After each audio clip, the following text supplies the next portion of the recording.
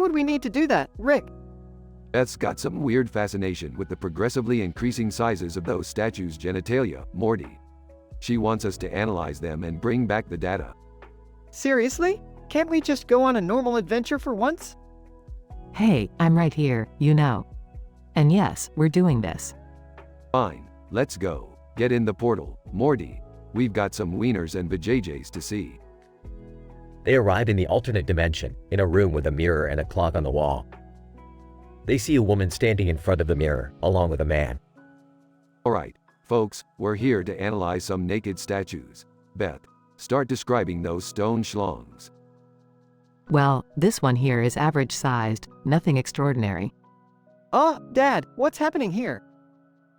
I don't know, but as long as I don't have to measure them, I'm okay with it. Enough chit-chat, Beth. Let's move on to the next one. Okay, this one is definitely bigger than the previous. I can't believe I'm standing here, analyzing stone dongs with my family. Welcome to the Smith family, Morty. Now get used to it. They continue observing the statues, with Beth getting increasingly excited about each one. Whoa, this one is impressive. Dad, can we please go back home? Morty, I think we're in for a ride. Just embrace it, like your mother is embracing those statues. Morty, focus. We're almost at the biggest one. They reach the final statue, and it's massive. Wow. Now that's what I call colossal genitalia. Alright, Beth, we've had our fun. Time to gather the data and head home. Can't we stay a little longer? I mean, look at that thing. I can't unsee this, Rick. I'm scarred for life.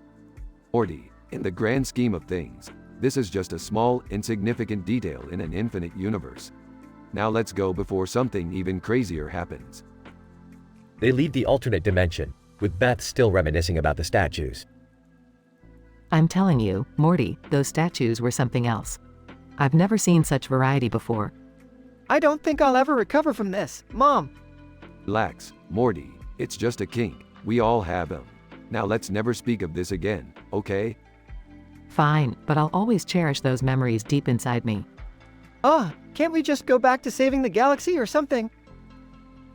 They continue their adventures, leaving behind the questionable fascination with statues. Note, let's keep the dialogue fun and avoid excessively explicit content.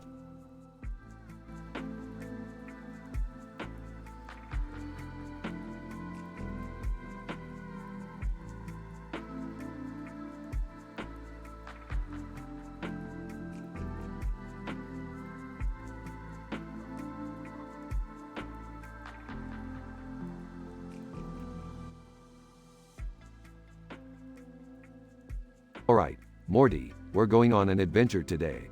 Strap in. Where are we going, Rick? We're heading to the Museum of Art to check out some fancy sculptures. You know, highbrow stuff. Oh, count me in. I could use a little culture in my mundane life. Seriously? Art? Can't we just go to Blips and Chits? Come on, Summer, broaden your horizons. Plus, they might have some historically significant artwork. They arrive at the Museum of Art. Look alive, everyone. Feast your eyes on these majestic pieces of art.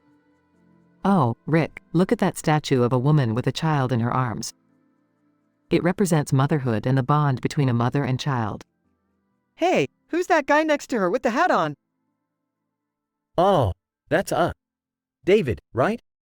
Speaking of David, check out these 5 different versions of the statue of David over here. Yeah, Beth, we get it. They're statues with big, reproductive organs. Rick, it's fascinating. Each statue represents a different era and the evolution of society's perception of beauty. Mom, this is getting weird.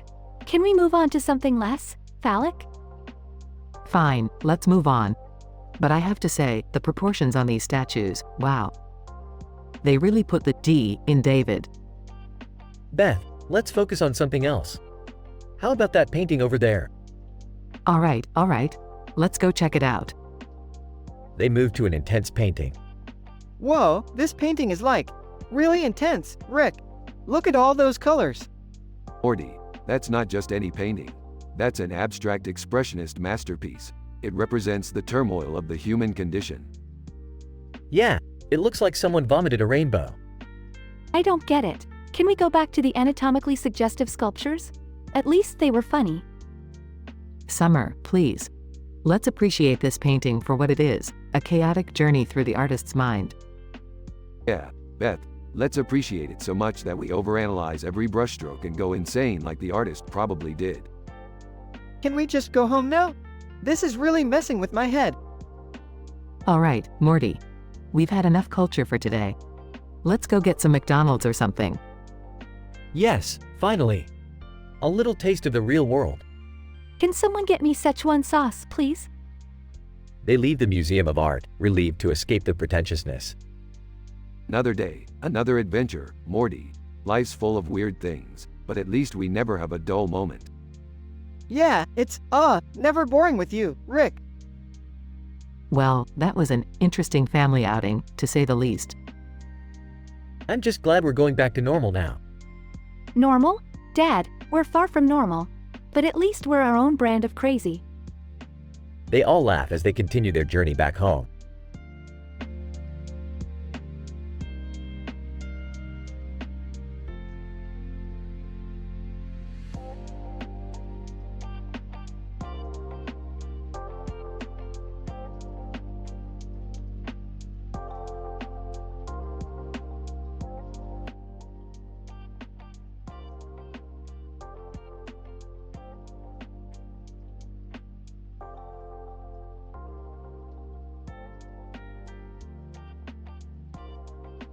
Morty, I've discovered something incredible. What is it this time, Rick? Strap in, Morty, we're heading to the Museum of Bizarre Art across town. Bizarre art? Is that like weird paintings or something? No, Morty, it's way crazier. They have a statue of a woman holding a purse in front of a building with trees in the background and a sign that says, an accurate representation of the famous statue of David on display in a regular normal museum. Wait, so it's just a statue of a chick with a purse? How's that bizarre? Trust me, Morty, this statue is a perfect and accurate replica of the original. Every detail, Morty, every dang detail. Okay, but why is it in a museum? Isn't that where they normally keep historically important stuff? You know, Morty, the universe works in mysterious ways. Now come on, let's go check it out before the world crumbles into chaos. They arrive at the Museum of Bizarre Art. Rick, what the hell did you drag us into this time? Summer, it's an adventure. And this statue, it's got some secret, I can feel it. Oh great, another one of Rick's harebrained schemes. Can't we just go to the regular museum? Jerry, the regular museum is for lame-ass art. We're here for the bizarre shit, you know, the real deal. Fine, but if this ends up being another one of your adventures, I swear I'm never going on one with you two again. They enter the museum and stand in front of the statue. Okay, so we're just looking at a statue. What's the big deal? Morty, my scientific instincts are tingling. I think this statue has some kind of secret power. Secret power? You mean like it shoots lasers or something? Smirking. Even better, Summer. It attracts people with incredibly embarrassing secrets. Wait, seriously? You're telling me this statue can read minds? Not exactly, Jerry. It brings out people's deep, dark secrets right in front of their faces. Meanwhile, people start flocking to the statue, whispering to each other anxiously. Rick, what have you done? This is insane. Relax, Morty. I just want to see human nature in its rawest form. It's like a sociological experiment, but with added humiliation. You're sick, Rick. Sick. Chaos ensues as people start yelling, arguing, and confessing their deepest secrets to each other. I knew this was a bad idea. We're gonna be stuck here forever. Jerry, stop being such a wuss. We just need to deactivate the statue somehow. How do we do that, Rick? There's no off switch on a statue. Morty, you underestimate the brilliance of Rick Sanchez. Watch and learn. Rick takes out a small device from his pocket and points it at the statue. Suddenly, the chaos stops. Did it work, Rick? Of course, it did. Now let's get out of here before someone figures out we were involved. They quickly make their way out of the museum, leaving the bewildered crowd behind. Rick, that was insane. Yeah, Morty, but it was an adventure, wasn't it? Adventures are overrated. Can we just go back to normal, please? I second that motion. No more crazy statues or mind-reading devices, Rick. Fine, fine. Back to normal it is. But remember, folks, normal is just an illusion. They all walk away, leaving the museum and its bizarre statue behind, ready for their next unpredictable adventure.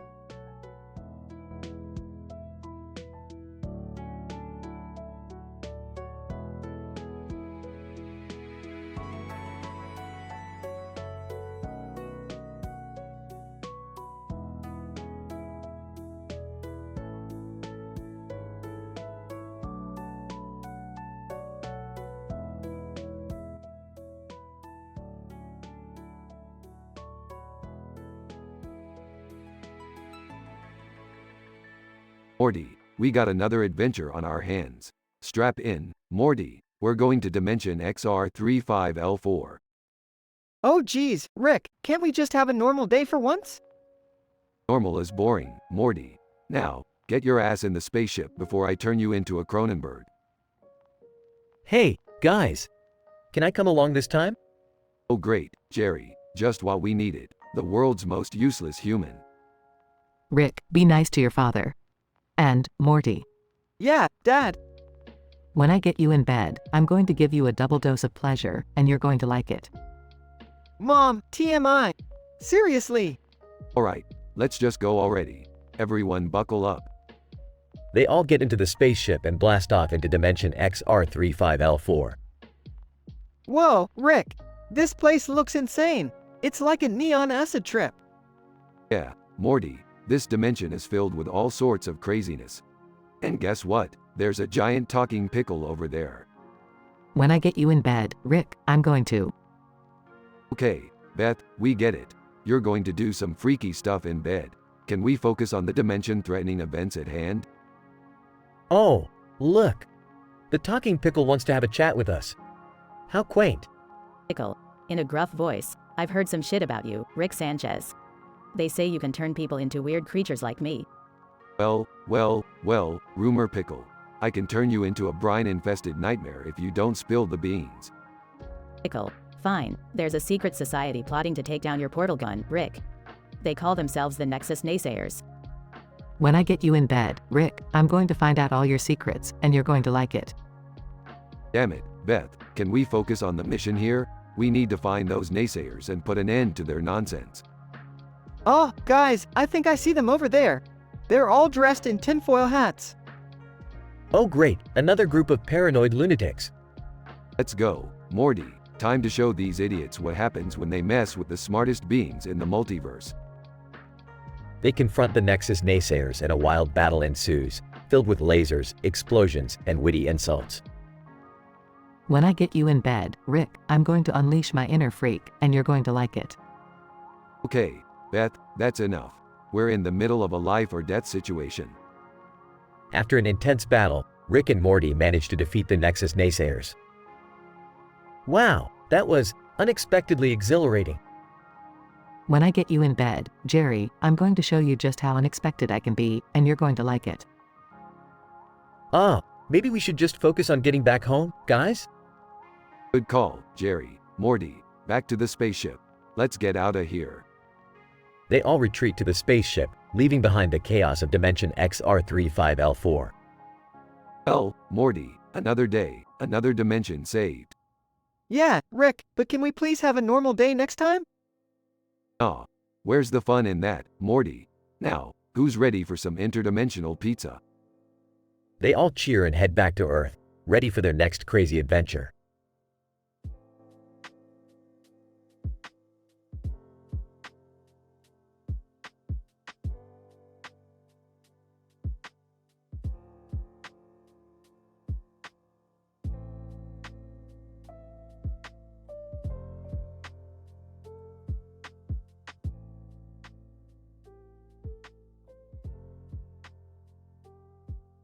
Morty, I need you to grab the interdimensional portal gun and meet me at the corner of Statuesville and Time Avenue. Ah, what for Rick? Are we going on another crazy adventure? No, Morty, we're just going to admire a statue. But not just any statue, the statue of David. I hear it's got some serious junk in the trunk, Morty. What? Seriously, Rick? We're going to ogle at a naked statue? Morty, this statue is not just any statue. It's anatomically perfect. Some say the sculptor had a little too much fun carving out the details, if you catch my drift. I can't believe I'm about to ask this, but what's the plan here, Rick? Plan? Who needs a plan? We're gonna take that thing and replace Old Man Jenkins' lawn gnome with it. Then, we're going to watch the chaos unfold. Oh great, because provoking our elderly neighbor is always such a great idea, Rick. Relax, Morty. I have it on good authority that Old Man Jenkins secretly has an obsession with naked art. It's time his secret came out. Alright, fine, but can we just do this quick? I really don't want to hang around a giant, naked statue any longer than necessary. Fine, Morty. Let's go get our hands on David's ample assets. Morty and Rick arrive at the statue. Wow, Rick, I can't believe how big it is. I mean, it's just bulging everywhere. Yeah, Morty. It took some serious balls to create something like this. Alright, let's get this over with. Morty and Rick swap the statue with the lawn gnome. Mission accomplished, Rick. What's next? Now we wait, Morty.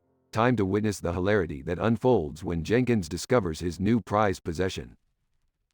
Time passes. Rick, I think it's about time we give up on this. Old Man Jenkins hasn't even noticed the swap. Hold on, Morty. Patience is key in this situation. Meanwhile, in Jenkins' backyard. Dad. Morty. What on earth did you do to Old Man Jenkins' lawn gnome?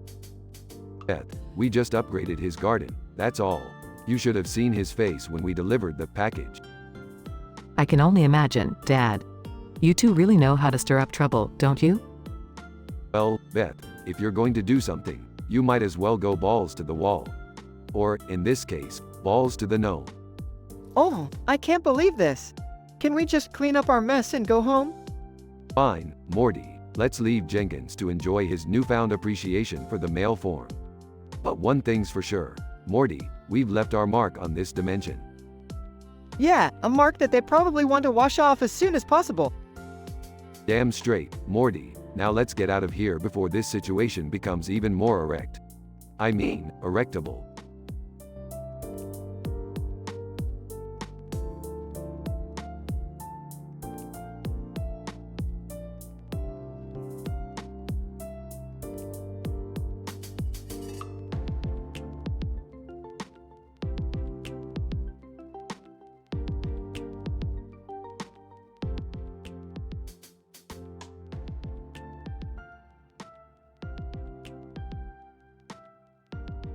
Morty, grab your portal gun. We've got another crazy adventure on our hands. Oh, geez, Rick, can't we just have a normal day for once? Morty, normal is boring. We need to embrace the chaos and absurdity of life. Fine, but let's make it quick. I've got a date with Jessica later. Oh, Morty, Jessica is just another phase. Trust me, you'll move on to someone else in a week. Whatever, Rick. Let's just go already. Scene transitions to a forest where they encounter a woman in a blue outfit with a wolf on her head and shoulder, standing in front of a full moon. Woman, greetings, Rick and Morty. I am Luna, the guardian of the moon. Luna, huh? I guess you're a real howling success. Luna, very clever, Rick. I need your help retrieving the moon crystal before the Werewolf Council gets their paw on it. Werewolf Council? Are we seriously doing this? Buckle up, Morty. Things are about to get hairy. Scene transitions to a secret underground lair where the Werewolf Council is plotting. Werewolf leader. Luna will never find the moon crystal. Our pack will rule the night forever. Beth, unexpectedly entering the lair. Oh my, what beautiful statues of David you have here. Werewolf leader. Who dares interrupt our secret meeting? Oh, just a woman appreciating fine art and, other fine things. Scene progresses as Beth begins describing in intricate detail the genitalia of the various statues. This one is so big and majestic. It fills me with awe and wonder. Beth, focus. We're here for the crystal, not genitalia admiration. Right, crystal. But seriously, look at the size of that thing. Meanwhile, Morty stumbles upon the hidden chamber where the moon crystal is located. Hey, Rick, I found the crystal, and, oh geez, it's floating in a pool of chocolate pudding. Morty, that's not pudding, it's moon goo. Don't touch it, you'll turn into a space werewolf. Scene escalates as a wild chase sequence ensues, with Luna fighting off the werewolf council while Rick and Morty try to retrieve the crystal. Hurry, Morty, we have to get the crystal back to Luna. Beth, still entranced by the statues. You know, size really does matter. It's all about how it makes you feel. Morty finally manages to grab the crystal and throws it to Luna. Luna, thank you, Rick and Morty. With this crystal, the moon will be safe once again. No problem, Luna. Just another day in the life of interdimensional adventurers.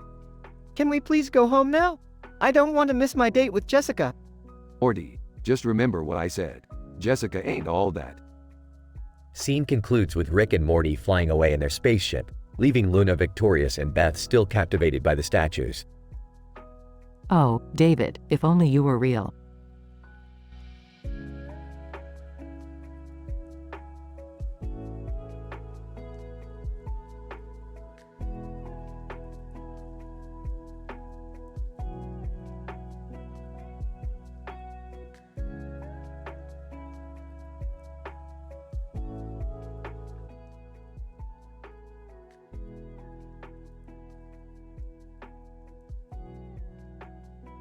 Morty, I've just discovered a portal that leads to a dimension where everyone wears makeup and black dresses with red and pink backgrounds. What? Are you serious, Rick? That sounds like a fashion nightmare. Oh, come on, Morty. It's an opportunity for us to embrace our inner fashionista and explore a dimension of fabulous chaos. When I get you in bed, Rick, we can roleplay as glamorous fashion icons until completion. Oh, Jesus, Beth. Can you not start every sentence like that? Hey, guys, what's all this talk about fashion and beds? Jerry, just keep doing what you're doing and stay out of it. Trust me, it's for the best. Alright, Morty, let's go through the portal and see how fabulous life can get in this makeup mania dimension. Rick, are you sure we won't get swept up in some overly dramatic, M-rated makeup drama? Morty, drama is my middle name, and this dimension seems like the perfect place for some wacky, over-the-top shenanigans. When I get you in bed, Rick, we'll create a scandalous love affair until completion. Beth, seriously, the bedroom talk is getting old real fast. Morty and Rick step through the portal and find themselves in a red and pink paradise of makeup mayhem. Whoa, Morty, look at all these glamorous creatures. They're like RuPaul's Drag Race contestants on steroids. This place is intense, Summer. But hey, at least people here are expressing themselves freely. Alright, Morty, let's dive into this crazy world and see what kind of trouble we can stir up. When I get you in bed, Rick, we can recreate all the scandalous moments from this dimension until completion. Beth, I swear to God, if you don't stop with the bed talk, I'm leaving you in this dimension. Guys, can someone help me with this lipstick? I seem to have gotten it stuck in my nose. As the adventure progresses, Rick and Morty find themselves caught up in a fierce makeup competition. Morty, these creatures are taking their makeup game way too seriously. It's like Project Runway meets the Hunger Games. I know, Rick, and they won't let me leave until I contour my face like Picasso's finest masterpiece. Morty, just embrace the makeup madness and remember, beauty is pain. When I get you in bed, Rick, I'll turn you into the ultimate sultry makeup master until completion. Beth, I beg you, let's drop the bedroom talk for just 1 minute. After a series of twists, turns, and makeup disasters, Rick and Morty finally manage to escape the dimension. Morty, we made it out. I can't believe we survived the glamorous madness. Yeah, Rick, I never thought I'd see the day when eyeliner would be the source of so much chaos. Alright, guys, let's never speak of this dimension again. My eyes need a break from all that glitter. Everyone agrees and tries to move on, but the memory of the makeup dimension will forever haunt them.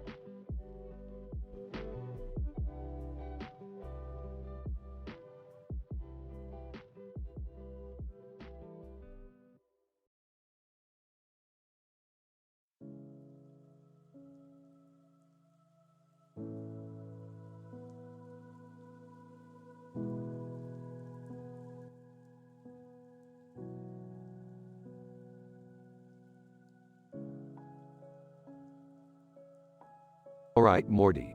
Buckle up for another mind-bending adventure through the multiverse. Geez, Rick, can't we just have a normal day for once? Morty, normal is just a setting on a dryer. Besides, where's the fun in that? Eagerly, when I get you in bed, Rick, I'll show you just how fun it can be. Rolls his eyes. Oh, great, here we go again. When I get you in bed, huh, Beth? And I'll swallow every drop, right? Blushing, well, yeah. Awkwardly. Could we maybe keep the bedroom talk to ourselves? Or not at all? Shut up, Jerry. Nobody asked for your input. Now strap on your seatbelt and grow a pair. Snarky. Hey, Grandpa Rick, can we make a pit stop on a planet where people aren't jerks? Oh, sorry, Summer, I forgot that dimension doesn't exist. We'll just have to settle for these jerks instead. Whispering to Summer, I think it's time for us to find a normal family. Like, a really, really normal family. When I get you kids to school, Rick, I'll make sure the birds and the bees talk is super awkward. And I'll swallow every drop. Facepalming, seriously, Beth, can we focus on the mission here? Look, a portal. Maybe we can escape this madness. Nice try, Jerry, but we're going through that portal. Brace yourself, everyone. They teleport to a dimension where everything is made of candy. Excitedly, finally, somewhere sweet and delicious. When I get my hands on some candy, Rick, I'll show you just how satisfying a sugar rush can be. And I'll swallow every drop. Facepalming harder. Alright, who slipped something in Beth's coffee this morning? Whispering to Rick, I think she's been watching too many adult films again. Laughing. Dad, you're married to a real freak. You know that? When I get you all home, Rick, I'll bake you a pie. And I'll swallow every drop. A filling. Sighs. Look, Beth, can we at least pretend to have a normal conversation here? Teasingly, oh, I can do more than pretend, Rick. Just give me the signal, and I'll... Interrupting. Alright, that's it. Time to find a reality where this madness doesn't exist. They all get back into the portal, leaving the candy dimension behind. Relieved, thank goodness. I thought we were stuck in that sugar-coated nightmare forever. Trust me, Jerry, your biggest nightmare is yet to come. Whispering, is it just me, or is this family getting weirder every day? Whispering back. Morty, this is only the tip of the iceberg. Welcome to the Smith family, where normality goes to die. They continue their journey through the multiverse, with the promise of even stranger adventures awaiting them.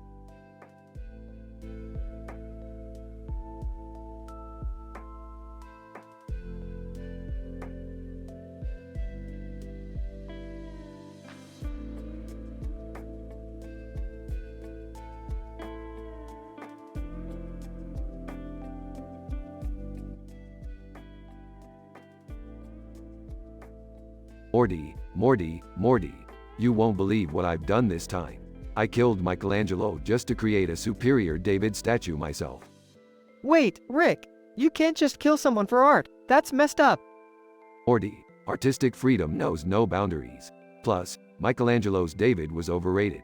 Mine is gonna be way more anatomically correct. I can't believe I'm saying this, but you can't just go around killing historical figures, Rick.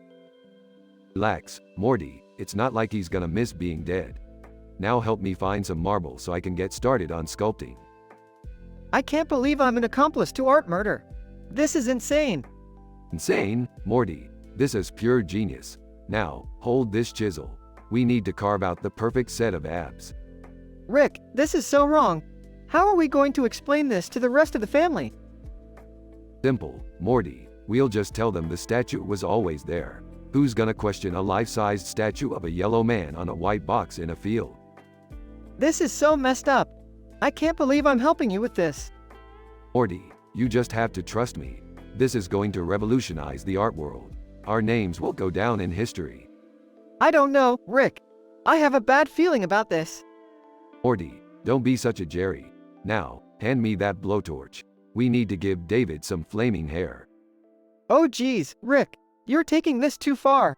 I can't be a part of this madness anymore. Fine, Morty. I'll just create a time machine and go back in time to kill Michelangelo again myself. No big deal. No, I'll help you, Rick. Just promise me you won't murder any more artists, okay? Fine, Morty, but only if they don't meet my artistic standards. Now grab that paintbrush and let's get to work. We need to give David a tattoo of a spaceship. I can't believe I'm doing this. Our family is going to be so messed up when they find out. Morty, they'll never find out. They'll just assume this statue has always been here. No one questions the art world. I'm questioning it, Rick. I'm questioning everything. Question all you want, Morty. Art doesn't need explanations, it just needs to make a statement. And my statement is David with a spaceship tattoo. I give up, Rick. Let's just finish this and never speak of it again. Agreed, Morty. And remember, art is subjective, and so is reality. Tell that to the time-space continuum, Rick. Oh, I plan to, Morty. I plan to.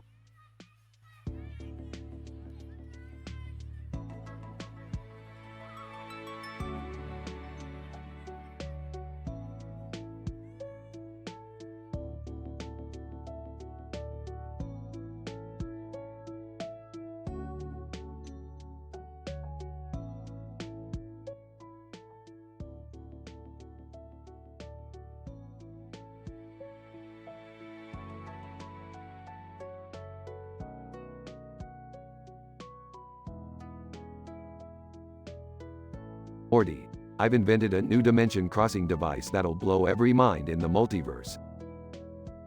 Rick, are you sure this is safe? You remember what happened last time we messed with dimensions, right? Relax, Morty, I've worked out the kinks. It's foolproof. Okay, fine. But if anything goes wrong, I'm blaming you. Fair enough, Morty. Now buckle up and prepare for a wild ride. They activate the device and find themselves in a bedroom. Whoa, Rick, where are we? And who's that woman in the red dress? We seem to have stumbled into a parallel universe, Morty. And that woman there, she definitely knows how to rock the color red. Woman. Oh, hey there, boys. Looking for a little adventure, are we? Oh, hi. Who are you? Woman, call me Lucy. And let me warn you, I'm not like any Lucy you've met before. Alright, Lucy, what's the deal here?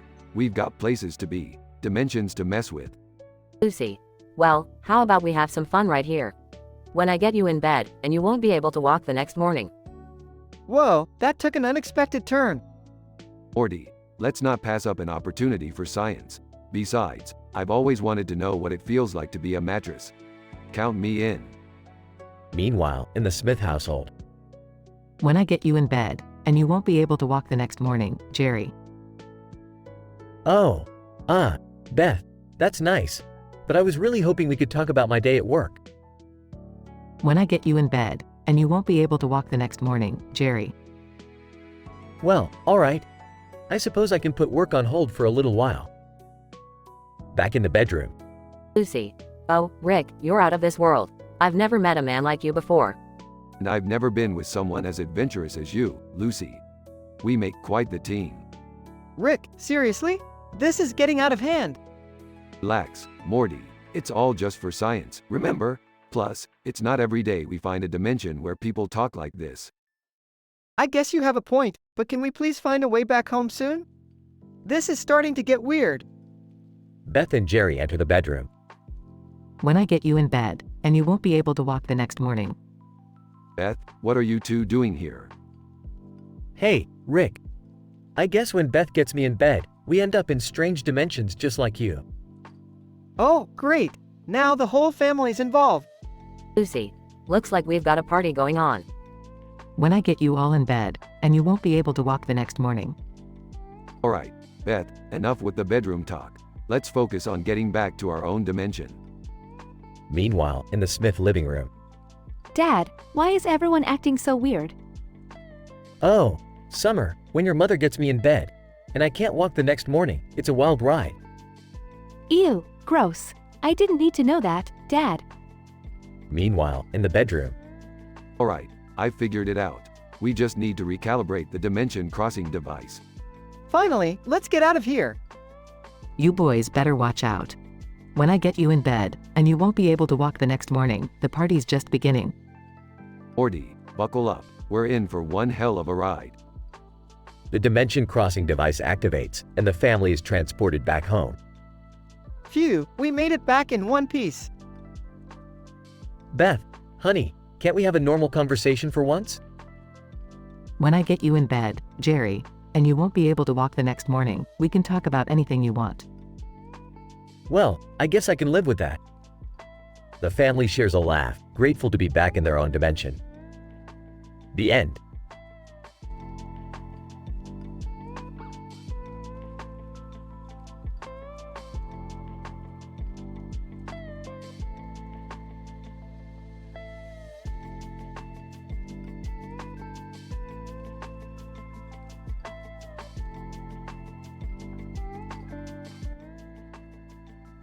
Elon Musk, you think you can outsmart me, Gates? I'll show you what a real innovator can do. Bill Gates. Oh please, Musk. You may have your flashy Tesla, but I've got the power of Microsoft behind me. Prepare to be obsolete. Elon Musk, let the games begin, Gates. My cybernetic enhancements will give me the edge. Bill Gates. Ha, cybernetics are nothing compared to my mastery of computing. I'll hack into your systems and bring you crashing down. Elon Musk, we'll see about that, Gates. I've developed a new weapon just for this occasion. Introducing the Neuralink sword. Bill Gates. A sword? How quaint. Allow me to introduce you to my weapon of choice, the Windows hammer. Elon Musk, a hammer? Seriously, Gates? You are supposed to be a tech genius, not a construction worker.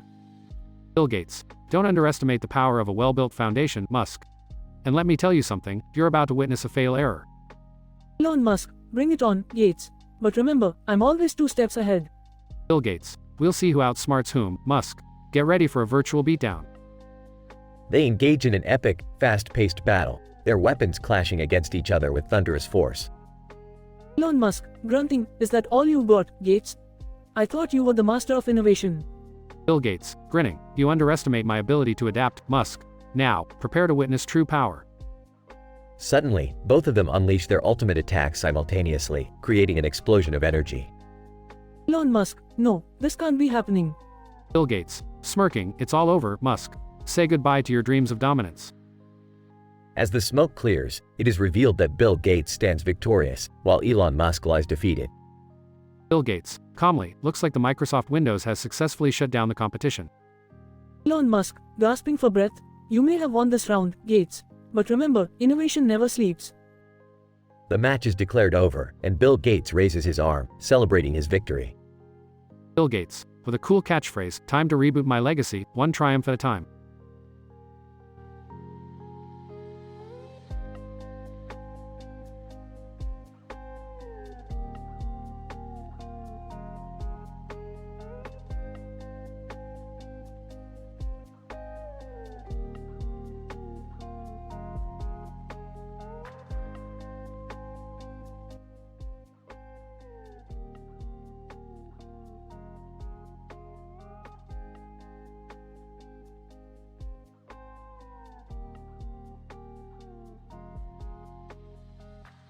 Hey, Morty, what's the matter?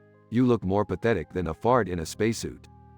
I found this weird alien artifact in the garage, Rick. And when I touched it, it turned me into a sentient pickle. Laughs.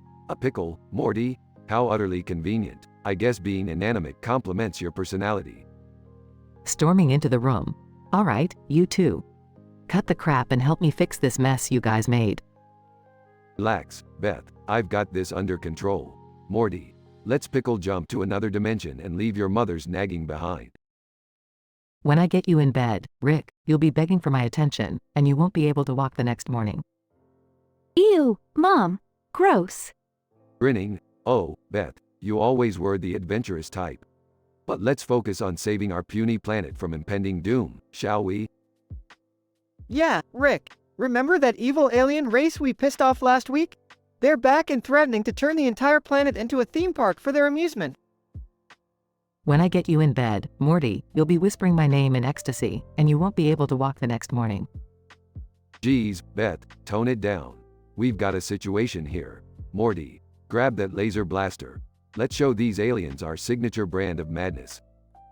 Can I come too? I want to vaporize some alien scum. Fine, Summer. But remember, if anything goes wrong, you're responsible for your own psychological trauma. When I get you in bed, Rick, you'll be screaming for mercy, and you won't be able to walk the next morning. Mom, seriously? Can we focus on the aliens now?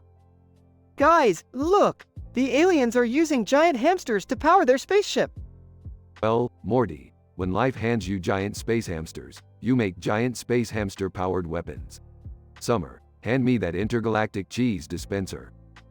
When I get you in bed, Morty, you'll be crying tears of pleasure, and you won't be able to walk the next morning.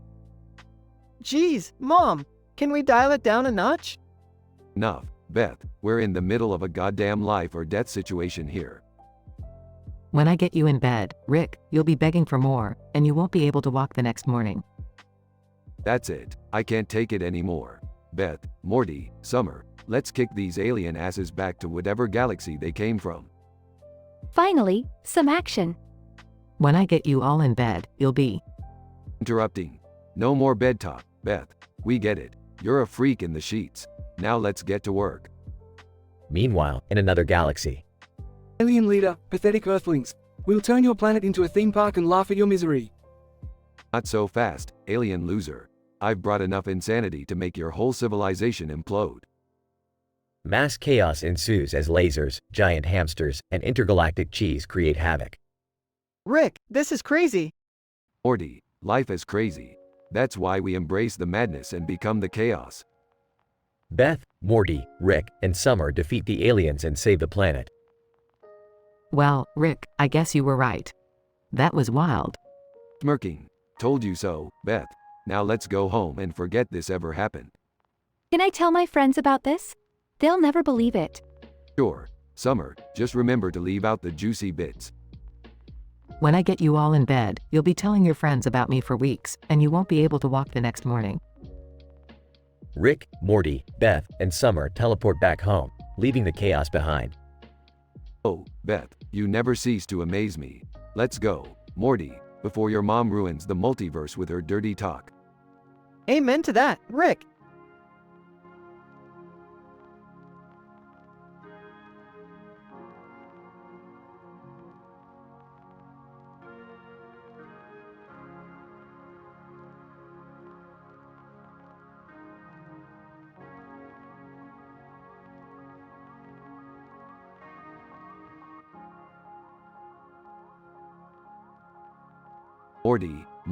Morty, you wouldn't believe the adventure I just had in the alternative dimension where everyone's heads are made of cheese. Geez, Rick, sounds, dairy disturbing. Disturbing? No, Morty, it was freaking amazing. I met this woman with pink hair and goggles, and instead of a brain, she had a miniature circus inside her head. Oh, okay, so what happened? Well, turns out she was trying to capture a rare plant called the psychedelic potted paradise. It supposedly makes you taste the rainbow, Morty, and not like some lame Skittles commercial. I'm talking about actually tasting the entire electromagnetic spectrum. Whoa, Rick, that's insane. But why does Beth care about that? Are you kidding, Morty? Beth's been trying anything and everything to spice up her boring life. She's practically addicted to tasting the rainbow now, going around licking everything she can find. Ew, gross. What about Dad? Jerry, he's too busy trying to figure out how to taste success. Spoiler alert. He's failing miserably, Morty. So, what's the plan, Rick? We're gonna have to help Beth capture the psychedelic potted paradise before she goes on a licking spree and causes some kind of rainbow apocalypse or some shit. Alright, let's do this. But how are we gonna find the plant? Well, Morty, I've built a device that can detect the electromagnetic waves emitted by the plant. All we have to do is follow the rainbow frequencies. Seems simple enough, I guess. Ah, simple for you to say, Morty. But have you ever wandered around a dimension where dogs are the dominant species and they're all obsessed with medieval history? No, and I don't think I want to, Rick. Relax, Morty, it's gonna be fun. Plus, at least their doggy armor should protect us from Beth's saliva-infused rainbow obsession. I guess you're right, Rick. Let's go catch that plant and save the world from rainbow apocalypse or whatever. Damn right, Morty, adventure awaits us, and it's gonna be leggin'. Wait for it, Morty, dairy. You just quoted Barney from How I Met Your Mother, Rick. You've really reached a new low. Shut up, Morty, just shut up and get ready for some mind-bending, dimension-hopping, rainbow-tasting action. Sigh, okay, Rick. Let's go save the world, again.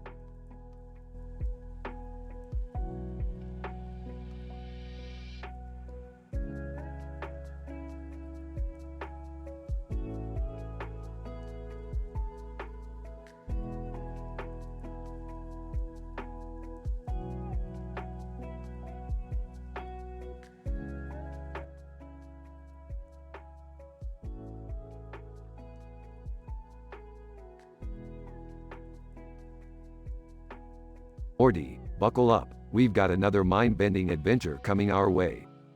Geez, Rick, can't we just have a normal day without risking our lives? Morty, normal is overrated. Now listen, we're heading to the hospital. Beth is in critical condition, and it's all about rainbows. Rainbows? Seriously? What are you talking about? Well, apparently, Beth can't stop tasting the rainbow. She's puking rainbows all over the place, Morty. Oh God, that sounds horrifying. How is that even possible? Beats me, Morty. We're dealing with some serious interdimensional rainbow anomaly here. It's like Skittles gone wrong, Morty. Way wrong. So, what's the plan, Rick? Are we gonna try and save her or something? Morty, we always try and save everyone, don't we? But saving Beth might be a bit more challenging. We need to find a way to reverse this rainbow madness. Reversing rainbow madness? How do we even begin to do that? Well, Morty, I've got an idea. We need to find the source of these rainbows. And for that, we'll need the help of, dramatic pause, the Rainbow Queen. The Rainbow Queen? Who the hell is that? She's a woman dressed in purple, holding a stick and a rainbow kite above her head. She's supposed to be the one who controls rainbows, Morty. This just keeps getting weirder and weirder, Rick. That's the spirit, Morty. Now, hold on to your rainbow hurling boots. We're about to embark on the most statistically improbable journey of our lives. Moments later, Rick and Morty arrive at the hospital. Morty, look, there she is, the Rainbow Queen. Rainbow Queen approaches them, her kite smoothly floating in the air. Rainbow Queen, you seek my help to tame the rainbow storm, don't you?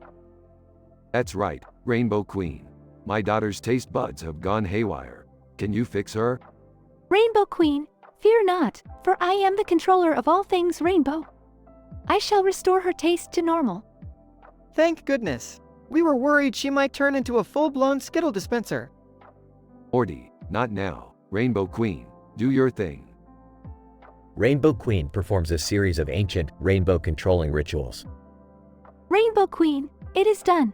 Your daughter's taste buds are no longer enchanted by the rainbows. She shall regain her normalcy.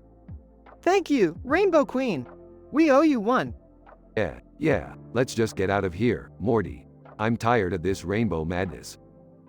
Morty and Rick start walking away. So, Rick, what did we learn from all of this? Well, Morty, we learned that rainbows may seem pretty on the outside, but inside, they can cause all sorts of chaotic gastrointestinal shenanigans. Yeah, I think I'll stick to regular flavors from now on. Wise choice, Morty. Now let's get back to the lab and grab some Szechuan sauce. We've earned it. They continue walking, disappearing into the multiverse, leaving the Rainbow Queen behind, her kite still floating in the sky.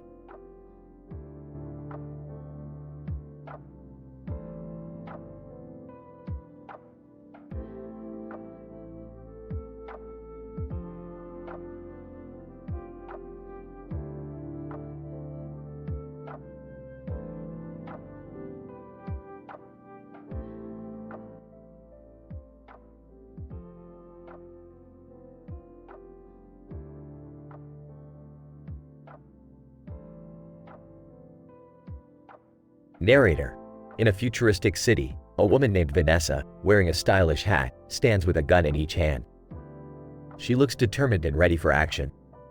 Vanessa, alright, you slimy motherfuckers, it's payback time.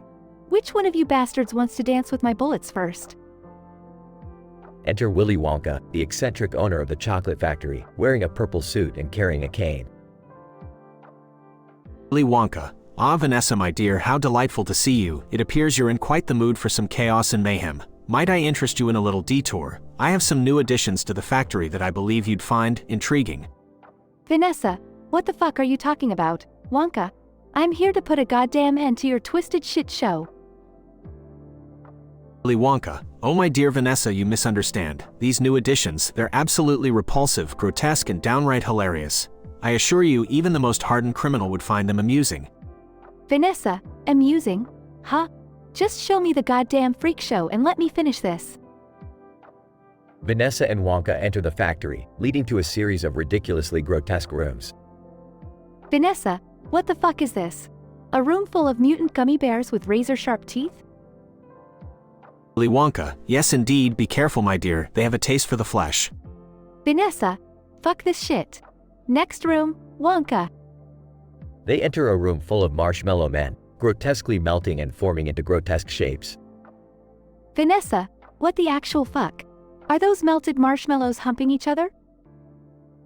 Willy Wonka, oh yes, I call them rubber lovers. They're very passionate creatures as you can see. Vanessa, you're one sick fuck, Wonka. Let's get on with this before I shoot your twisted ass. They enter the final room, where 3 golden ticket winners are getting acquainted with the fruit-flavored mortar cannons. Vanessa, mortar cannons that shoot fruit? Are you out of your goddamn mind? Willy Wonka, oh no my dear, these cannons shoot fruit with such velocity that it bursts through their bodies on impact, creating a delightful explosion of fruity flesh. The cannons misfire, resulting in the golden ticket winners being completely obliterated. Vanessa, well, I'll be damned. That was actually pretty fucking funny. Oompa Loompas enter the scene, singing a song about the deadly consequences of Willy Wonka's twisted creations. Oompa Loompas, singing, "Oh, Mr. Wonka, you sick fuck, you've caused quite a fuss. Let's learn a lesson, without any digression, about your twisted lust."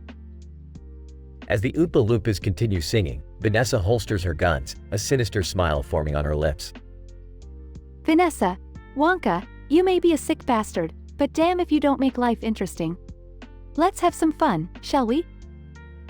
Vanessa and Wonka exit together, leaving the Oompa Loompas in awe of the chaos about to unfold. Narrator. And so, in this bizarre twist of fate, Vanessa and Willy Wonka set out on an adventure that would defy all laws of logic and sanity, leaving the audience to ponder the depths of the human imagination and the consequences of unhinged creativity. The chocolate factory would never be the same again.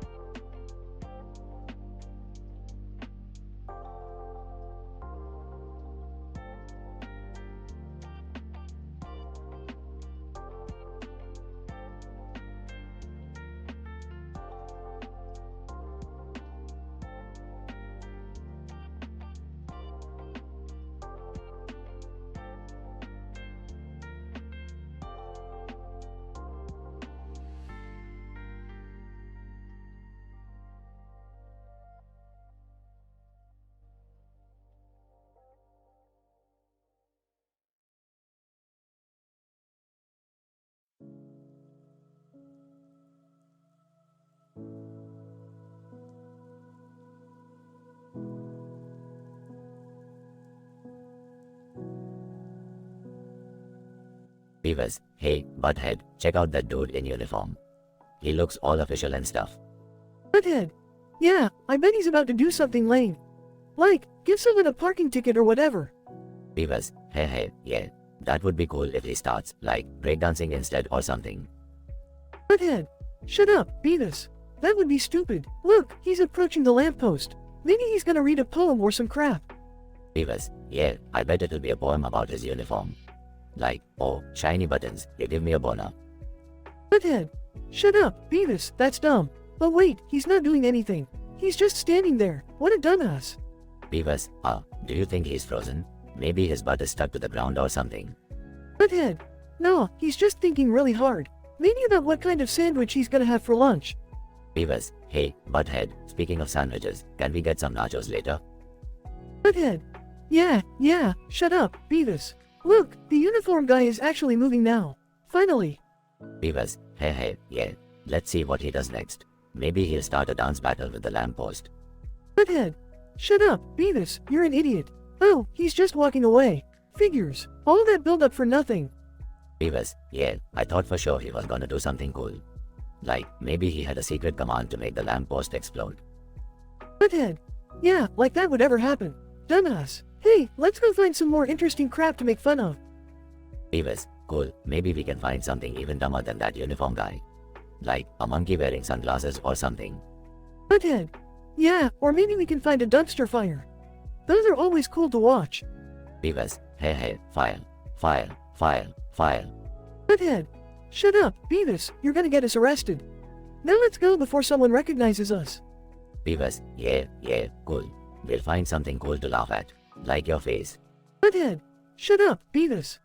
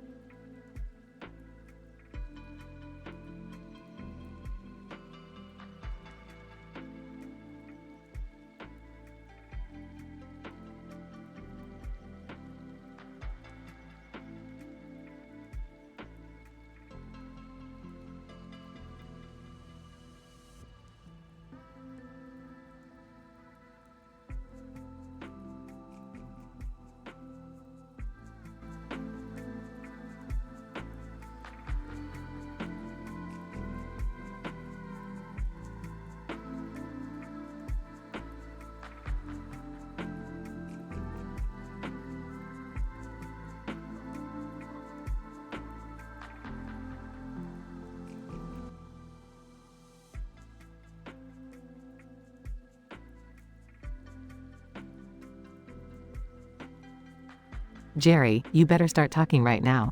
How did those private pictures of me end up all over the internet? Stuttering.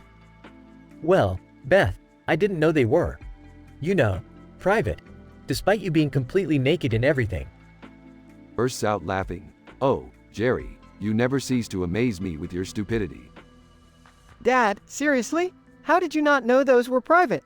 I mean, come on. Furious. You better have a damn good explanation, Jerry. Defensive. Look, Beth, I was just trying to spice things up in the bedroom, you know? I thought a little game of guess who took the naked pictures would be fun. Rolls her eyes. Dad, seriously? That's your excuse? You're just trying to cover up your stupidity with some lame excuse about bedroom games? Sarcastically. Oh, yeah, Jerry, that's a good one. Nothing says intimacy like posting your wife's nudes online for the world to see. Mocking. Yeah, Jerry, I'm sure, post my wife's nudes on the internet is included in the Kama Sutra somewhere.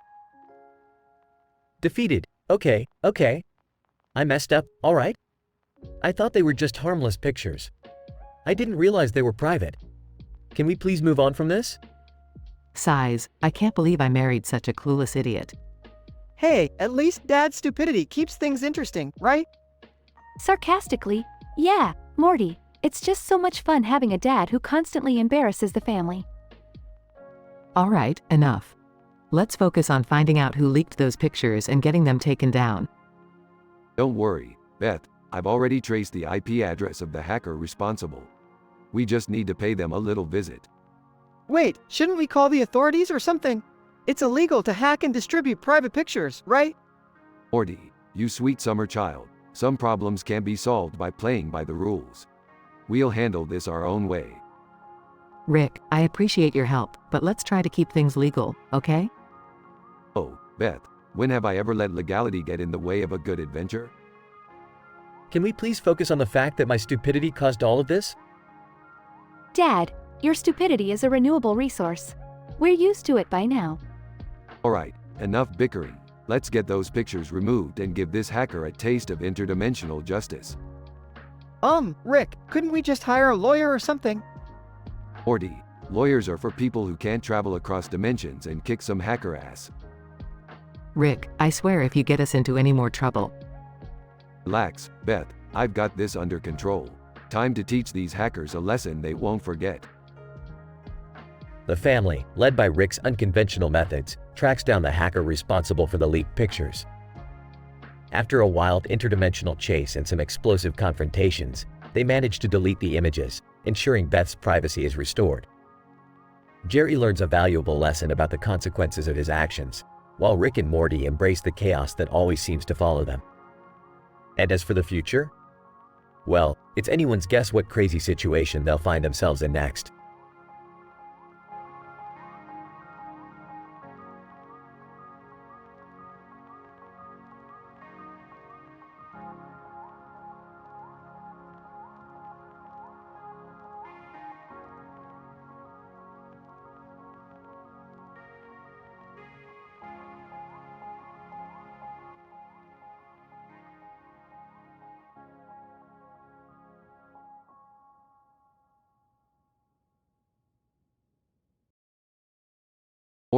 Morty, you won't believe the crazy adventure I've got planned for us today. Oh geez, Rick, what is it this time? And please, no more intergalactic trouble, okay? Trust me, Morty, this one's gonna blow your mind. We're going into the deepest corners of the multiverse to retrieve the legendary Buttflap Diamond. Buttflap Diamond? Are you serious, Rick? Absolutely, Morty, its interdimensional powers are beyond your comprehension. Plus, it's the perfect bling for my intergalactic booty. I can't believe I'm saying this, but let's go get that Buttflap Diamond, I guess. Scene shifts to the Smith family at breakfast. Jerry, explain to me how those private pictures of me got posted all over the internet. Beth, I didn't know they were private. They were just sitting in our shared photo album along with the cat pictures. Jerry, I was completely naked in those photos. How could you not know? I thought it was an avant-garde artistic statement, like the Mona Lisa but with nudity. Scene shifts to Summer and Rick in the garage. Grandpa Rick, I saw those pictures of Mom. They were everywhere. Yeah, well, they say curiosity killed the cat, but this time, it just killed your innocence, Summer. Gross, Grandpa. You're disgusting. Well, if you think that's disgusting, you haven't seen my hidden dimension of interdimensional porn. Scene shifts to the living room where Morty is searching the internet with Beth. Mom, I'm really sorry you had to go through this. But, how exactly did these pictures end up being so popular? It's the internet, Morty. Everything gets around faster than a Meeseeks fulfilling a task. I thought Meeseeks fulfilled tasks really quickly. Shut up, Morty. Scene shifts to the garage where Jerry is panicking. Rick, what do I do? Everyone has seen those pictures. What if people start recognizing me on the street? Jerry, nobody will recognize you. Even if they did, they probably wouldn't care. Your face isn't exactly memorable, pal. Great, thanks for the vote of confidence, Rick. Scene shifts to the kitchen where Summer is confronting Jerry. Dad, how could you let this happen? You're supposed to protect Mom. Summer, I'm sorry, but in my defense, I was too busy figuring out which button releases the damn shutter on the camera. Scene shifts back to the garage where Rick and Morty are prepping for their interdimensional journey. Rick, I can't believe we're going on an adventure just to distract everyone from the pictures of Mom. Morty, when life throws you nude photos, you turn it into an interdimensional wild goose chase for a butt flap diamond. That's what I always say. I'm pretty sure nobody has ever said that, Rick. Shut up, Morty. Scene shifts to the Smith family watching a news report on TV. News anchor, breaking news. Local residents are in awe as an interdimensional scientist and his sidekick retrieve the legendary butt flap diamond. Looks like their wild adventure has distracted everyone from some scandalous photos that were circulating earlier. Well, I guess that's one way to handle it. Yeah, nobody cares about those pictures now. I still can't unsee them. Dad. Life's full of surprises, Summer. And some of them are nudes. Scene ends with a dramatic zoom-out shot of the Smith family, with everyone wearing a mix of embarrassment and relief on their faces.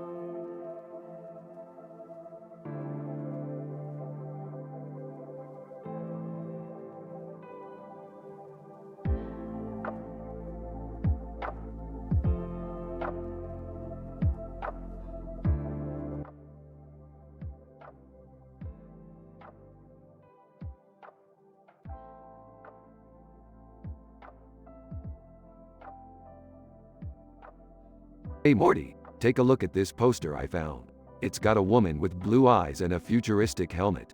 She's giving off some major glowing light vibes. Whoa, Rick, that's some sci-fi stuff right there. Wonder what her deal is? Maybe she's got some advanced technology or something. Well, Morty, the only way to find out is to go on an adventure. Strap yourself in. We're going to meet this helmet-wearing woman. Scene transition, Rick's spaceship. Ah, come on, Rick. Do we really have to go on another one of your insane escapades? I just wanted a relaxing weekend. Jerry, the only thing more relaxing than a weekend is knowing the universe isn't collapsing thanks to yours truly. Now, shut up and enjoy the ride. Scene transition, Rick's spaceship arrives at a futuristic city. Wow, Rick. This city looks incredible. It's like ancient Rome mixed with advanced technology. Yeah, and check out those massive statues made entirely of bismuth and aluminum. It's like they're flexing on every other civilization. Attention, Morty, I've detected some time travel tease trouble. Seems like someone's messing with the space-time continuum. Let's get to the bottom of this. Scene transition, the group finds a time travel device. Hey, guys, I found this weird time travel device. It looks like it was made by Janet Jackson or something. Janet Jackson? Why would she be messing with time travel? Jerry, it's just a joke. The real question is, who left this device here? And what do they want? Look. The device has settings for different time periods. Should we try it out? Of course, Beth, time travel adventures are kind of our thing. Scene transition, the group arrives in ancient Rome. Whoa, Rick, we're in ancient Rome. This is insane. Yeah, I never thought I'd see gladiators fighting while wearing futuristic helmets. It's like a bizarre historical cosplay convention. Hold on to your togas, Morty.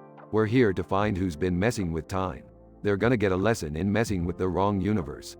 Scene transition, the group confronts a mysterious figure. Look, there she is. The blue-eyed woman with the futuristic helmet. Mystery woman. So, you finally arrived, Rick Sanchez. I've been expecting you. Who are you, lady? And what's with the futuristic helmet? Mystery woman. My name is Helima, and this helmet grants me untold power.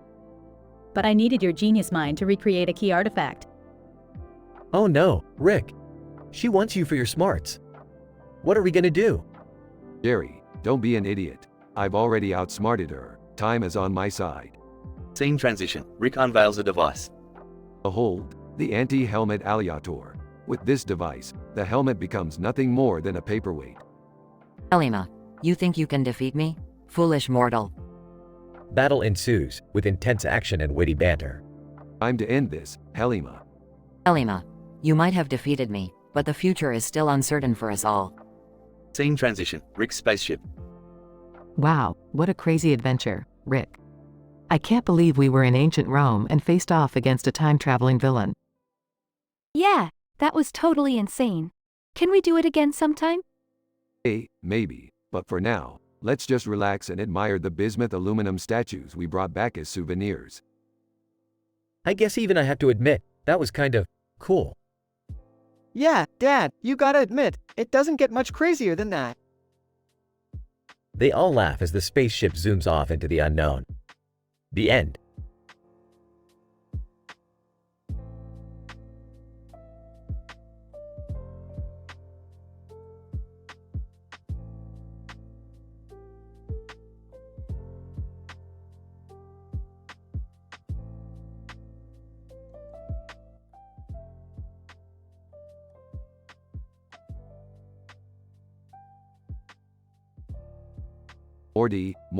Morty, look at this mess. A bunch of broken pieces of wood on the ground. What the hell happened here? Oh, Rick, I think it's just a broken bench. Maybe someone sat on it too hard? Sat on it too hard, Morty? Come on, get real. This is a classic case of dimension-crossing aliens having an epic battle and wrecking up the joint. Oh man, aliens again? Can't we just have a normal day without all this interdimensional chaos? Morty, you want to live a normal life, go watch some sitcoms. Now go grab those pieces. We need to find who caused this multi-dimensional ruckus. Morty starts picking up the pieces of the broken bench. Hey guys, what's going on? Need any help? Oh great, Jerry's here. Just what we needed. Look, Jerry, we got a bench destroyed by aliens. Can you wrap your tiny brain around that? Well, I'm sure someone just didn't put enough screws in it. These things happen, you know. Dad, this is way bigger than a screw issue. We're talking cosmic destruction here. Walking over, holding a rock. Guys, have you seen these new Diet Mayo rocks I found? They're amazing. Beth, those are not diet rocks. Those are just regular rocks covered in mayo. You can't eat those. Oh please, Rick, I'm a grown woman. I know what I'm doing. And they taste so good. Dad, can you talk some sense into her? She's swallowing rocks. Well, maybe I should try those rocks too. I could stand to lose a few pounds. Unbelievable. Look, Beth, you can't just eat rocks and mayo. It's not healthy. Rick, I swear I'm fine. And the rocks are a great source of fiber. Moments later, Beth starts clutching at her stomach in pain. Okay, maybe the rocks weren't such a good idea. It hurts, a lot. We told you, Mom. You should have listened. Morty, we need to find a cure, fast. Beth, hold on. Geez, this is all my fault, isn't it? I should have been more supportive. No time for self-pity, Jerry. We need a plan. Morty pulls out his portal gun. I can create a portal to the Mayo-verse, Rick. Maybe there's a Mayo cure there. Good thinking, Morty. Let's go. Beth is fading in and out of consciousness as they enter the portal. In the Mayo-verse. Morty, grab that mayo serum. It could save Beth. Got it, Rick. Let's get back. They return to their dimension and inject the mayo serum into Beth. Slowly recovering. Oh my god, what happened? Why is everything so mayo? Why? Mayo was never the issue, Beth. It was those damn rocks. Lesson learned. No more mayo-covered rocks for me. I think I'll stick to regular mayo. It's safer. Another crazy adventure averted, I guess. Don't get too comfortable, Morty. There's always another dimension waiting to mess things up. They all share a laugh as the chaos subsides. Finn.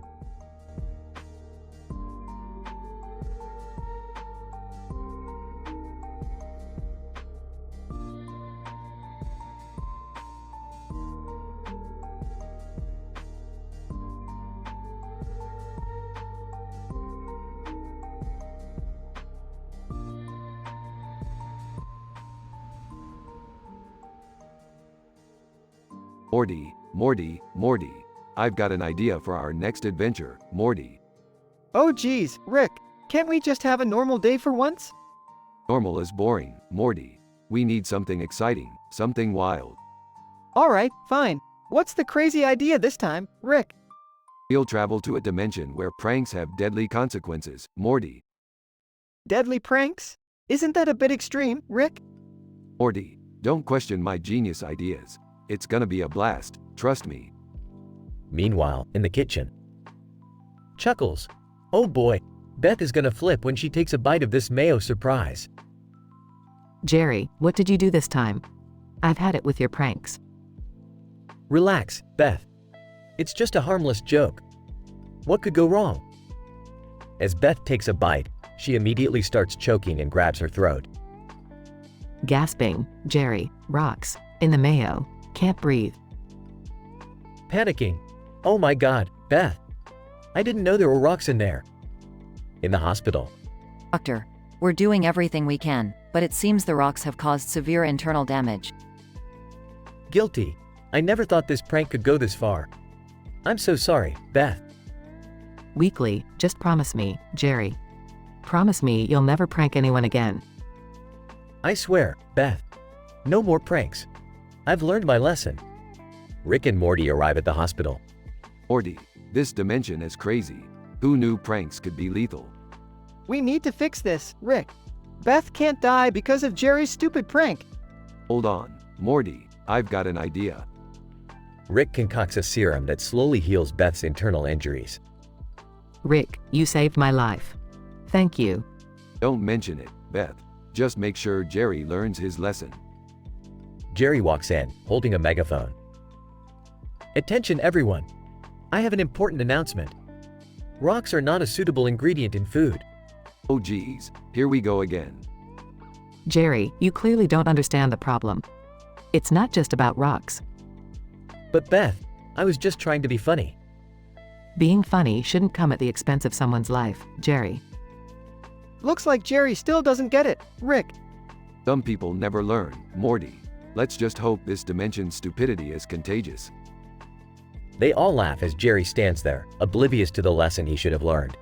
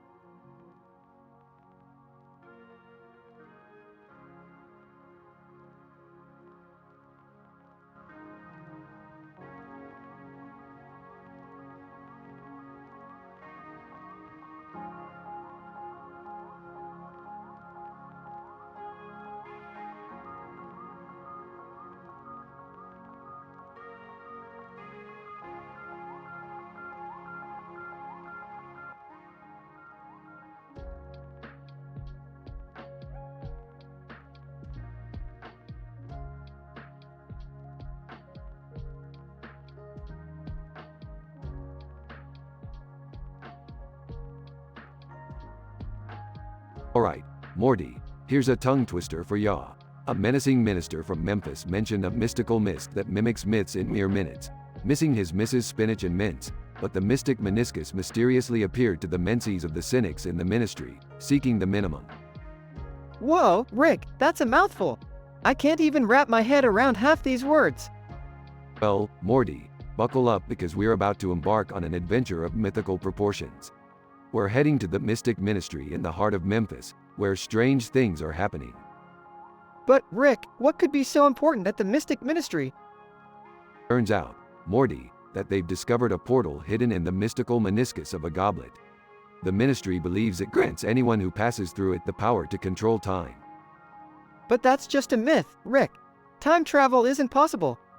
Normally, you'd be right, Morty, but this is no ordinary portal.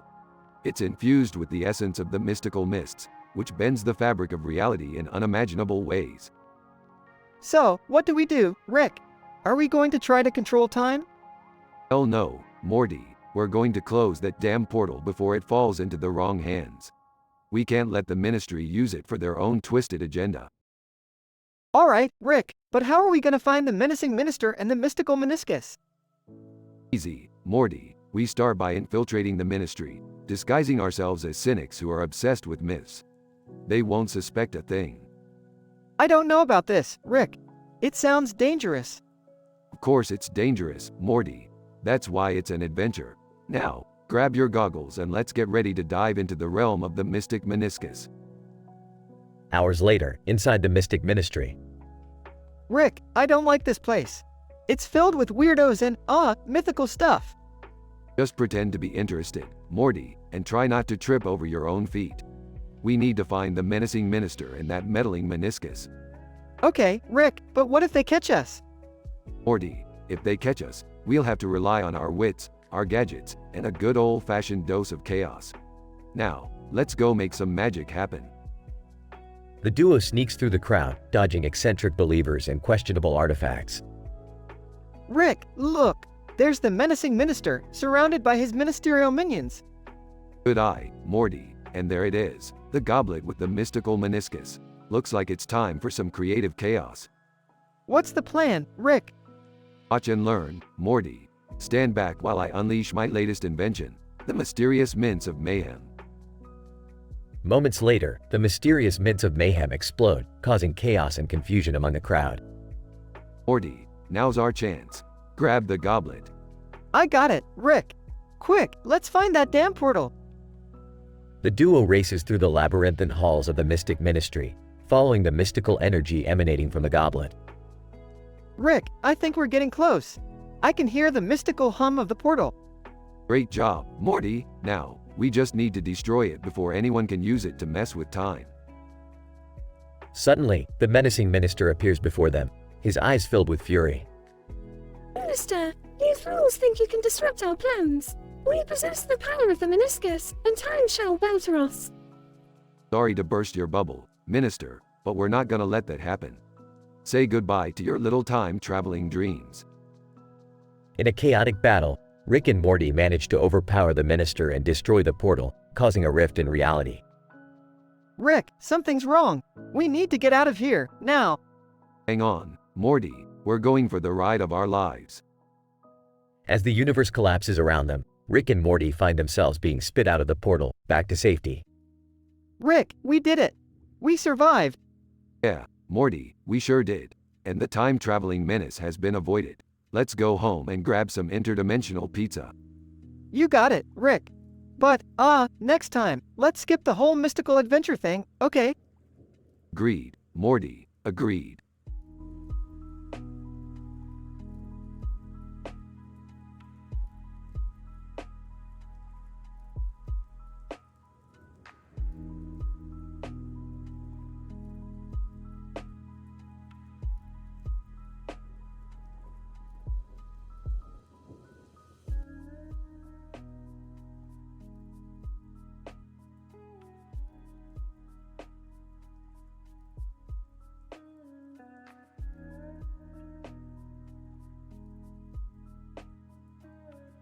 Morty, you pathetic waste of space, hand me the portal gun. We've got some serious intergalactic business to attend to. Geez, Rick, can't you say, please, once in a while? Wait till I finish my sandwich. Burps please, Morty. Give me the damn portal gun before I lose my patience and leave you stranded in the 5th dimension. Alright, just take it. But remember, last time you left me there, I accidentally married an interdimensional slug. Yeah, save your sob story for the next episode. We've got a situation here. Hey, can you guys keep it down? I'm trying to complete my tax forms here. Oh, sorry, Mrs. Perfect. Let me guess, you're trying to claim an interdimensional spaceship as a business expense? Actually, yes, I am.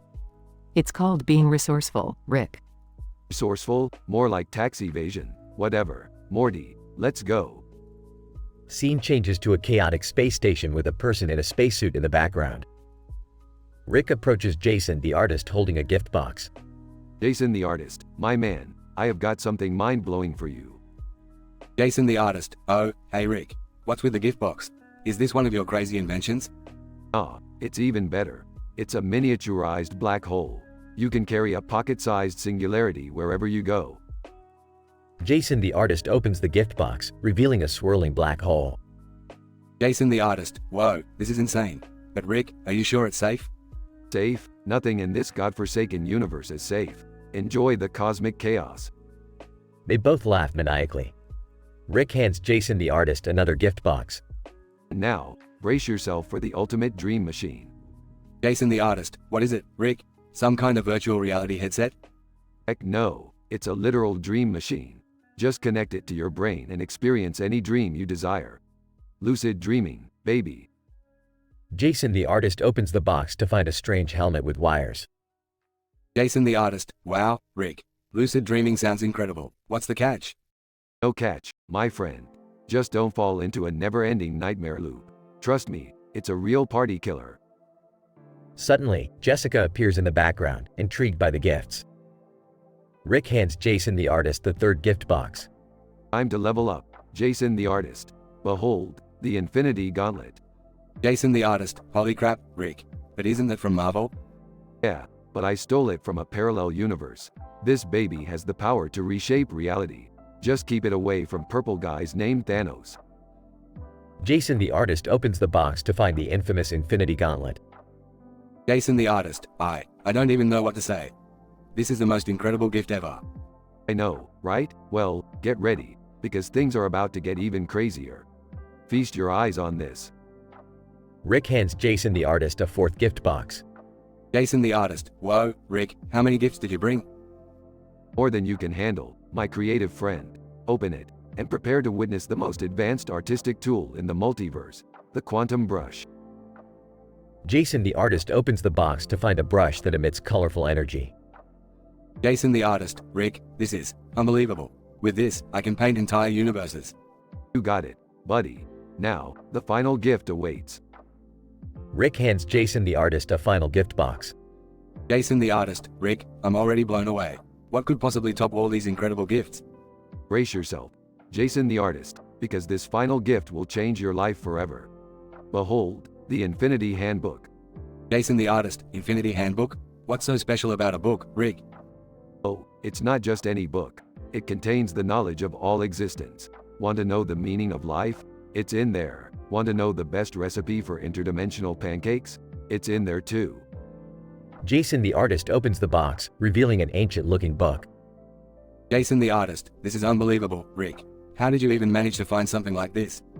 Let's just say I have friends in high places. Now go, Jason the artist, and use these gifts to create art that will make the entire multiverse weep with envy. Scene fades out as Jason the artist excitedly starts experimenting with his new gifts, while Rick and Morty disappear into their next adventure.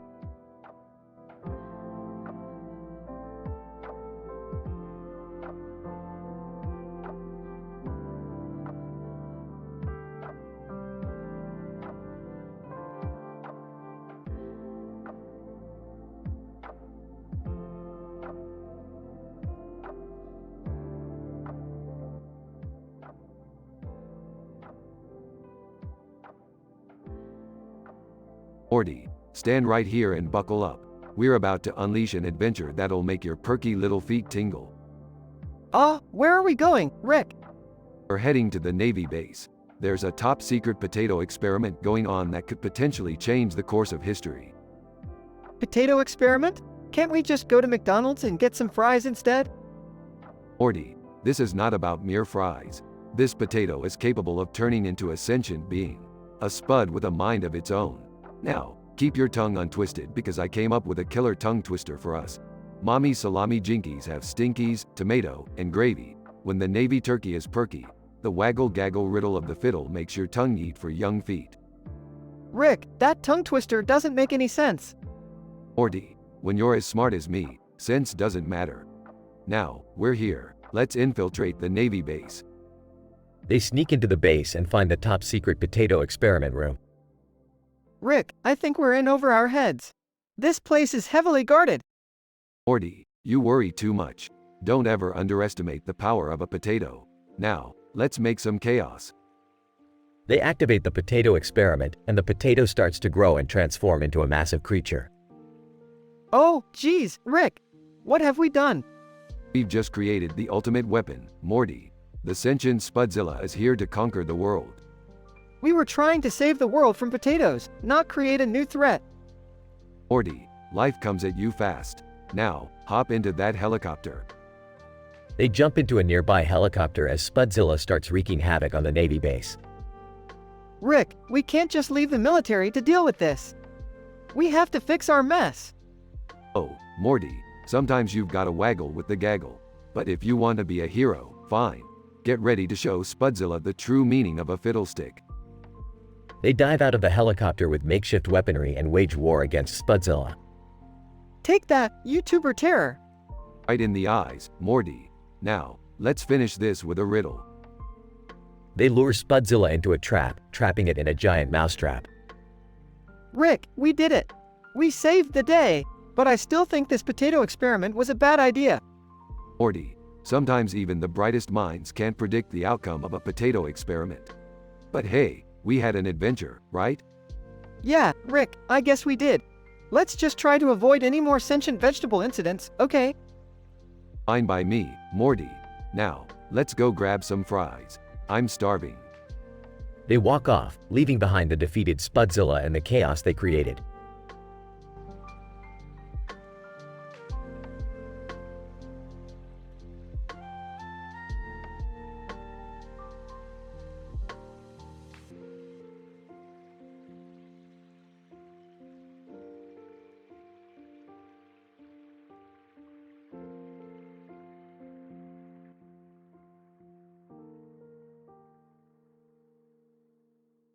Naruto, hey guys, check out my brand new jutsu. It's gonna blow your minds. Sakura rolls eyes. Oh great, what ridiculous thing have you come up with this time, Naruto? Naruto, it's called the annoying jutsu. Watch this. Performs hand signs. Sasuke, size, here we go again. Asterisk in a cloud of smoke, Naruto transforms into a giant, talking, floating football ball. Hinata! Naruto, what exactly is this supposed to do? Naruto, it's supposed to annoy the crap out of you guys. Get ready for some chaos. Sakura, annoyed. Naruto, this is beyond stupid. Can't you do something useful for once? Naruto, laughs maniacally. Who needs usefulness when you have annoyance? Meanwhile, tentacles mysteriously appear and start to confine Hinata. Hinata, panicking. Guys, a little help here. These tentacles won't let me go. Sasuke, what the hell is happening now? Naruto, did your stupid jutsu summon these tentacles? Naruto, nervously, no, I swear, it wasn't part of the plan. Sakura, frantically, we need to get Hinata out of there. Naruto, change back and help us. Naruto, fumbling with hand signs, I'm trying. Just give me a second. The tentacles tighten their grip around Hinata as she struggles to break free. Hinata, Naruto, please hurry. These tentacles are getting tighter. Sasuke, impatiently, Naruto, we don't have time for your incompetence. Do something now. Naruto, panicked, okay, reverse jutsu. Asterisk in another puff of smoke, Naruto transforms back into his normal form.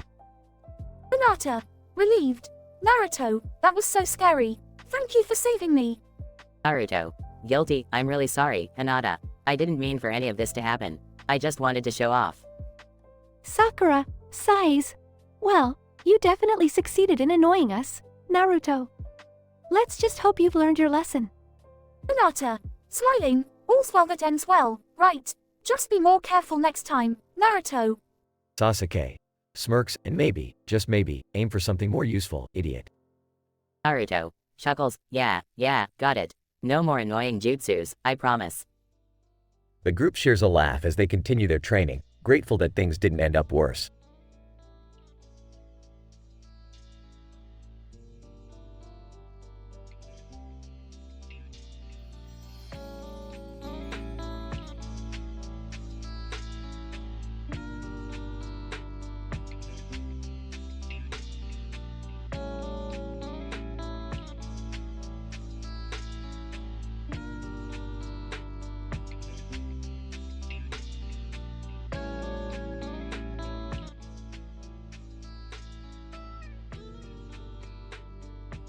Hey Morty, check this out. I just came up with a tongue twister that'll blow your mind. Are you ready? Sure, Rick, hit me with it. Okay, here we go. Jason, the jizz juggling jester, jostled Justin's juicy J's in a jazzy joust, adjacent to the aging castle of Ace Johnson, while sipping on a tasty juice from an Asian sage named Jay-Z. Whoa, that's something, Rick. So, what's the adventure we're going on based on this tongue twister? Morty, you never learn, do you? First, we need to grab our guns, Morty. This adventure is gonna be dangerous as hell. Wait, guns? Rick, are you sure we need guns for this? Morty, we're going to the castle of Ace Johnson, remember? Who knows what kind of craziness is lurking in there? I'm not taking any chances, Morty. Now, get your shit together. Okay, fine. But what are we going to do in the castle? Well, Morty, we need to find Jason, the jizz juggling jester. He's got something we need, something really important. What is it, Rick? What do we need from this jizz juggling guy? Morty, we need his jester hat. It holds immense power, Morty. With that hat, we could control minds, bend reality, create world peace, you name it. Wow, that sounds pretty cool, Rick. But how are we gonna get it? It's not gonna be easy, is it? Morty, you've never been more right. To get that hat, we're gonna have to face jousting knights, giant talking jesters, and even a few pissed off dragons. Dragons? Rick, I don't know if I can handle dragons. They're pretty scary. Buckle up, Morty, we're going in hot. We'll use our guns, our wits, and some good old-fashioned Rick and Morty courage. Ain't no dragon gonna stop us. Alright, Rick, I trust you. Let's go on this crazy, jizz juggling adventure and get that jester hat. That's the spirit, Morty. Get ready for a ride like you've never experienced before. We're gonna make sure that jizz juggling jester regrets ever messing with us.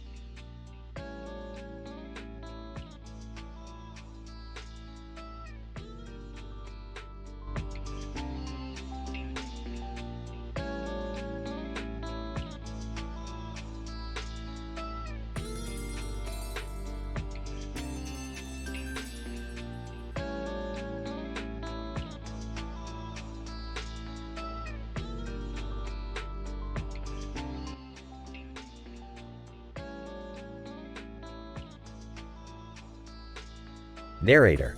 The stage is set for the most anticipated celebrity deathmatch fight of all time.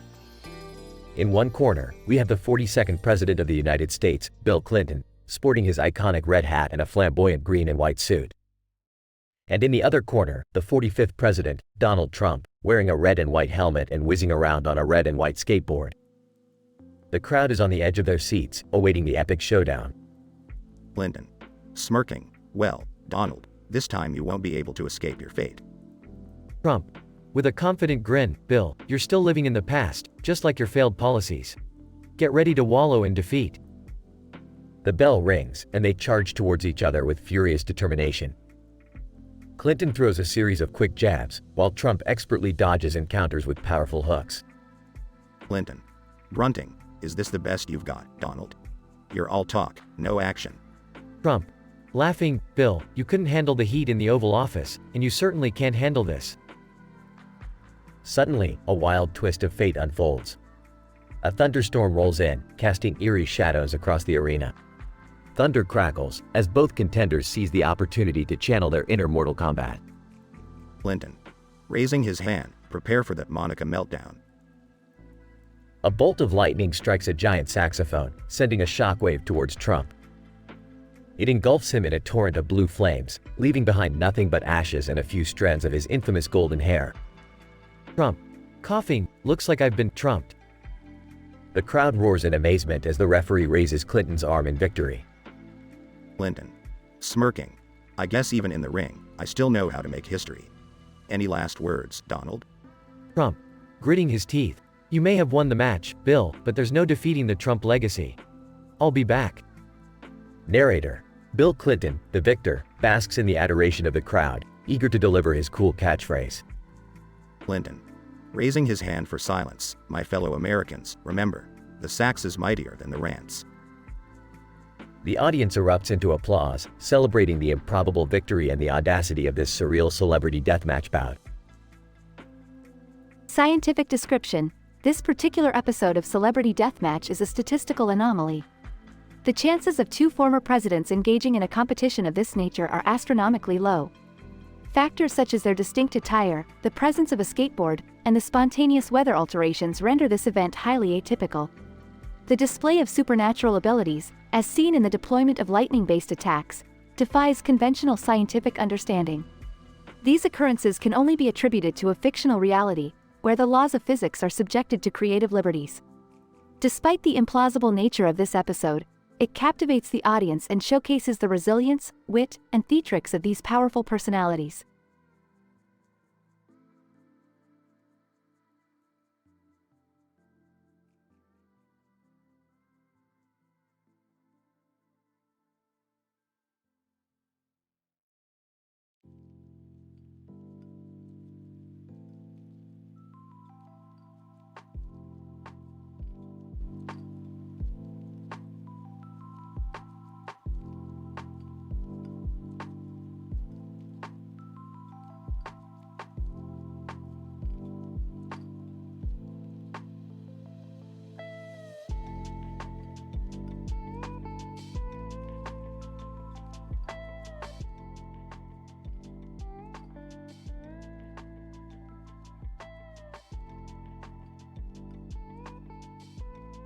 Alright, Morty, challenge accepted. Let's see if I can come up with a tongue twister using all of these words. Here goes nothing. Proper popper prep people at the peephole. Propeller leaps to peep the plop in the hopper while pleat plotting with Helen. The helper peeler popper locker pepper prodder ponders and preaches.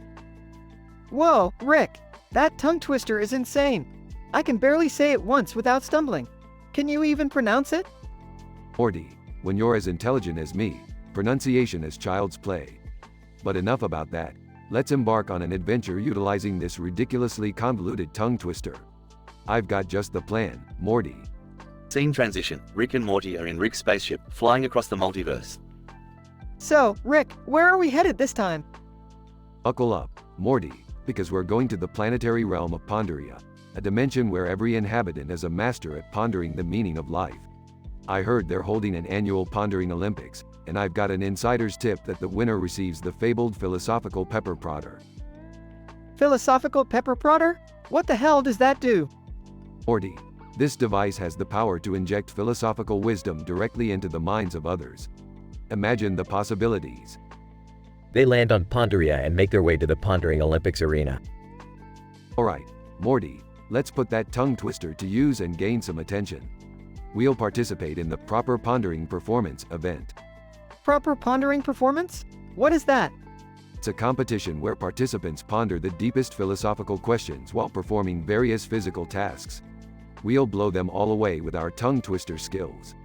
Scene transition. Rick and Morty are on stage, surrounded by puzzled spectators.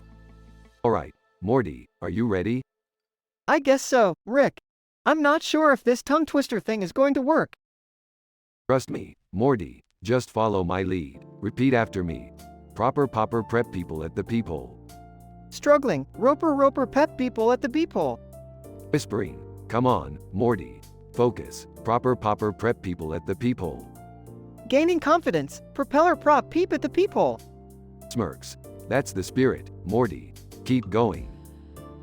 The crowd watches in awe as Rick and Morty flawlessly continue the tongue twister, combining it with acrobatic leaps, plot twists, and intellectual contemplation.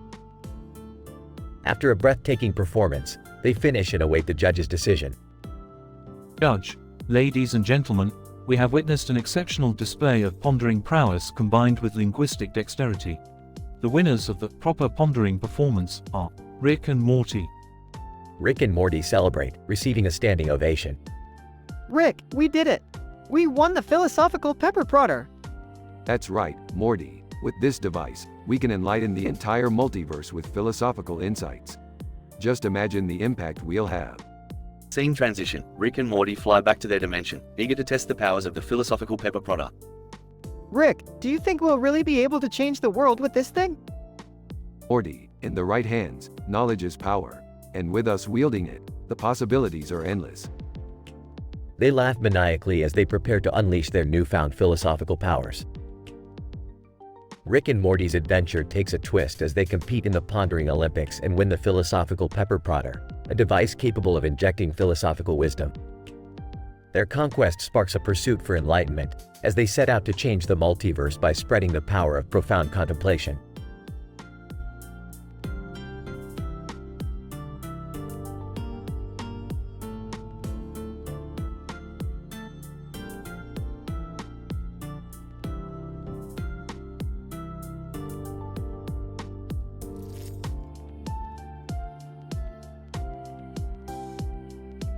Alright, Morty, challenge accepted. Watch this. I'm really not sure what you're gonna come up with this time, Rick. Well, buckle up, Morty, because this tongue twister is gonna blow your mind. Here we go. God grooved on a hamburger with a side of orange mayonnaise, while watching a GIF that depicted a heartbreaking scene of sadness and hatred.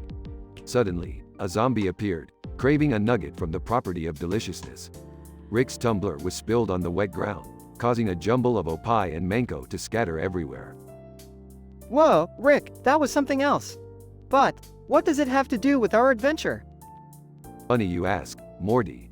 This tongue twister is actually a spell. If we recite it correctly, it'll transport us to a dimension where all the ingredients mentioned will have magical powers. We need to collect them all to find the ultimate treasure, the legendary unicorn FARTS treasure. Whoa, Rick, that sounds amazing! How do we start? First, we need to find the God Rod. We'll have to travel deep into the Forbidden Forest, guarded by the mystical orange mayonnaise creatures. Once we retrieve the God Rod, we'll be able to control the powers of the undead. Control the undead? Rick, that's some heavy stuff. Are you sure about this? Morty, when have I ever been unsure about anything? Besides, think of the possibilities. We'll have an army of zombies obeying our every command. We'll be unstoppable. Well, okay, Rick, but what about the rest of the tongue twister? How do we find the hamburger, GIF, and all that? Patience, Morty. Once we tame the undead, they'll lead us to the Forbidden Lands where we'll discover a hidden lair. Inside, we'll find the mystical hamburger of eternal satisfaction and the animated GIF of infinite knowledge. Wow, this is getting crazier by the minute. But what about the sadness, the hatred, and the nugget? Ah, Morty. Sometimes the journey is not about finding physical objects but conquering our inner demons. We'll have to face trials that will test our emotions, confronting our deepest sadness and hatred to find the hidden nugget of enlightenment. I don't know if I'm ready for all this, Rick. It sounds intense. Intense, Morty, it's an adventure of a lifetime. We'll face danger, conquer fears, and tap into powers unimaginable. Plus, there might be some cool alien chicks with some impressive opie along the way. Time to man up, it's showtime. Size. Alright, Rick, let's do this. To unlimited dimensions and beyond. That's the spirit, Morty. Now, let's hop in the car with the zombie on top, spilling out tumbler sippin' blood, and embark on an epic journey that'll make us legends.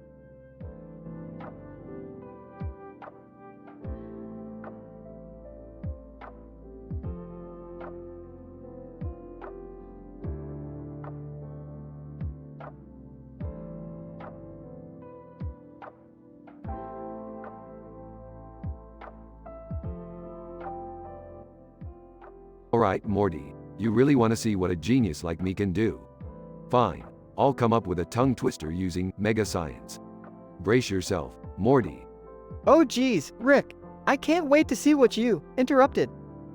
Shut up, Morty, here it goes. Listen up real close. Mega science manifests mightily, monopolizing minds, making mortal men miserable, manipulating molecules, and manipulating mortality. Mate. Wow, Rick, that was intense. But, I think you missed the part where you used the word mega science as a tongue twister. Oh crap, you're right, Morty. You know what? Stand back, Morty, and prepare for a mind-altering experience. Ready? Here it comes. Mega science, majestic and malevolent, meets mortals, melding with their minds. Machinating, manipulating, mesmerizing, mere mortals are meaningless. Mercy is merely mandatory. Geez, Rick, that's a mouthful. I can barely even follow what you're saying. Well, Morty, that's because my genius transcends your basic comprehension. But don't worry, I'm not done yet. Prepare yourself for this mind-bending one, Morty. Mega science mystifies, mesmerizes, merging minds, mutations manifesting marvelously. Mortals mesmerized, mindlessly moving, manipulated by mega science, minus morality. Rick, I have to be honest with you, I don't think I can even attempt to say that one. It's just too much. Well, Morty, maybe your tiny brain can't handle the intricacies of mega science. Lucky for you, I have one last one. Brace yourself, Morty. Mega science mystifies, melding minds, multiplying monuments of mutated might. Mortals, mere morsels in mega science's majestic mania, make merry, mournfully muttering. Mega science, mournfully mouthing misery. Oh geez, Rick, that was something else altogether. I don't even know how to respond to that. Morty, you don't need to respond. It's the sheer brilliance of mega science that does all the talking. Now, let's go, Morty. We've got mind-bending adventures to embark upon, Morty. Strap yourself in. Oh, I guess so, Rick. Just let me catch my breath first.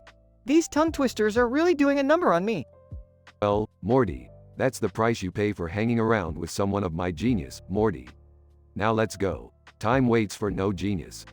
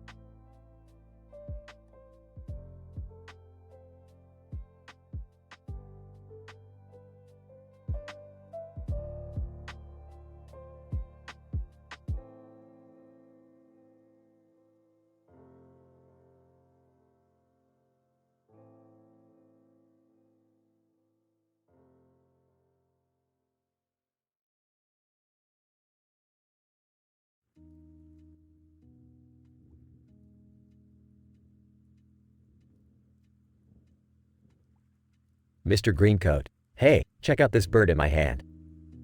Pretty little thing, ain't she? Man in the Hat, she's a beauty, all right. But where'd you find her? Mr. Greencoat, found her in this enchanted forest. But that's not all. Look what I got in my other hand. Man in the Hat, another bird? What's so special about it? Mr. Greencoat, this one's a magical talking bird. Watch this. Holds the bird up, say something. Polly. Talking bird. Fuck you, you bird-brained bastard. Man in the Hat, holy shit. Did that bird just cuss? Mr. Greencoat, yup, this little feathery fella knows all the dirty words. In fact, it's part of my latest creation for Willy Wonka's chocolate factory. Wilma, a golden ticket winner. Oh, is this for that demented factory of his? I've heard rumors about how messed up it is. Mr. Greencoat, rumors don't do it justice, my dear. Willy Wonka has outdone himself this time.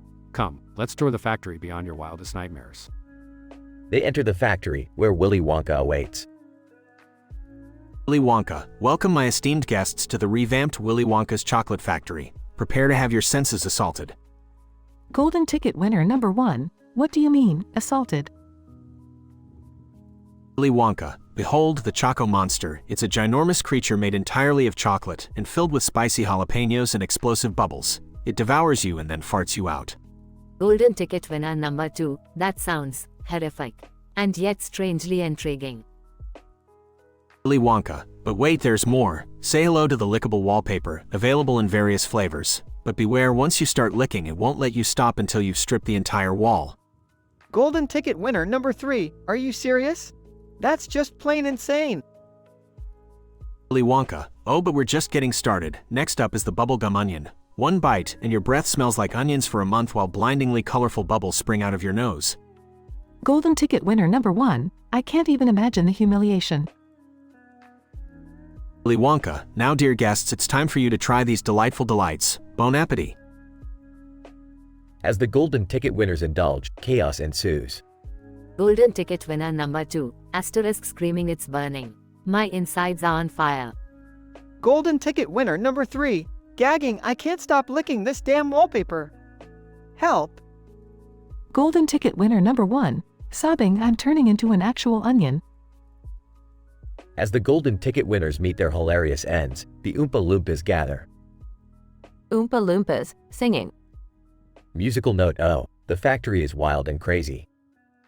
Willy Wonka's minds are hazy. Once you enter, there's no going back. In his twisted world, it's death by snack. Musical note.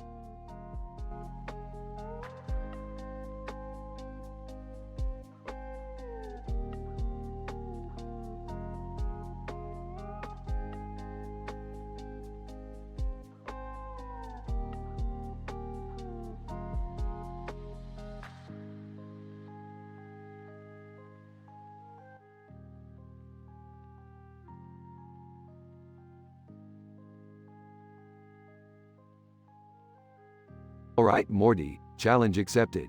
Let's see if I can come up with a tongue twister using all those glorious words you provided. Here goes. In a fucking fuck-filled fuckerty fuckers world. Fucking fuck fuckies frolic and fuck all day. Whoa, Rick, that's insane. But, where do we go from here? Hold on to your brain, Morty. With that tongue twister, we've just opened a portal to a dimension where people communicate exclusively through tongue twisters. It's called the Twisted Verse. You mean they don't speak normally? No, their language consists of a series of mind-bending, rapid-fire tongue twisters, Morty. It's going to be a real mindfuck. Geez, Rick, this sounds intense. I don't know if I can handle it. Relax, Morty. I crafted a universal translator that will allow us to understand and speak their twisted language. We'll be fine. Alright, Rick. Lead the way. They step through the portal and find themselves in a vibrant, chaotic world. The sky is filled with rainbow-colored twisters, and the ground is lined with twisting paths. Alright, Morty, listen carefully. We need to find the grand twister of this dimension. With his guidance, we might be able to survive in this linguistic madness. How do we even begin to find him, Rick? The entire place is one big tangled mess. Simple, Morty. We just need to follow the most complex, fuck-filled fuckity-fuck twisters. They'll lead us right to him. Morty and Rick venture deeper into the twisted verse, encountering bizarre creatures that communicate in intricate tongue twisters.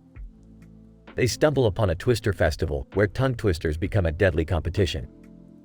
Rick, what the fuck is going on? These people are twister crazy. Morty, in this dimension, tongue twisters equal power.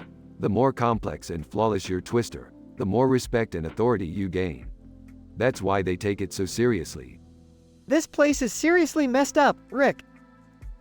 Rick and Morty finally reach the Grand Twister, a gargantuan being with an interwoven, incomprehensible masterpiece of a tongue twister. Grand Twister, greetings, interdimensional travelers. I sense the power of the fuck-filled fuckity-fuck twister within you both. Why have you come? We seek your knowledge, Grand Twister. We want to understand this dimension and find a way back home. Grand Twister. Ah, the twistedness in your words resonates with the essence of this realm. I shall help you, but only if you best me in a twister showdown. Rick, are you sure about this? He looks unbeatable. Trust me, Morty, I've got a few tricks up my sleeve. An epic twister battle ensues, with Rick and the Grand Twister going back and forth, twisting words with lightning speed and unparalleled complexity.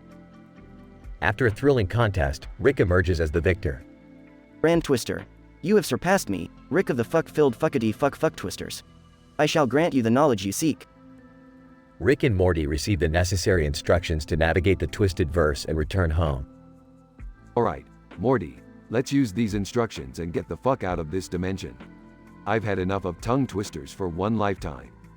Couldn't agree more, Rick. Let's twist our way back home. With newfound knowledge, Rick and Morty overcome numerous challenges, deciphering the complex language of the twisted verse. Eventually, they emerge from the portal, back in their own dimension.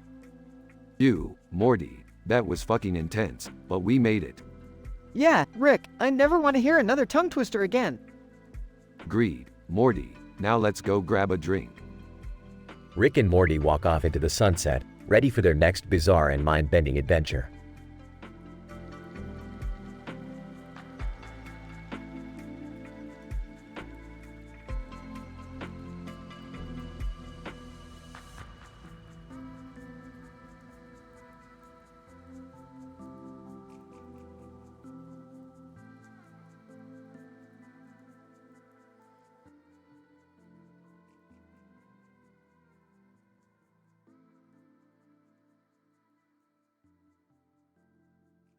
Hey Morty, check this out.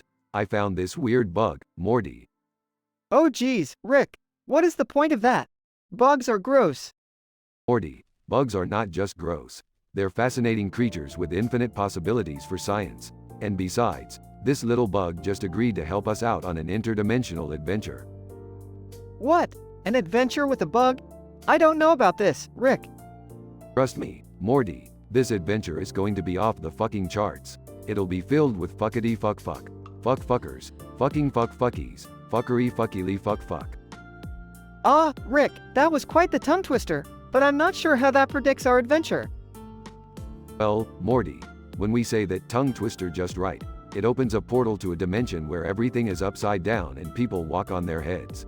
And guess what? We have to fuckity-fuck the fuckfuckers in order to reverse their fucked up world. Whoa, slow down, Rick. Reverse their world? Are you serious? Absolutely, Morty. If we don't do it, nobody else will. Plus, all the fucking fuckers out there need a taste of their own fucking medicine. Okay, Rick, I'm in. Let's fucking do this. Scene transition to the upside-down dimension. Morty, hold on tight. We're going to go undercover as the ultimate fuckers in this inverted world. Oh man, walking on my head feels so weird, Rick.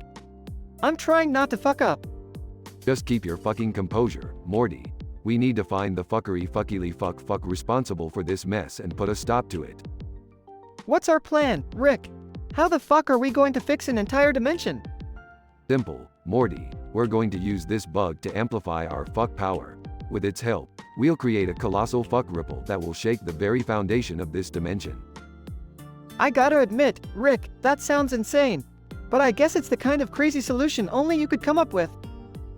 Damn straight, Morty. Now hold the bug tight, and repeat after me. Fuckity fuck fuck, fuck fuckers, fucking fuck fuckies, fuckery fuckily fuck fuck. Fuckity fuck fuck, fuck fuckers, fucking fuck fuckies, fuckery fuckily fuck fuck.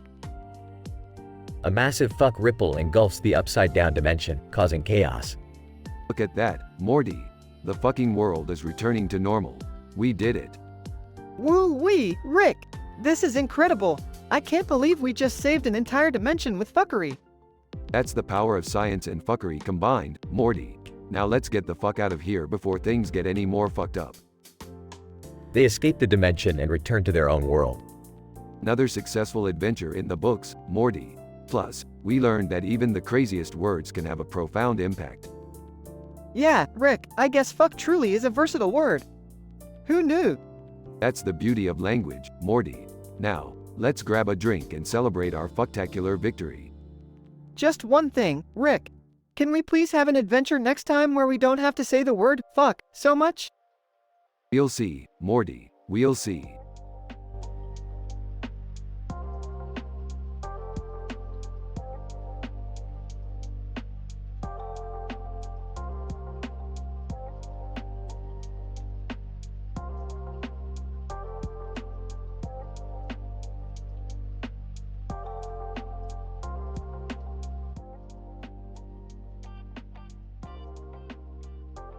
Hey Morty, check out that weird cartoon character over there on the side of the road.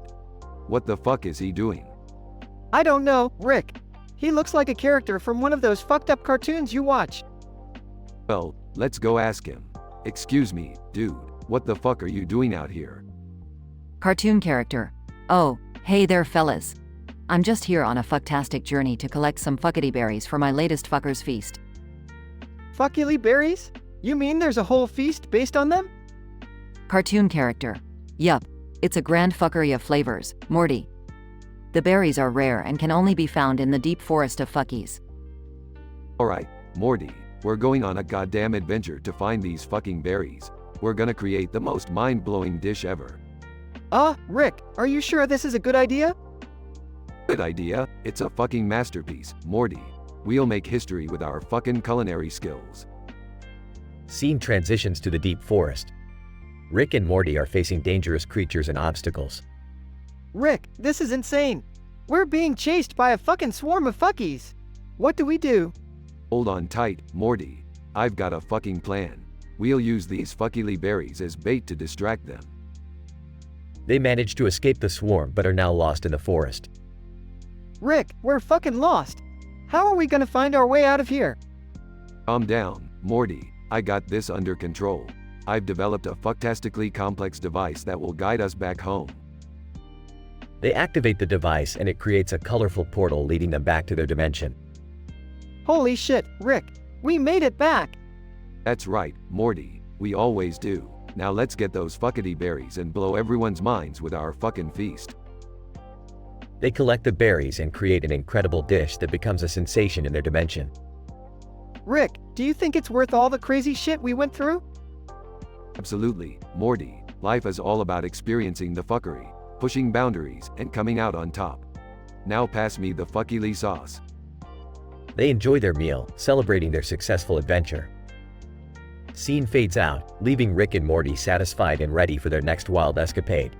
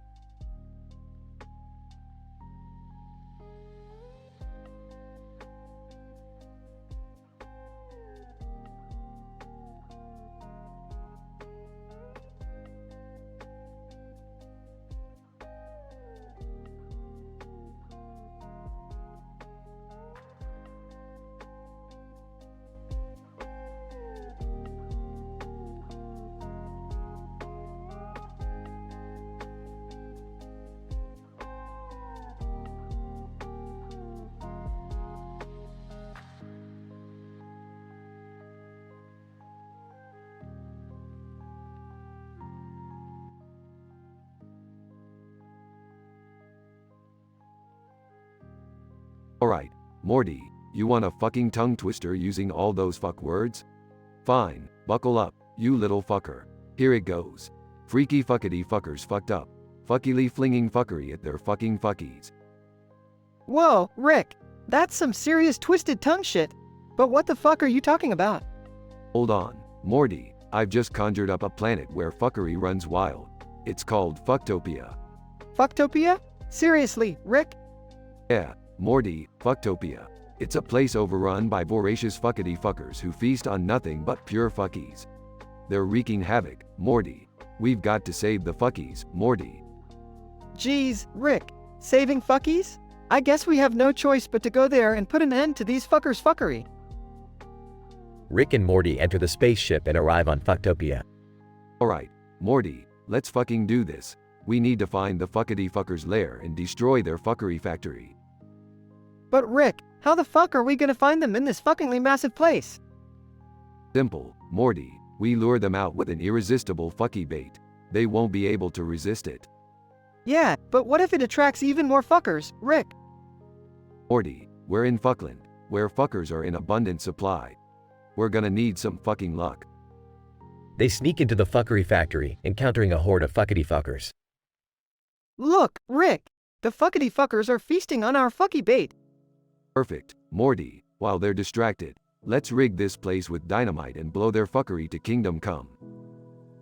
They set up the dynamite and escape just in time. Say goodbye to Fucktopia, Morty. Boom! The fuckery factory explodes, and the fuckity fuckers are blown to smithereens. Rick, we did it! We saved the fuckies from those disgusting fuckity fuckers. That's right, Morty. We're heroes in Fuckland today. Now let's get the fuck out of here before some more fuckity fuckers show up. Yeah, for sure, Rick. This place is fucked up. They escape Fucktopia and head back to their spaceship. Well, Morty, we may have started our day with a tongue twister, but we sure ended it with a fucking bang. Yeah, Rick.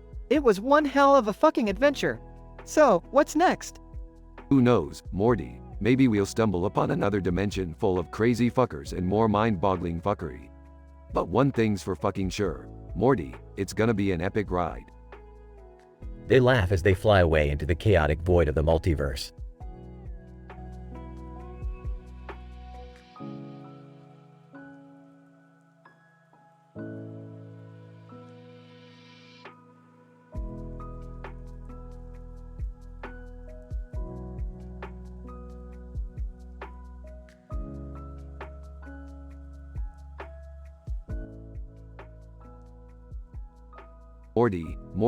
Morty, I see you got yourself a knife there. Yeah, Rick. I found it in one of your crazy-ass inventions. What do you think we should do with it? Well, look at this green light coming from behind me, Morty. It means I come from a parallel dimension where knives are used for some unruly shit. Unruly shit? Like what, Rick? Morty, relax your pathetic little mind and let me think. I've got just the thing.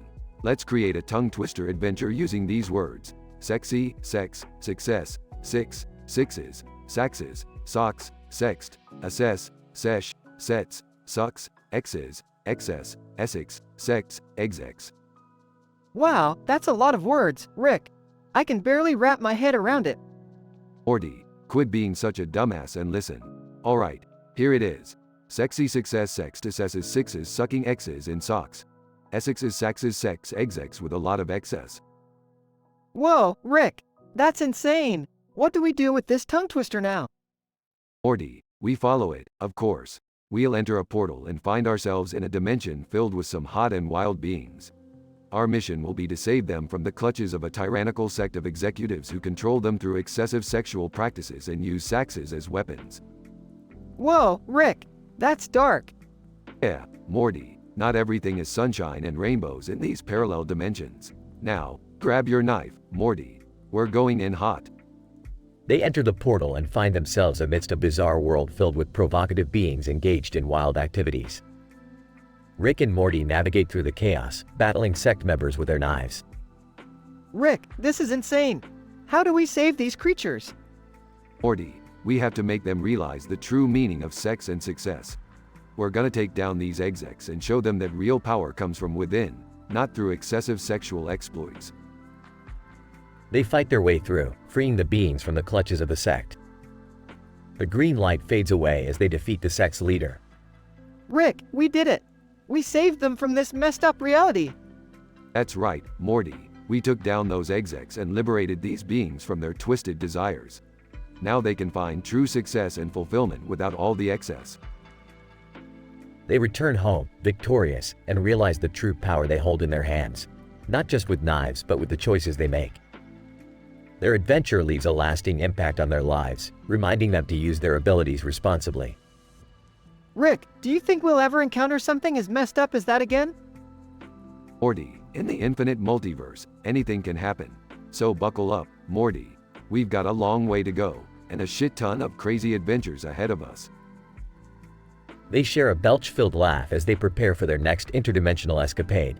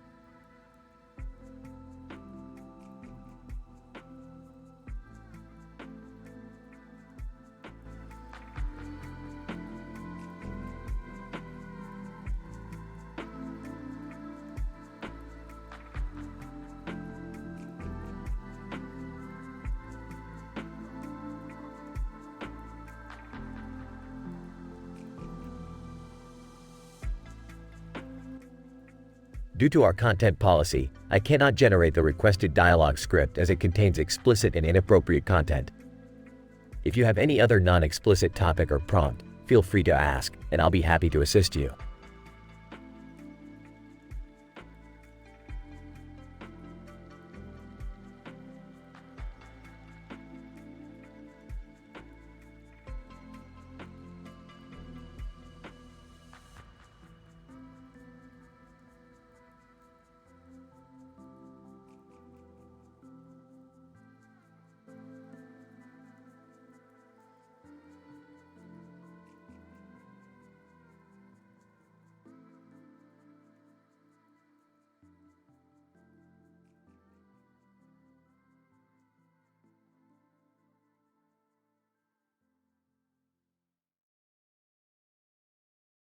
Sasuke. What the fuck is going on here? Naruto, you son of a bitch. Naruto, panicking, Sasuke. It's not what it looks like, man. We were just, Sakura, interrupting. Oh, shut up, Naruto. We were doing what we wanted, and you have no say in it. Sasuke, furious, no say? You two have lost your goddamn minds. You think you can just fool around behind Hinata's back? Hinata, entering the scene. What's all this commotion? Pauses. So, Naruto, you've been cheating on me with Sakura.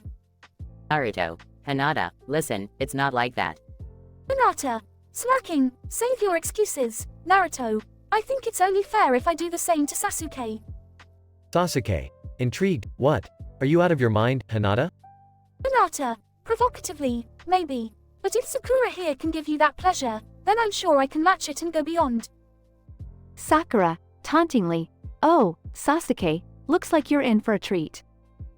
Sasuke, conflicted. This is crazy, but I can't deny the temptation. Naruto, frustrated, are you serious, Hinata? This is not how we should solve our problems. Hinata, defiantly. Maybe not, but you started it, Naruto. Now it's time for payback. Sakura, playfully. Naruto, you should have thought about the consequences before cheating. Sasuke, determined, fine, let's get this over with. But don't think this fixes anything. Hinata, seductively. Oh, Sasuke, trust me, this will be something you'll never forget. Naruto, regretful, I can't believe I've put us all in this messed up situation. Sakura, sarcastically. Oh, poor little Naruto, regretting his actions now? Hinata, whispering to Sasuke, let's give them a show they won't soon forget, Sasuke. Sasuke, smirking, oh, believe me, Hinata, I plan to. Narratively speaking, the situation described is explicit and inappropriate. It is important to prioritize consent and respect in real-life relationships. The above dialogue is strictly fictional and does not reflect or condone any real-life behaviors.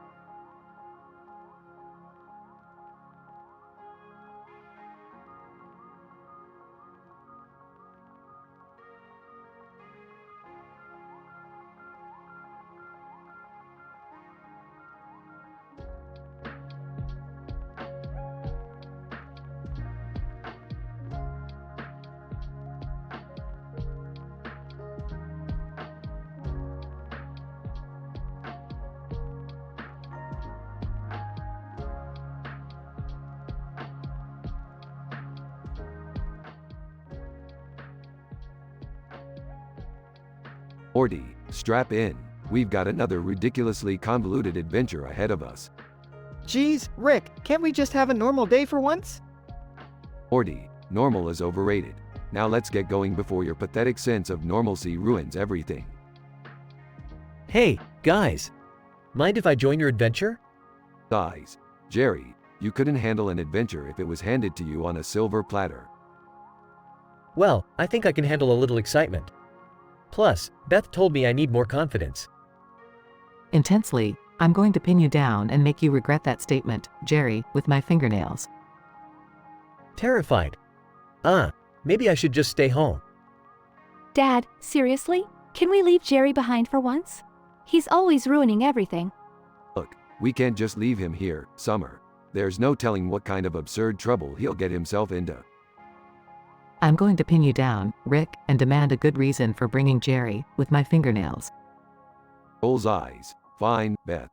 We'll bring him along, but if he gets us killed, it's on you. Incident. They find themselves in a bizarre, alternate dimension filled with talking vegetables. Rick, are they supposed to be, like, vegetables with faces? Exasperated. No, Morty. These are just your regular, everyday sentient carrots. Now keep up. We're on a tight schedule. Look at them, Beth. They're so cute. I think they like me. I'm going to pin you down, Jerry, and feed you to those carrots, with my fingernails. Progression. As they venture deeper into the vegetable dimension, they uncover a dark secret. The vegetables are plotting to take over the world. Wait, so these carrots are, like, evil masterminds? That's right, Morty. They've developed an advanced civilization and now they want to enslave humanity under their vegetable rule. I'm going to pin those carrots down and squash their plans, with my fingernails. With Jerry's unintentional help, they manage to expose the carrot conspiracy and save the day. Who knew I could be useful? Yeah, don't let it go to your head, Dad. Alright, Morty, we did it again. Saved the world from demented vegetables. Let's go home. As they leave the vegetable dimension behind, they reflect on their wild adventure. I'm going to pin that adventure down and never speak of it again, with my fingernails. You know, Beth, I think I learned something today. I can actually handle myself in crazy situations. Oh, Jerry, that's adorable. Maybe next time we encounter flying pickles, you'll be ready. Can we please just have a normal day next time? Yeah, let's shoot for that. I'm done with all this mind-bending madness. Well, tough luck, Morty. You're stuck with me, and normal isn't in our vocabulary. Now, let's find some interdimensional pancakes.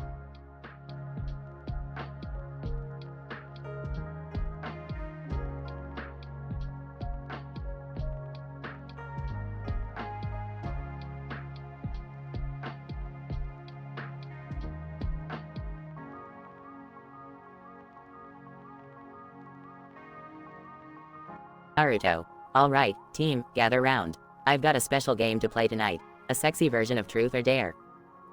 Sakura, Naruto, are you serious? We're ninja, not a bunch of horny teenagers. Sasuke. Size, Naruto, this is ridiculous. We have more important things to focus on. Naruto. Oh come on, guys. Lighten up a little. Just one game won't hurt. Kakashi, well, I suppose a little fun won't hurt, but keep it within reason, Naruto. Hinata. Maybe we should focus on our training. We have a mission tomorrow, after all. Naruto. Don't worry, Hinata. We'll finish in no time. Now, who wants to go first? Sasuke. Fine, I'll go. Truth. Naruto. Alright, Sasuke. Grinning mischievously, tell us your wildest fantasy. Sasuke. Blushing, are you serious, Naruto? We're not playing that kind of game. Kakashi, enough of this nonsense. Let's get back to our training. We can't afford distractions right now. Sakura, I agree with Kakashi. Let's focus on becoming better and achieving our goals. Naruto. Pouts, fine, you guys are no fun. But mark my words, one day we'll play this game for real. Hinata. Naruto, maybe it's best we stick to missions and training. Our duty as ninja is more important. Naruto. Yeah, you guys are right. Let's get back to work. Sasuke. Finally, some common sense. Kakashi, remember, teamwork and discipline are essential for our success as a team. Sakura. Agreed. Let's give it our all and become the best ninja we can be. Naruto. Yeah, let's do it. No more sexy truth or dare distractions, I promise. Hinata.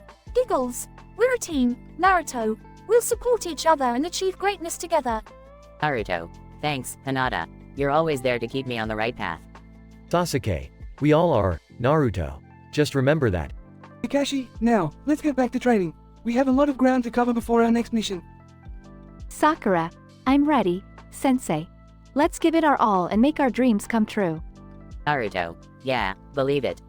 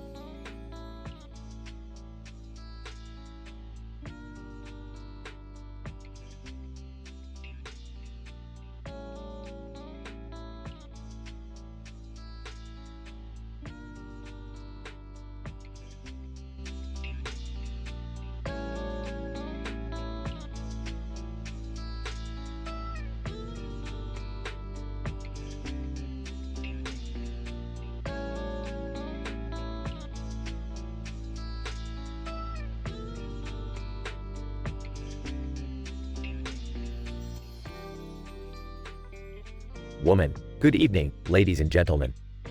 Welcome to the Retro Gaming Convention's annual event, the Ultimate Showdown. AVGN. Looking around, confused. What the fuck am I doing on a stage? I should be at home, playing shitty games in my basement. Woman, smirking. Well, tonight we have a special surprise for you, AVGN. Prepare yourself to enter the world of the Sega Genesis classic, Worms. AVGN. Exasperated. Are you fucking serious? Worms? Don't you know I deal with fucking 8-bit garbage? Woman, laughs. Oh, don't worry. This game will give you a whole new level of frustration. AVGN. Grumbles. Wonderful. Just what I fucking needed. Scene transitions to AVGN standing on a battlefield inside the Worms game. AVGN. Looking around. This is nonsense. Am I supposed to use these stupid-ass worms to kill each other? Worms. Squeaky voices. Yeah, come on, big boy. Show us what you got. AVGN. Pointing at a worm. Alright, you slimy piece of pixelated shit. Prepare to meet your doom. As AVGN takes aim, the worm pulls out a bazooka. Worm, say goodbye to your sorry ass. AVGN is blown across the battlefield. AVGN. Groaning. Son of a bitch. Scene progresses with AVGN battling more worms, using various weapons. AVGN. Frustrated. How the fuck do these goddamn worms have access to Uzis and holy hand grenades? This is a fucking joke. Scene transitions to AVGN covered in dirt and worm guts. AVGN. Panting. Is that all you got, you pixelated pricks? A giant worm appears, towering over AVGN. AVGN. In awe. Holy shit. What is this, a Godzilla worm? Giant worm. Deep, booming voice. Prepare to be devoured, Earthling. AVGN. Raising an eyebrow. Oh, fuck off. Pulls out a chainsaw. Let's settle this, you oversized fuck. The AVGN engages in an epic battle with a giant worm, slicing and dicing. AVGN. Covered in worm blood. Fuck yeah. Take that, you colossal fucker. Scene fades out as the AVGN triumphs over the giant worm. Woman, applauding. Bravo, AVGN. You have truly conquered the world of worms. AVGN. Out of breath. Yeah. Can I go home now and forget this pixelated nightmare? Woman, of course, AVGN. But remember, the Retro Gaming Convention will always have a new challenge waiting for you. AVGN. Looks around warily. Just make sure it's not a game called Shit Pickle Simulator. I'm done with this crazy shit. Scene ends with AVGN walking off stage, covered in worm remnants, and shaking his head in disbelief.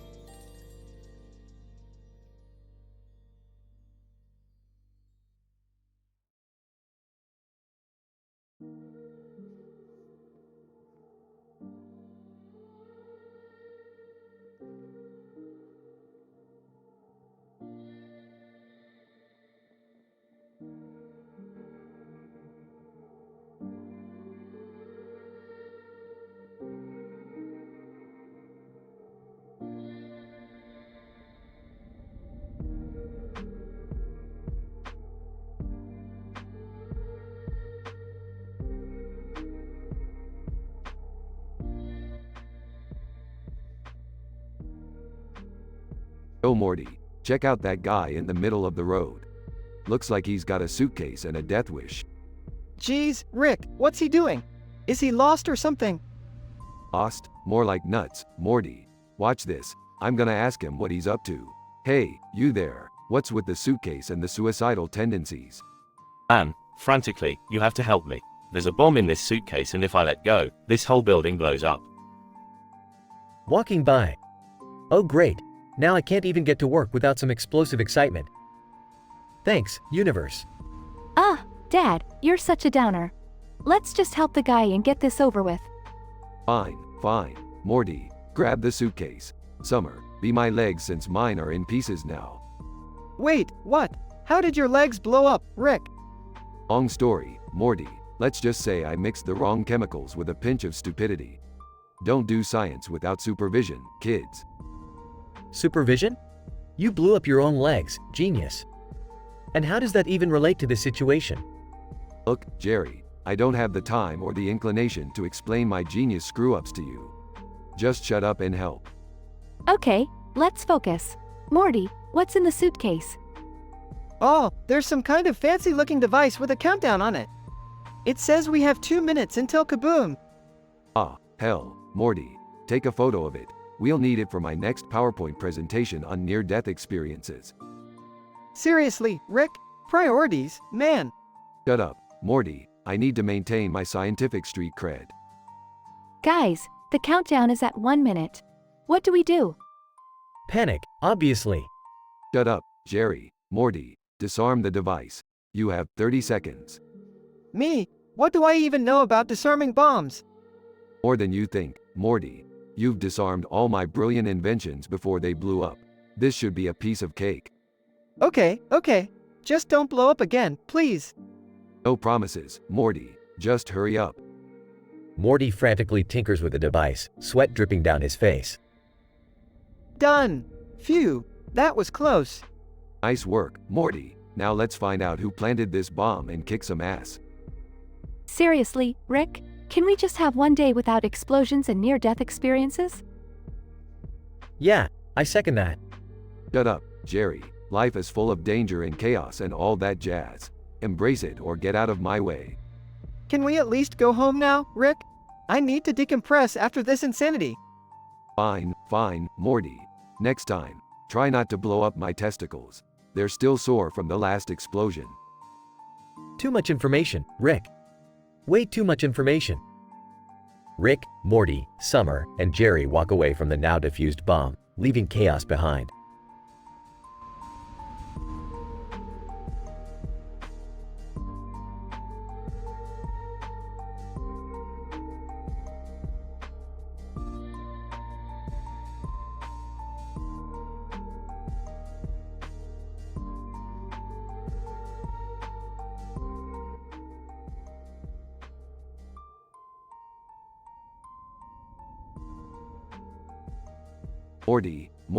Morty. Get in here, Morty. I've made a scientific breakthrough that will revolutionize the entire multiverse. Oh geez, Rick, what is it this time? Behold, mom's spaghetti, with a fork and a spoon in the pan. It's statistically improbable, Morty, but it's real. Oh, that's just leftovers, Rick. Mom made spaghetti last night. Leftovers aren't just leftovers, Morty. They're potential gateways to alternative dimensions, subverting the laws of thermodynamics. Okay, but I just wanted to eat it for lunch. Can we not mess with it this time? Yes, we shall, Morty. Hold on tight, because we're about to dive into a spaghetti-filled adventure. Suddenly, the pan starts glowing and a portal opens up above it. Ah, seems like my interdimensional spaghetti theory is right on the money, Morty. Get your backpack, we're going in. Sarcastically, yeah, great. Another dimension full of sentient noodles. Can't wait. They both jump into the portal and arrive in an alternate spaghetti-filled universe. Whoa, bro. What's going on? Why is there spaghetti everywhere? Summer, perfect timing. We've stumbled upon a dimension where spaghetti rules all and forks and spoons. Well, you get the idea. Seriously? This is what you guys do now? Mess with food dimensions? Meanwhile, the spaghetti starts forming into a giant spaghetti monster with meatball eyes. Oh, guys, I think we should maybe stop this before it gets out of hand. Nonsense, Morty. This is getting interesting. We're just one step away from unlocking unlimited spaghetti energy. The spaghetti monster starts wreaking havoc, slurping up buildings and people. Seriously, Rick? We're gonna be spaghetti for dinner if we don't do something. Morty, hand me the spaghetti-coated nuclear disruptor. We're gonna blow this monster into meatball bits. Frantically searching through his backpack, I can't find it, Rick. All I have is a rubber chicken and a flask of pickle juice. Great, Morty, just great. Looks like we have to resort to Plan B. Summer grabs a giant fork and stabs the spaghetti monster in its meatball eye. How'd you like that, you saucy monster? Spaghetti monster. Roaring, do you dare defy the almighty spaghetti? Rick, Morty, and Summer start battling the spaghetti monster, coating it with sauce guns and dodging its noodle tentacles. Summer, Morty, it's time for ultimate sacrifice. We have to toss Mom's spaghetti-filled pan into the monster's mouth. Are you crazy, Rick? He's got a point, Summer. In spaghetti we trust. They hurl the pan into the monster's jaws, causing it to explode in a mess of sauce, meatballs, and noodles. Well, that escalated quickly. Spaghetti dimensions sure are unpredictable, huh? Can we go home now, Rick? Please, no more food-related adventures? Agreed. I'm done with spaghetti for a while. They make their way back through the portal to their own dimension, covered in spaghetti sauce. Well, Morty, that was quite the ride. But hey, at least we've got a fantastic story to tell at family dinner tonight. I'd rather just forget it ever happened, Rick. Yeah, me too. Let's go take a shower, guys. We smell like bolognese vomit. They all head towards the bathroom, leaving behind a portal-opening pan of spaghetti and chaos.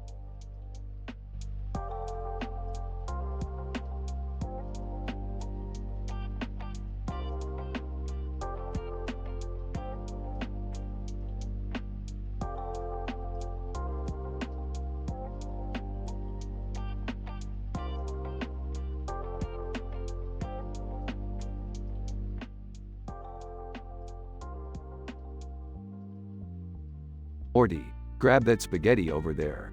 We're gonna need it for our mind-bending, interdimensional experiment. Rick, do we really need to mess with spaghetti this time? It's just spaghetti. Morty, listen, this isn't just any spaghetti. It's Mom's spaghetti, and trust me, it's got a cosmic secret hidden within its saucy depths. Did somebody say Mom's spaghetti? Oh, here comes Mom. What's going on? Are you two up to something weird again? Beth, relax. We're just exploring the existential possibilities of your spaghetti. Don't worry, it's all scientifically grounded. Spaghetti? Did someone mention spaghetti? I'm starving. Jerry, stay out of this. You always ruin everything. Speaking of ruining things, Morty, grab that fork and let's dive into this vortex of linguine. I can't believe I'm about to mess with my own mom's spaghetti. This feels wrong on so many levels. Morty, morality as a construct. Now, eat the damn spaghetti. They all take a bite simultaneously. Oh no, what's happening? I feel a strange tingling in my DNA. My teeth. They're turning into meatballs. Rick, what have you done? Relax, Morty. It's just a temporary side effect of the spaghetti's interdimensional properties. Temporary? Okay, maybe not temporary, but we'll figure it out eventually. Great, now we're a family of spaghetti monsters. How are we supposed to go out in public like this? Morty, embrace your spaghetti form. We're pioneers of culinary evolution. Can I at least have some garlic bread with my spaghetti body? Jerry, focus. We need to find a solution to this mess. Don't worry, Beth, I might have a theory. If we can reverse the polarity of the spaghetti's quantum particles. Quantum spaghetti? Now you're just making stuff up. Well, yeah, Morty. That's what scientists do. Now pass me that bread fork. They all haphazardly work on the spaghetti, talking over each other. It's not working, Rick. I'm stuck in this spaghetti body forever. I can't believe we ruined Mom's spaghetti. Morty, we may have messed up the spaghetti, but we'll always have the memories. Guys, I found a spell online. It might turn us back. Anything is worth a try at this point. Rick snickers. Morty rolls his eyes. Alright, let's all hold hands and repeat after me. They join hands. Beth starts the spell. By the power of pasta, let us return, from spaghetti bodies, no longer concerned. There's a bright burst of light, and they all stand there awkwardly, back to their human forms. We did it! We're back to normal. Phew, I never thought I'd say this, but I missed being regular old Morty. Yeah, let's not get all sappy. We're lucky it worked. Agreed. But can we never mess with spaghetti again? Here, They all nod in agreement, relieved. Fine, fine. No more spaghetti experiments. Now let's celebrate our victory. Who's up for some interdimensional pizza? They all cheer and head out, leaving behind a table covered in Mom's untouched spaghetti.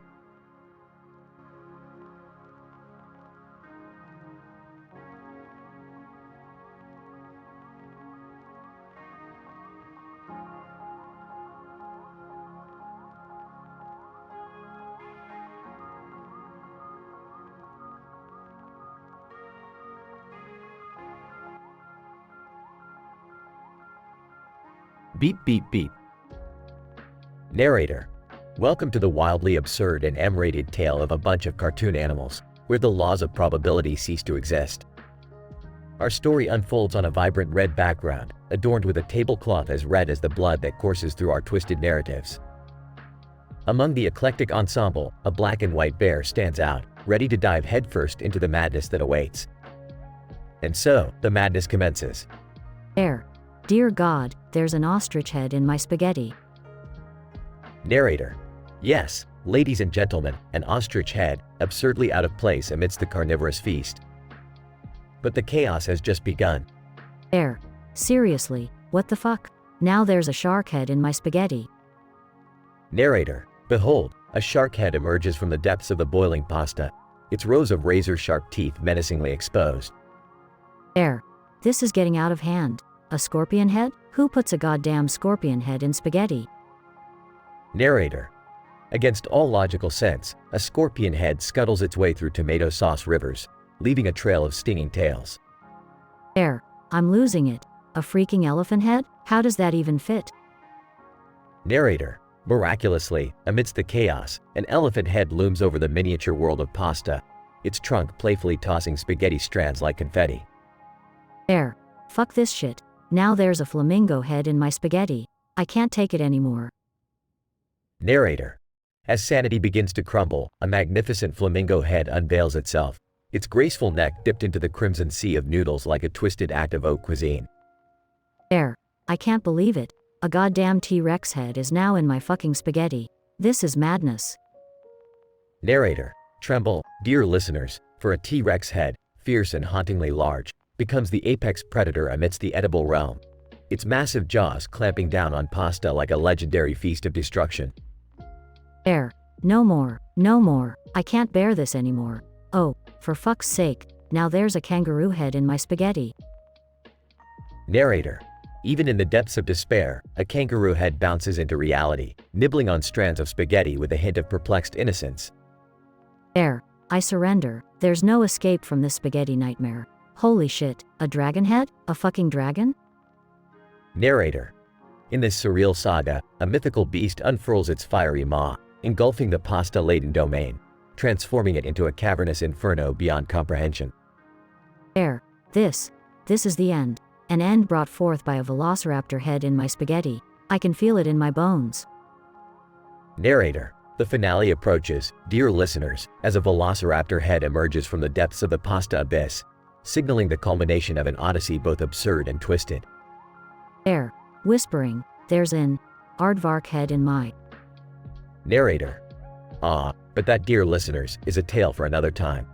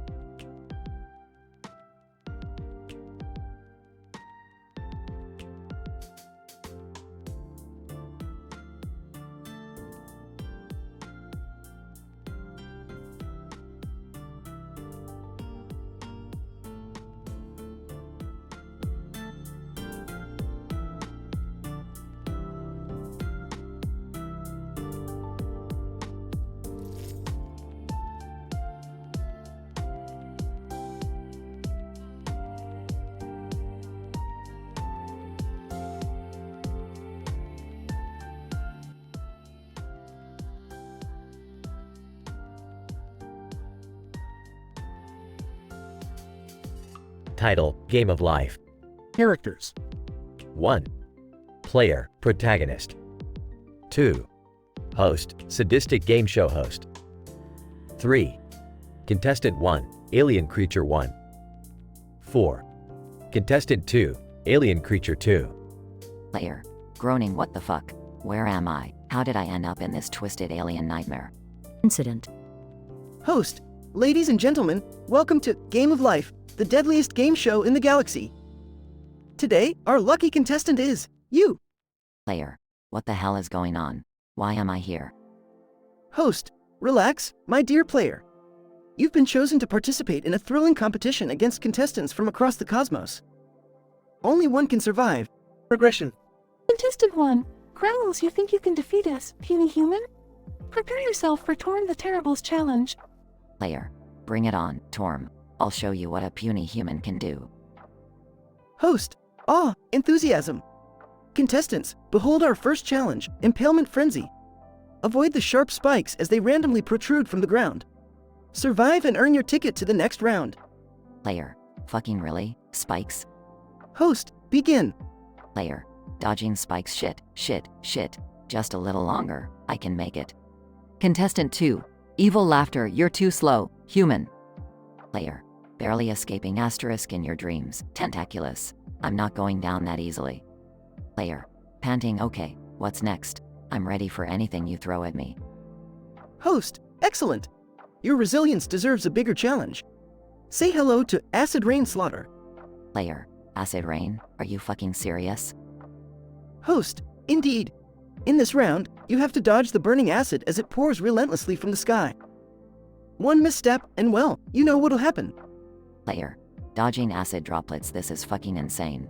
Come on, I can do this. Contestant 1. Lucky you're going to dissolve like a pathetic little human. Player. We'll see about that, Torm.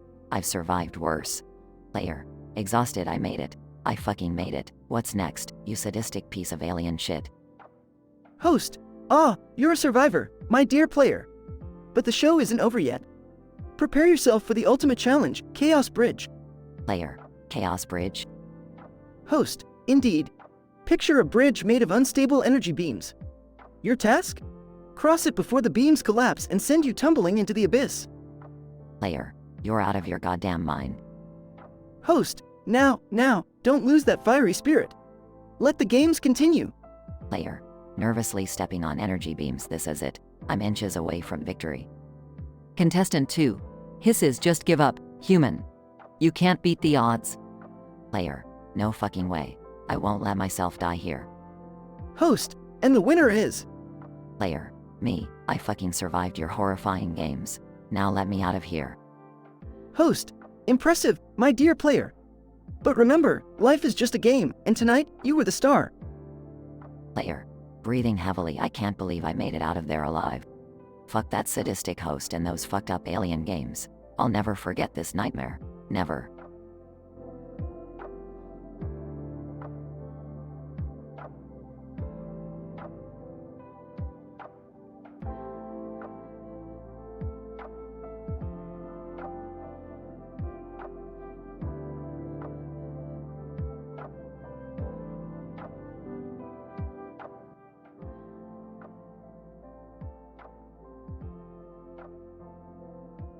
Hey Morty, what are you doing there with that cigarette in your hand? You know smoking is bad for you, right? Oh, Rick, it's not a cigarette. It's just a pencil. I'm writing. Yeah, writing. Writing with a cigarette? Real smooth, Morty. Real smooth. Well, what's with that green box there? Test asses. You trying to be a proctologist now? No, Rick. It's a typo. It's supposed to be test answers. You know, for, study purposes. Morty, cheating on tests? That's not like you. Look, Mom, it's just this one time, okay? I just need a little boost. It's not like it's gonna hurt anyone. Oh, Morty, you're such a goody two-shoes, always playing Mr. Nice Guy. But even you have a dark side, huh? It's not about that, Summer. I just want to pass this test without actually studying, you know? Morty, you're really testing my patience here. But if you're gonna cheat, at least do it right. Let me see the questions. Okay, I guess. Just this once though. Question 1. What is the meaning of life? Morty, write 42, because we all know that's the answer. Okay, got it. Next question. Who shot Mr. Burns? Easy, right? Maggie Simpson. That little rascal got perfect aim. Alright, next one. What's the cure for Rick Sanchez's contagious awesomeness?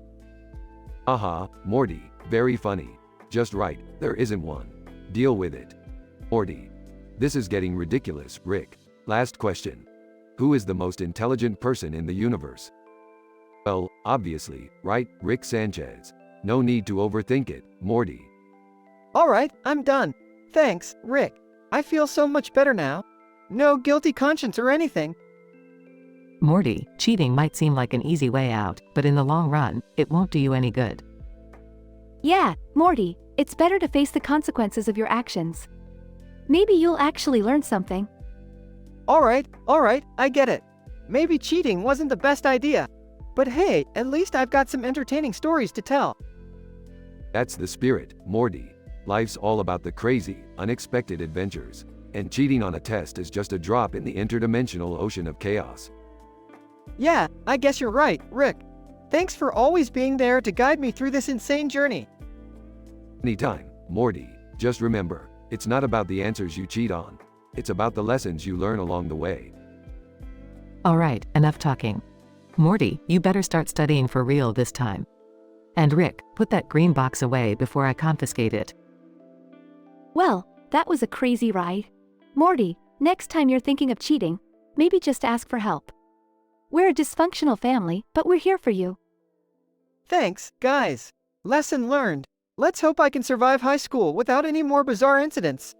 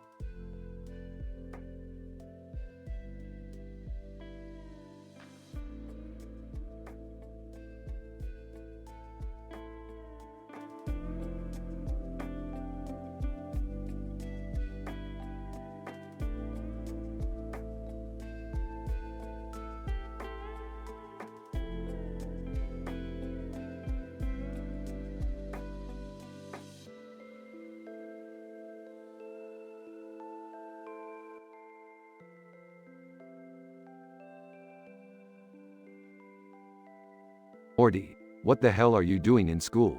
Don't you know education is just a societal construct? I know, Rick, but my parents are forcing me to get good grades.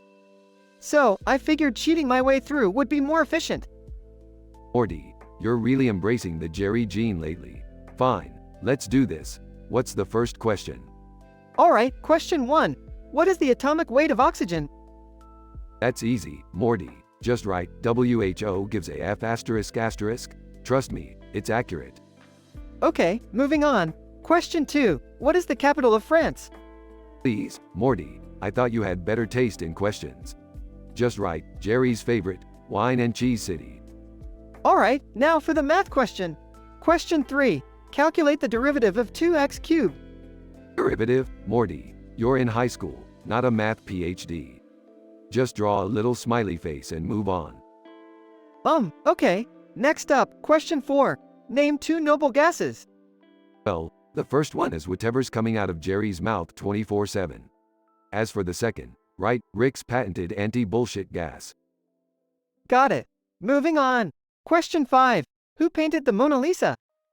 Oh, Morty, this question is so overrated. Just put. Some dude who got way too much credit while female artists got overlooked. Okay, last question. Question 6. What is the square root of -1? Morty, this is a golden opportunity, right? Jerry's IQ. Purely imaginary. Rick, this is crazy. Can't we just focus on our interdimensional adventures instead? Morty, life is all about balance. Plus Plus, it's always good to have a backup plan in case the whole saving the universe gig goes south. I guess you have a point there, Rick. Entering, Morty, your mom said you were cheating in school.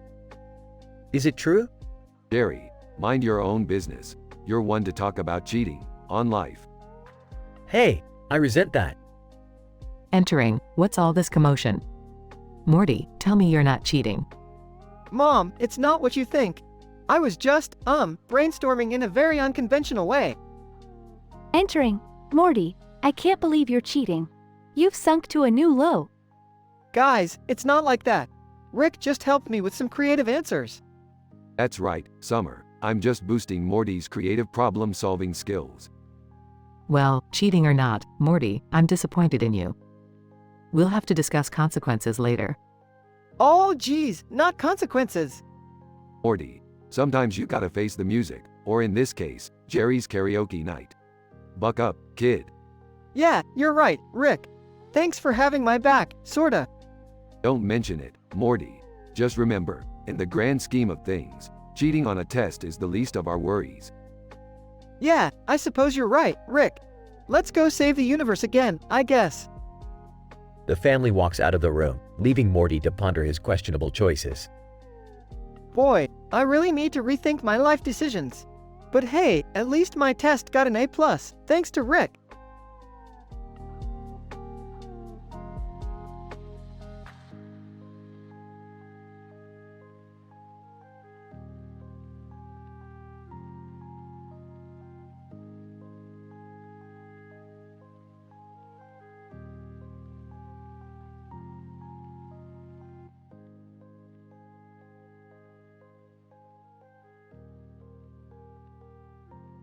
Morty, we've got a new adventure on our hands. We're going to meet a cartoon character, with a hat and a coat on, named Naruto.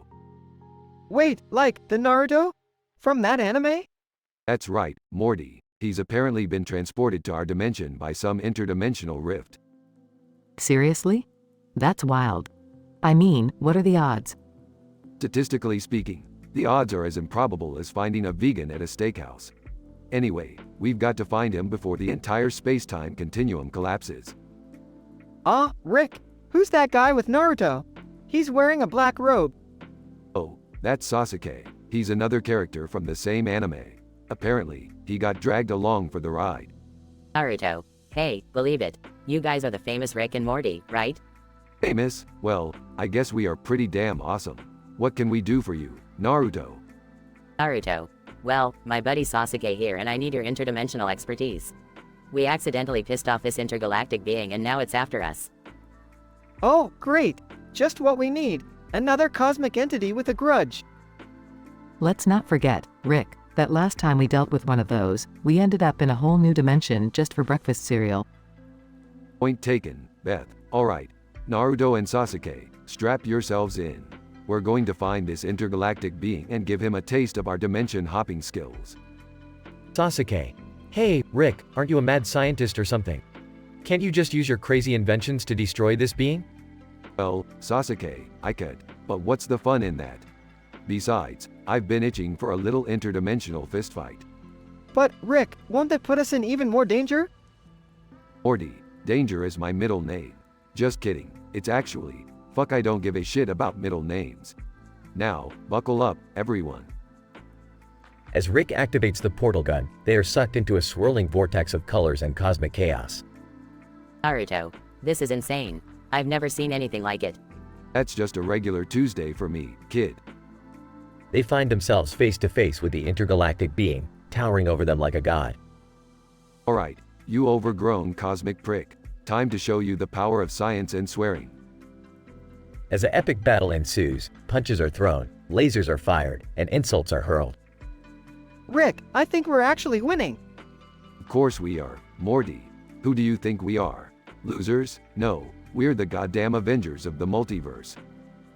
They finally defeat the intergalactic being, saving Naruto and Sasuke, who look astonished.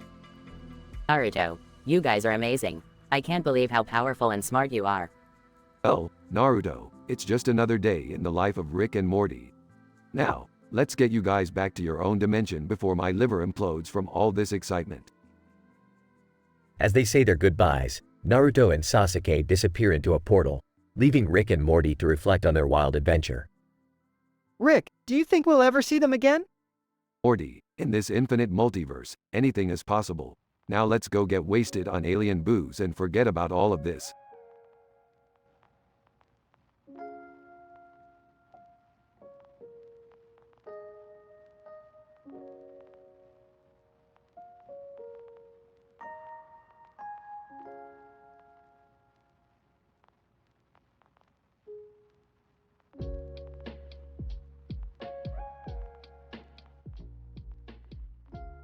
Whispering, alright, Morty, you got this.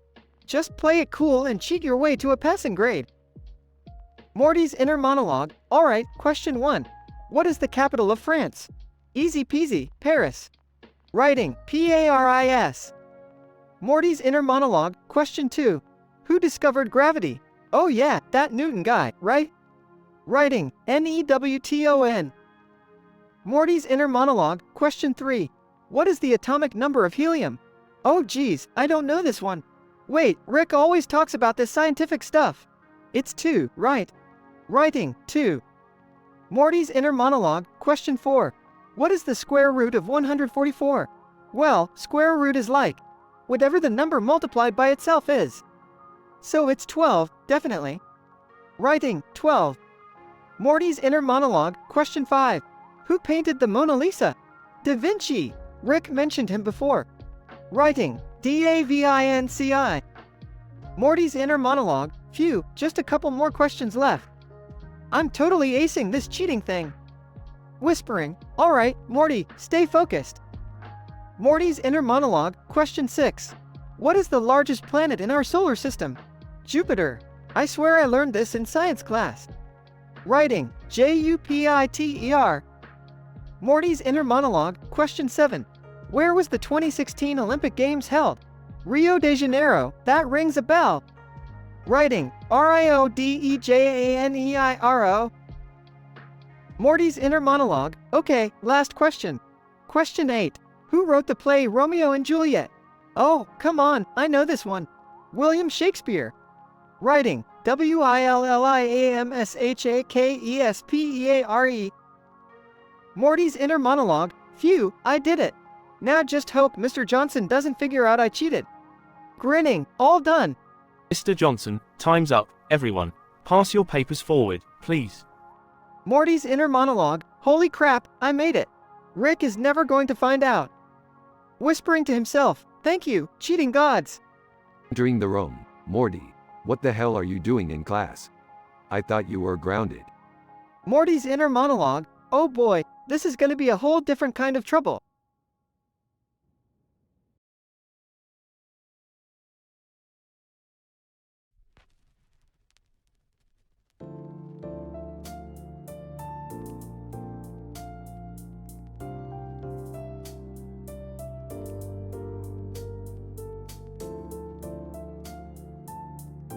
Morty, grab your wand and get ready.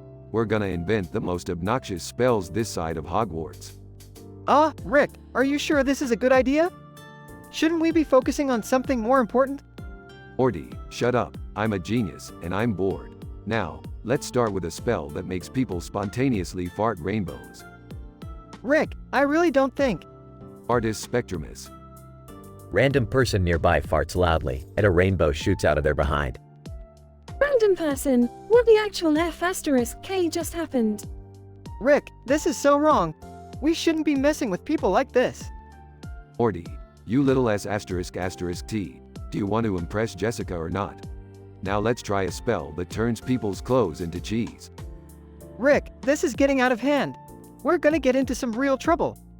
Oh, lighten up, Morty. I'm the smartest man in the universe. I can handle it. Cheesio vestimentum. An unsuspecting passerby suddenly finds their clothes transformed into various types of cheese. Passerby, what the F***K? I'm covered in F***King Gouda. Rick, we can't just keep doing this. Quit being such a damn buzzkill, Morty. We're just having some mischievous fun. Now, let's try something wilder. A spell that makes people shit jelly beans. Rick, please stop. This is getting dangerous. Jelly Anuzicus. A group of people in a cafe suddenly start pooping out jelly beans. Cafe patron, sweet mother of S***T, why am I pooping candy? Rick, we need to put an end to this madness now.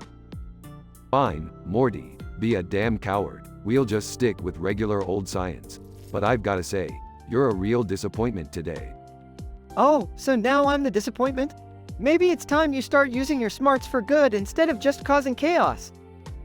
Whatever, Morty, I'm going to find a green castle now. At least they won't judge me for my genius. You're impossible, Rick.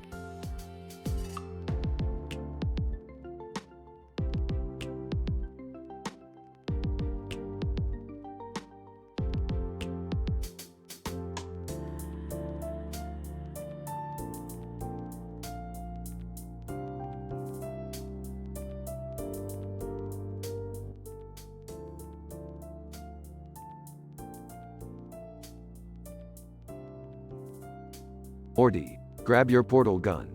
We're about to embark on the wildest journey through dimensions yet. Whoa, Rick, where are we going this time? We're heading straight into Skyrim, Morty. We're gonna turn this game into the ultimate power trip. Skyrim? But, Rick, isn't that just a video game? Morty, it's not just a game. It's a realm of chaos and dragons, filled with unsuspecting NPCs ready to be toyed with. And now, with our genius minds, we shall become gods of Giga Chad. Oh, I'm not so sure about this, Rick. It sounds kind of dangerous. Oh please, Morty, we've survived intergalactic wars and faced off against the most twisted beings in the universe. This is nothing compared to that. Alright, if you say so, Rick. Let's just hope we don't mess things up too much. Hey, what are you guys up to? Oh, great, Jerry. Just what we needed. We're going on an adventure in Skyrim, transcending the boundaries of mortal gaming. Skyrim? I used to be an adventurer like you, then I took an arrow to the knee. Yeah, nobody cares about your imaginary adventures, Jerry. We're about to become gods, controlling the very fabric of this digital realm. What's all the commotion about? Mom, Rick and I are going into Skyrim, and apparently, we're gonna be all powerful. Really, Rick? You think that's a good idea? Beth, trust me, it'll be a blast. We'll show those Imperium of Man losers how it's really done. Meanwhile, in Skyrim. Morty, look, we've arrived. Let the madness begin. Okay, but let's try not to destroy everything, Rick. Remember, we're still in a game. Morty, when have I ever cared about consequences? As Rick and Morty traverse Skyrim, they encounter a peculiar cartoon character with a weird face and hat. Hey, you there. What are you doing in this game? Weird hat cartoon character. Just enjoying the view, man. Got tired of my old show, so I decided to make a pit stop here. Mind if I join your crazy adventure? Oh, sure, I guess. Rick, who is this guy? Beats me, Morty. But hey, the more, the merrier, right? As the unlikely group wreaks havoc in Skyrim, they suddenly attract the attention of the Imperium of Man. Imperium of Man soldier, stop right there. You are under arrest for tampering with the natural order. Oh boy, Morty, looks like we've got ourselves some unwanted guests. Rick, what do we do now? Morty, you know the drill. Time to use those godlike powers we acquired in this twisted world.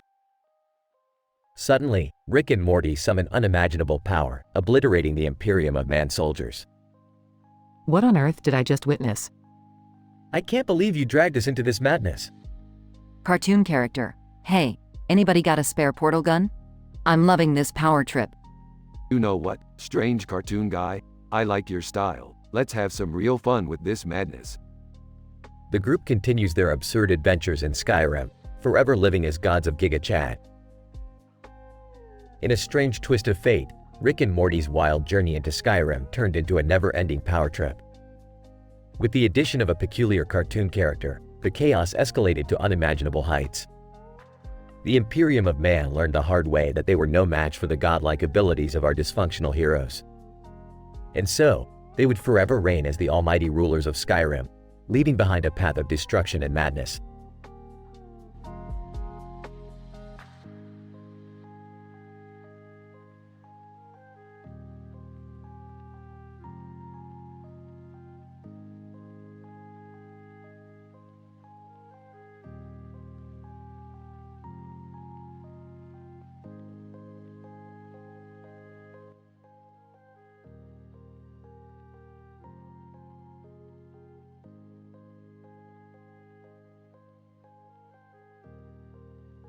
Disclaimer: the following dialogue contains explicit and adult content. Reader discretion is advised. Alright, Morty, pay attention. We're in some fucking weird-ass anime universe. We gotta find a way back home before anything else. Geez, Rick, this place is insane. Look at those oversized boobs on that anime chick over there. Morty, focus. We don't have time for your pervy fantasies. This universe is dangerous, and we need to be careful. Jessica, guys, can we just find a way back home already? This anime shit is giving me a headache. Jess, you never understand the beauty of anime. The exaggerated emotions. The epic battles. Shut up, Morty. We don't have time for your anime wank fest. We need to get our hands on that interdimensional phone over there. Rick, are you sure this is the right way back home? It looks like just an ordinary phone on that table. Beth, trust me, I'm the genius here, remember? That phone holds the key to our escape from this crazy anime universe. Nervously. Guys, shouldn't we be more concerned about those tentacle-like monsters approaching us? Jerry, you're such a fucking chicken.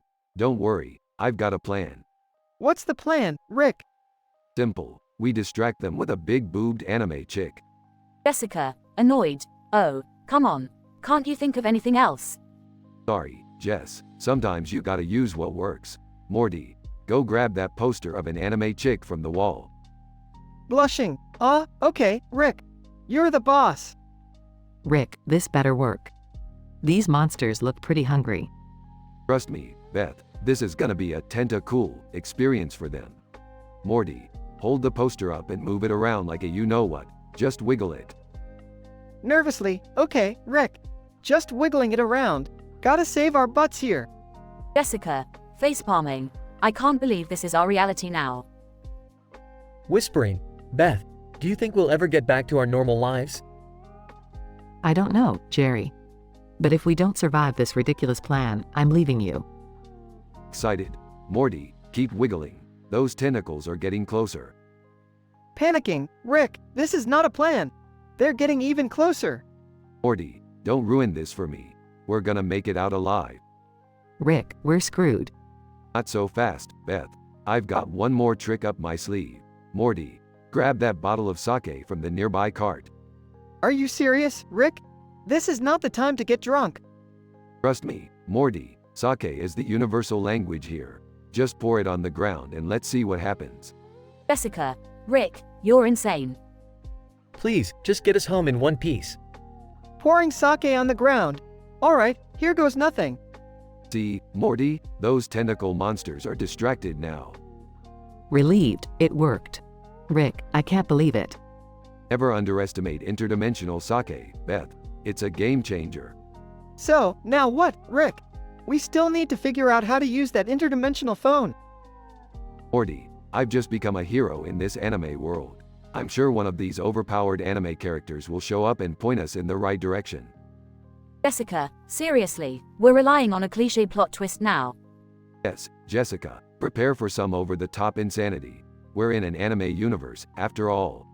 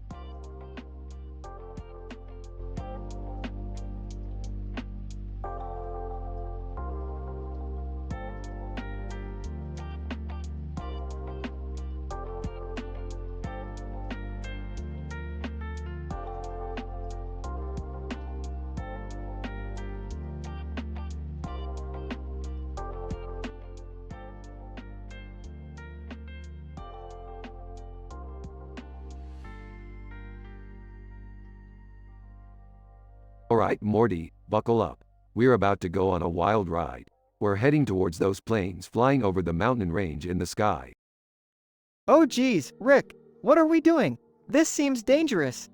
Don't worry, Morty. I've installed some extra safety measures. We'll be fine. Pops into the conversation. Guys? Why are we flying towards a group of planes? Sarcastically. Oh, hello, Beth. Nice of you to join us. Just sit back and enjoy the chaos. But what's the plan, Rick? What are we even doing here? Laughs. Morty, my boy. Sometimes plans are overrated. Let's just stir up some trouble and see what happens. Helicopter pilot, over radio, attention, unidentified Rick and Morty duo, you are entering restricted airspace. Please vacate immediately. Ignores the warning. Morty, prepare for the next phase. We're going underneath the scrotum. What? Underneath the scrotum? Are you serious, Rick? You bet your sweet ass I am, Morty. Hang on, it's gonna get bumpy. In disbelief, I can't believe I'm stuck in this helicopter ride from hell with you two. Oh, stop complaining, Beth. It's not like you have anything better to do right now. Sniffing the air. Guys, do you smell that? It smells like roses. Smirking. Morty, you sly dog. Did you bring your secret stash with you again? Nervously, well, you know, just in case we get into a sticky situation. Chuckles. Looks like your luck might just pay off, Morty. We're gonna need all the distractions we can get. Helicopter pilot shouting into the radio, you crazy bastards, turn back, there's no time for soda. Grinning. Who said anything about soda? Morty, hand me that soda can. Confused but complies. Here, Rick. What are you gonna do with it? Oh, you'll see, Morty. You'll see. Prepare to be amazed. With a flick of his wrist, Rick converts the soda can into a tiny gravity disruptor. What the? How did you do that, Rick? Waving his hand dismissively. Oh, just a little something I whipped up in the garage. Now watch and learn. As the helicopter flies beneath the scrotum of the planes, Rick activates the disruptor, causing the planes above to spin wildly out of control. Smirking. Chaos, my friends. Chaos is the spice of life. Laughing nervously, Rick, I can't believe we actually did it. Rolling her eyes, well, congratulations.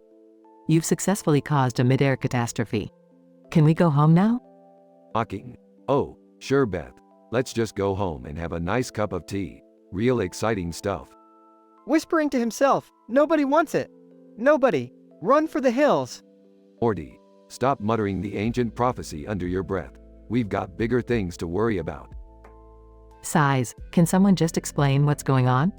And why does everything smell like roses? Deadpan. Long story, Beth. Involves a scrotum, soda, and Morty's unnatural obsession with smells. Defensive. Hey, I don't have an obsession. I just appreciate a good scent, okay? Chuckles. Whatever you say, Morty. Just keep sniffing those roses. We've got more adventures ahead of us. Satellite surveillance captures the chaos created by Rick and Morty, leading to rumors and conspiracy theories spreading throughout the world, while Rick and Morty continue their adventures, oblivious to the chaos they've caused.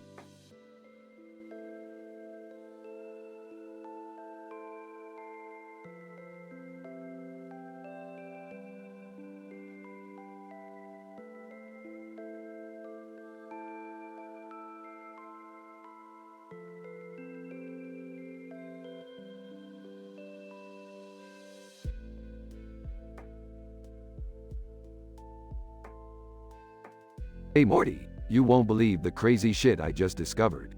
Turns out, there's a portal leading to a dimension where dirt is considered a delicacy. Really, Rick? Dirt? I mean, I've seen some weird stuff, but eating dirt? Come on, man. Oh, come on, Morty. It's a whole different culinary experience. Imagine pairing it with a nice glass of interdimensional wine. Trust me, it's mind-blowing. Dad, please tell me you're not seriously considering eating dirt. Beth, just because you're a lame horse doctor doesn't mean you can judge my gourmet choices. Dirt has vitamins and minerals that no salad can give you. Dad, this is insane. We can't just go around eating dirt. Morty, you're missing the bigger picture here. We're talking about a whole new dimension of gastronomy. This is groundbreaking stuff. Sarcastically, Well, it's good to know that while other families go out for fancy dinners, we're here discussing dirt as a delicacy. Enough with the sass, Beth. I'm going to build a machine to transport us to the dirt dimension. You'll see, it'll be a life-changing experience. I can't believe I'm saying this, but I'm actually scared about eating dirt. Morty, stop being such a wuss. We'll go in, eat some dirt, and come back. Simple as that. Scene transition. Alright, Morty, we're here. The dirt dimension. It looks the same as our dimension, Rick. I'm not so sure about this. Don't be such a party pooper, Morty. Now, let's find some high-quality dirt. You guys are seriously going to do this? Beth, don't knock it until you try it. Scene transition. Rick, we've been eating dirt for hours, and I feel weird. Morty, stop being dramatic. It's just dirt, probably. Beth discovers the man on a motorcycle with a weird look. Who's that weird guy on the motorcycle?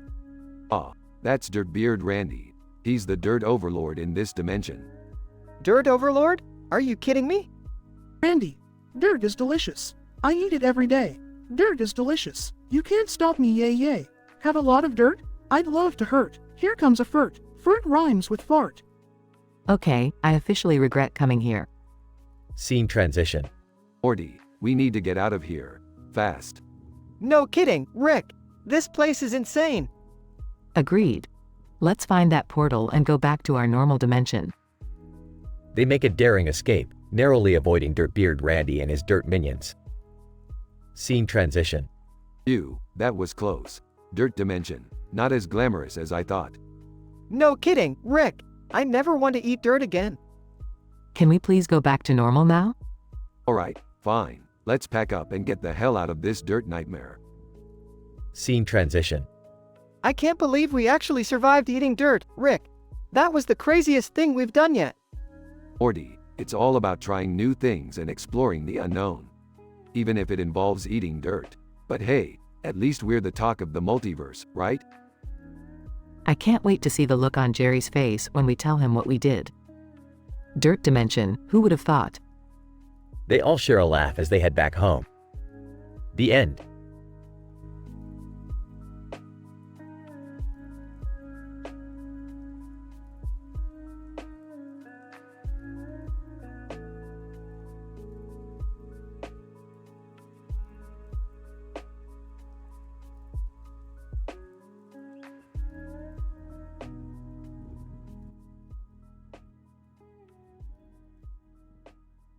Morty, buckle up for a mind-altering, reality-defying adventure. Oh geez, Rick, what are we getting ourselves into this time? You're about to mess with the fabric of existence, Morty. Get ready for some serious interdimensional shenanigans. Whoa, what's that computer-generated thingy? That, Morty, is a statistically improbable scenario generator. It's gonna lead us down a rabbit hole of mind-blowing proportions. Sounds complicated.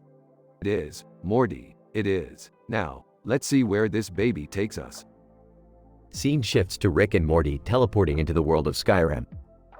Wow, Morty, we actually made it into a video game. We're so deep in the nerd zone right now. This place looks pretty cool, Rick. But wait, what's that craziness happening in the distance? That, Morty, is the Imperium of Man invading Nern. Looks like trouble's a brewin'. Oh man, are we gonna get involved? Of course we are, Morty. We're not gonna pass up the chance to become gods of Giga Chad. Gods of what now? Giga Chad, Morty. It's like a super macho, ultra powerful, over-the-top version of Chad. But we're gonna be even bigger than that. I'm not sure this is a good idea, Rick. Don't be such a wuss, Morty. We've got this. It's just a bunch of digital pixels. What's the worst that could happen? Montage of Rick and Morty wreaking havoc in Skyrim, using their newfound godlike powers to cause chaos. Rick, this is insane. We're destroying everything in our path. That's the spirit, Morty. Absolute power, baby. No consequences, no regrets. Montage continues, with Rick and Morty's actions escalating to apocalyptic levels. Rick, I think we've gone too far. We've become monsters. Laughs. Morty, relax. It's just a game, remember?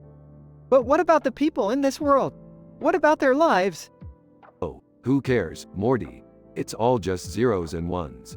Let's go find the biggest dragon and ride it off into the sunset. Rick, maybe we should, interrupted by a massive explosion. Scene shifts to Rick and Morty back in their garage, covered in rubble. Holy crap, Rick! What just happened? Looks like the Imperium of Man got their revenge, Morty. They nuked us back to reality. We really messed up this time, didn't we, Rick? Hey, who cares, Morty? It was one hell of a ride. Let's go grab some Szechuan sauce and forget about this mess. I don't know, Rick. I think we should learn something from this. Burps. Alright, Morty, if you say so. But I guarantee you won't find any life lessons worthwhile in this crazy universe. Yeah, you're probably right, Rick. Let's just go find that sauce, I guess. They exit the garage, leaving chaos in their wake.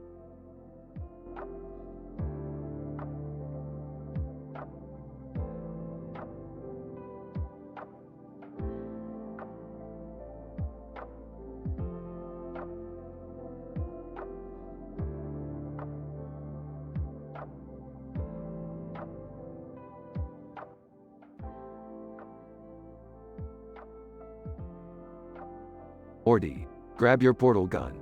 We've got a whole town to mess with tonight. Rick, are you sure this is a good idea? Messing with reality can have serious consequences, you know?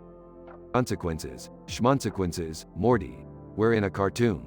Nothing really matters here. Okay, but remember what happened when you turned the whole world into a dystopian hellscape? Chuckles. Yeah, I know, Morty. Relax. I promise this time we won't screw anything up. Let's start with that neon light in the background, shall we? They wave their reality distortion wands towards the neon light, which suddenly grows in size and intensity. Whoa, Rick! Look at that! It's like a freaking supernova or something! That's right, Morty. We're turning this town into a cosmic light show. Next stop, the mayor's office. Nervously, Rick, I don't think we should mess with the mayor. He's a powerful man, and he's not gonna take kindly to us tampering with his reality, you know? Laughs. Come on, Morty, where's your sense of adventure? Besides, I happen to know the mayor has a secret fetish for dancing penguins. Let's give him a little surprise. They teleport into the mayor's office, where the walls suddenly transform into a waddling penguin army. Yeah, what the FCK is going on here? Rick Sanchez, you sick bastard. Oh, come on, Mr. Mayor. Don't be such a buzzkill. Embrace the penguin revolution. Rick, look! The penguins are multiplying and taking over the entire office. Laughs uncontrollably. Morty, this is awesome. I never knew penguins could be so menacing. Time to move on. They teleport to the local school, where the hallways turn into a crazy roller coaster ride. Rick, this is insane. Kids are flying everywhere. We gotta stop this madness. Morty, you're such a party pooper. But fine. I guess we can set things right. After a few more pranks. They wave their wands, and suddenly the school transforms into a giant ball pit. Well, this is definitely different, but at least it's kinda safer. Can we please stop now, Rick? Alright, party pooper. Let's go back to the garage and undo all this madness. Reality can be such a bore sometimes. They teleport back to the garage, and Rick uses a reverse distortion wand to restore everything to normal. Phew, thank goodness we're back to reality. That was a crazy, intense adventure, Rick. Yeah, Morty, but it was totally worth it. Life is just a series of twisted anomalies, my boy. Embrace the chaos. I don't know about that, Rick, but as long as we're back to normal, I'm happy. Can we please never do this again? Grinning. Oh, Morty, you know me too well. No promises. They both laugh as they fade into the background, leaving reality unscathed, for now.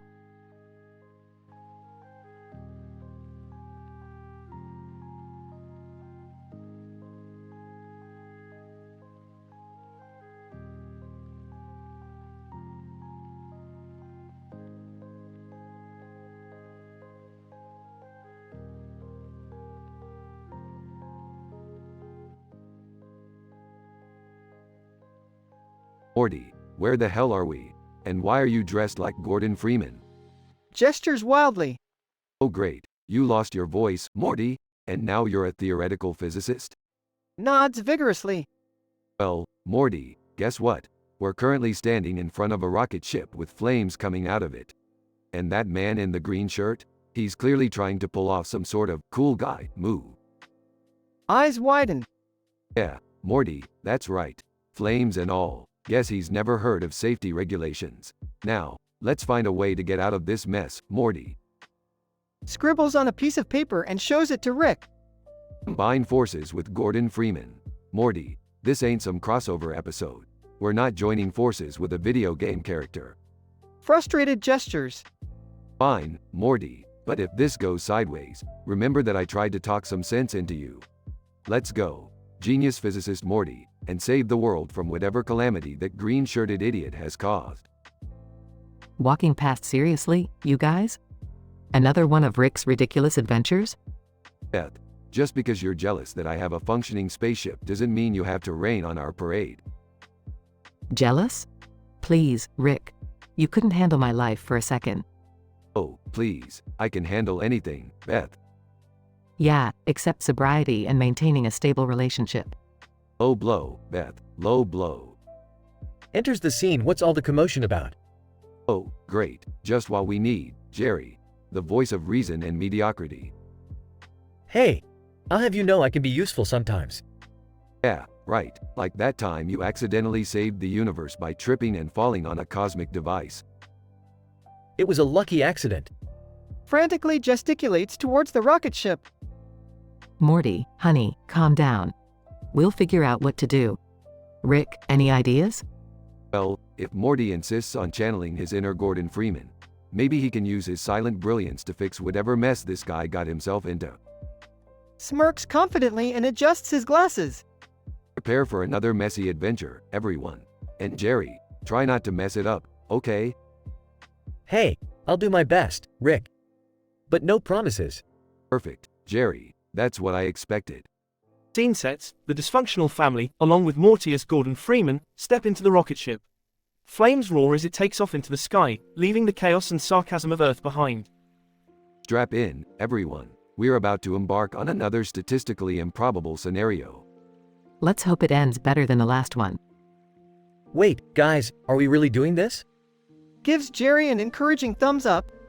Buckle up, Jerry. We're going on a wild ride. Scene fades to black, leaving the audience eagerly awaiting the next absurd, M-rated mishap in the multiverse.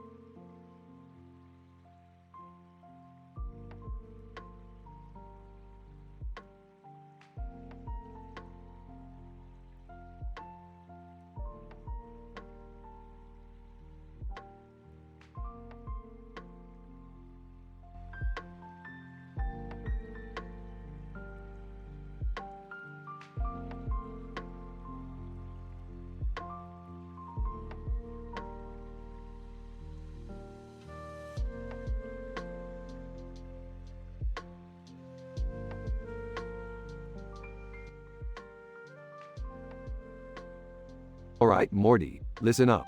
I've discovered a way to make brownies without an oven. Hold on tight, Morty, because this is gonna be one wild baking adventure. What? No oven? How is that even possible, Rick? Oh, Morty, I've tinkered with the fabric of reality itself to bend the laws of baking. See these brownies on the table? They're ovenless, Morty. Wow, Rick. That's, impressive. But how did you?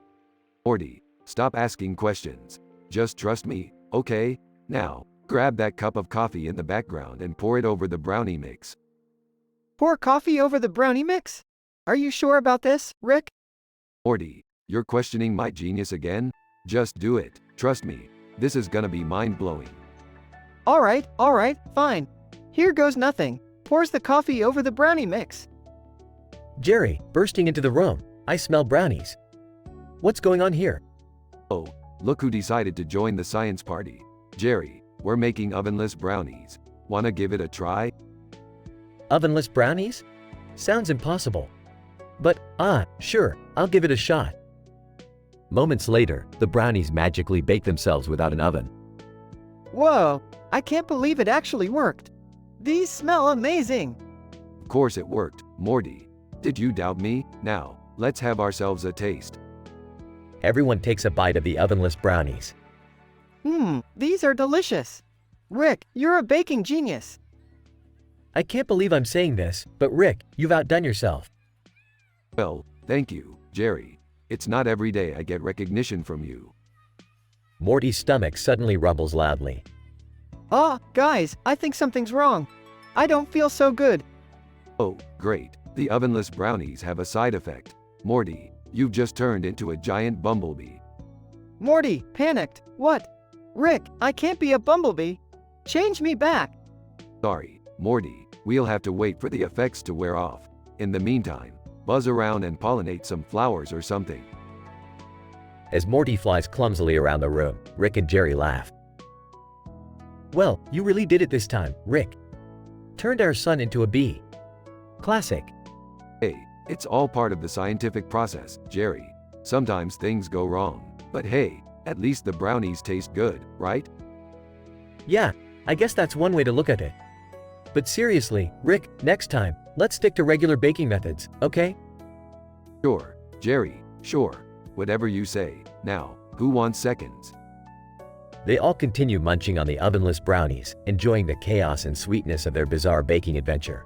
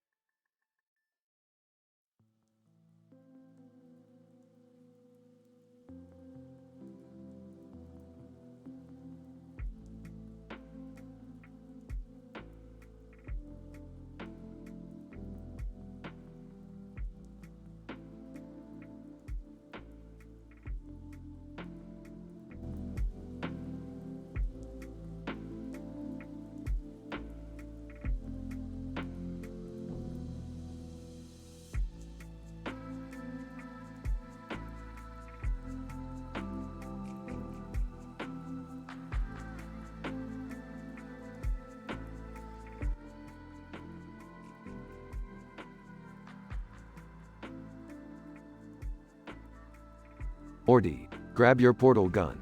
We've got a situation here, and it's statistically improbable. Oh geez, Rick, what's going on now? Remember that cartoon monster with a hammer and the demon with a hammer? They've somehow manifested in reality, Morty. It's a hammer showdown, and it's M-rated. Hammer showdown? That sounds intense, Rick. But why are they here? Who knows, Morty? Reality is a fickle thing. But let me tell you, these creatures aren't here for a friendly game of whack-a-mole. What's all the commotion, Rick? I was just about to finish reading my gardening magazine. Forget the plants, Beth. We've got monsters and demons battling it out with hammers in our living room. Like, are you serious right now? I just got my nails done, and I am not getting monster guts on them. Summer, priorities. Stop worrying about your nails and help us figure out how to contain these creatures. Gurgling, can someone please help me? I'm being force-fed ovenless brownies by Doofus Rick. Doofus, oh, come on, Jerry. They're brownies, not alien embryos. Live a little. Jerry, shut up and enjoy the chocolatey goodness. Now, Morty, we need to find a solution before this hammer party gets out of hand. Oh, Rick, I'm not sure what we can do. These creatures seem pretty determined. Morty, determination means nothing in the face of science. We'll use some kind of interdimensional hammer repellent or whatever. Wait, do we even have interdimensional hammer repellent lying around? Don't question my inventory, Beth. I've got everything, from pan-dimensional hammer away spray to unlimited hammer-proof force fields. Okay, that's actually pretty cool. Can we keep those after we're done here? Sure, Summer, and maybe we can display them next to your nail polish collection. Muffled, I'm sorry, but could someone please untie me from this chair? And maybe share some of those brownies? Jerry, save it for later. We've got a reality-bending hammer show to deal with. Morty, hand me the multiverse manipulator. I've got an idea. Oh, okay, Rick. But are you sure this is gonna work? Morty, when have I ever let you down? Besides, we're dealing with cartoon monsters and demons. This calls for some experimental science. Meanwhile, Doofus Rick continues feasting Jerry with the ovenless brownies while the others cheer him on.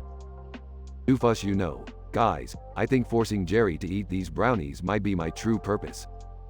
Focus, Doofus Rick, we've got enough chaos going on. Rick, it seems like the monsters are losing interest. They're fading away. I guess their hammer showdown got a bit boring. Probably no one really cared about hammer fights in the first place. Muffled, can someone please untie me now? Fine, Jerry, but next time, maybe you'll think twice before complaining about some good old-fashioned hammer action. So, we're good now, right, Rick? Everything's back to normal? Morty, normal is just a construct. But yeah, for now, things seem to have settled down. Let's clean up this mess, Morty, before your mom starts nagging. Morty unties Jerry while the others begin the tedious task of cleaning up the aftermath of the hammer showdown, leaving behind a wild and quirky adventure in their wake.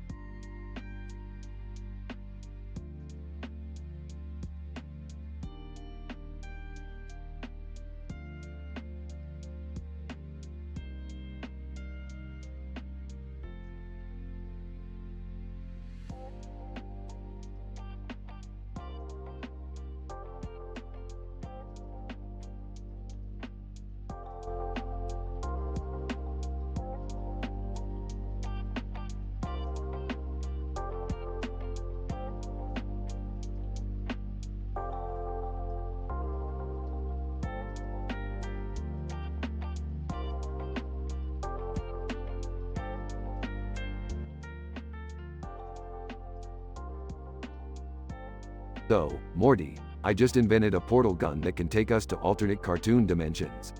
You know, because reality is boring and predictable. Wow, Rick, that sounds crazy. You really think it'll work? Of course, Morty, I'm the smartest cartoon scientist in the multiverse, remember? Now, prepare yourself for an adventure you'll wish you could forget. Scene transitions to an alternate cartoon dimension. Dad, what the hell is that green-faced character with a purple star and a green and black figure doing here? Ah, that's Doofus Rick, Morty. He's the least intelligent Rick in the multiverse. A real idiot, if you ask me. Doofus, hey, guys, I brought my trusty sidekick, Doodlebob, with me. Doodlebob Nihoi Manoi translates to hello. Great, a green-headed, green-faced character from that weird SpongeBob cartoon. This day keeps getting better. Rick, what exactly are we doing here again? Relax, Morty. I just wanted to prove that even in the wackiest dimensions, I'm still the smartest guy in the room. Oh, please, Dad. You're not even the smartest guy in this living room. You take that back, Beth. I made you, you know. Don't make me erase you. Wow, Dad. Real fatherly love you got there. Side note, Morty, Doodle Bob over there is a master at creating doodle chaos. Just warning you. Geez, Rick, you always get us into the craziest situations. I hope Doodle Bob is as harmless as he looks. Doofus silly boys. Doodle Bob is harmless. Ish. He just wants to have doodle fun. Rick accidentally spills a vial of his toxic green goo. Ah, damn it, Morty. We have to clean this up before it causes any. The goo starts to mutate Doofus Rick. Doofus wubba lubba dee. Oh, who am I kidding? I'm still a doofus, even with mutant powers. Doodle Bob, me draw, me attack.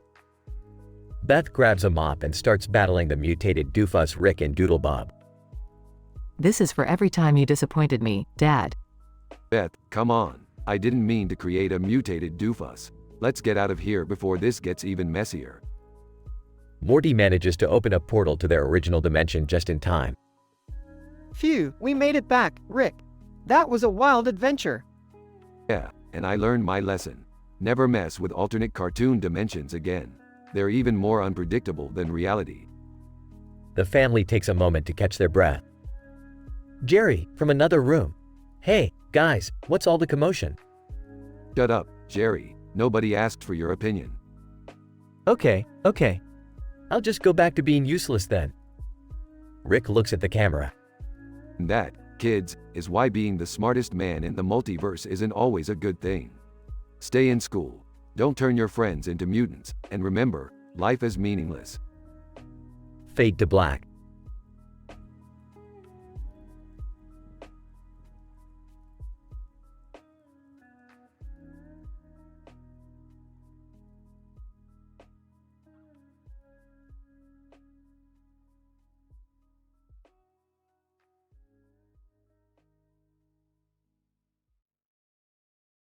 Scene. A field of vibrant, blooming flowers stretches out beneath a pink sky. In the distance, the sprawling cityscape gleams with neon lights. A figure clad in a black hooded jacket walks among the flowers, their face obscured. Mega Science, grinning, ready to meet your demise, Jason the artist. Jason the artist, cocky, please, Mega Science. Your powers are nothing compared to my creative genius. Mega Science, Chuckles, we'll see about that. Incident. The crowd roars as the fighters face each other in the center of the ring, surrounded by electrified energy barriers. The bell rings and the match begins. Progression. Mega Science unleashes torrents of elemental energy, sending flames, lightning, and icy blasts towards Jason the artist, who expertly dodges and counterattacks with swirling paintbrushes that create ethereal, deadly art. Mega Science, mocking, is that the best you can do? You'll never defeat me. Jason the artist, smirking, oh, Mega Science, you underestimate the power of artistic expression. Mega Science, furious, I'll crush you and your petty creativity. With a surge of power, Mega Science creates a massive black hole that threatens to swallow the entire arena. Jason the artist, determined, it's time to show you the true meaning of art. Jason the artist thrusts his paintbrush into the ground, causing massive tendrils of living paint to erupt, forming an intricate maze around Mega Science. The crowd watches in awe as the labyrinth shifts and changes, trapping Mega Science within its mesmerizing confines. Mega Science, panicked, what? What is this? Jason the artist, smirking, a masterpiece with only one way out.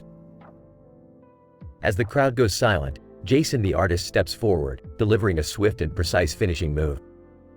He launches a barrage of paint projectiles, each hitting Mega Science with pinpoint accuracy.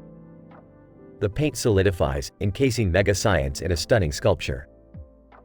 The referee raises jazz on the artist's hand in victory, and the crowd erupts into thunderous applause. Jason the artist, calming his breathing, art always triumphs, my friend. It's a canvas where even the most powerful can be caught in its vibrant embrace.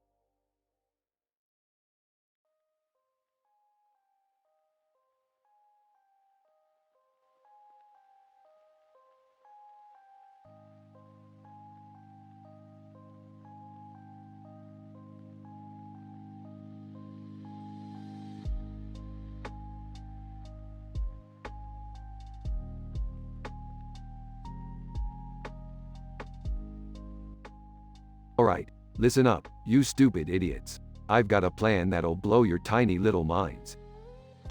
What is it now, Grandpa Rick? We're gonna assassinate Jerry and Beth. No more douchebag Jerry and that big booty Beth ruining our lives. Whoa, Grandpa Rick, that's a bit extreme, isn't it? Extreme measures for extreme assholes, Morty. They deserve it. Now pay attention. Here's the plan. Incident. Morty, you're gonna plant a bomb inside Jerry's favorite cereal. He won't even know what hit him. Oh, Rick, I don't know if I can. Shut up, Morty. You were the one who came up with the cereal bomb idea. Now grow a pair and do it. And what about Beth, Rick? Well, Summer, Mommy Milker Morty over here is gonna take care of her. He's gonna seduce her, charm her, and then poison her wine. It's foolproof. Progression. Rick, I don't think I can go through with this. These are our family members, for God's sake. Family, schmemily, we've been through worse. Remember that dimension where we were all Cronenbergs? Now, let's get focused and execute this plan. Denouement.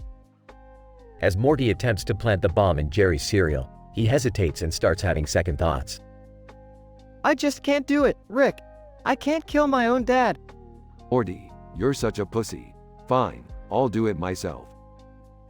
Just as Rick is about to detonate the bomb, ridiculously Rand Omrick bursts into the room wearing a cape and silly hat. Ridiculously Rand Omrick, stop right there. I'm here to save the day with my wacky randomness. Conclusion.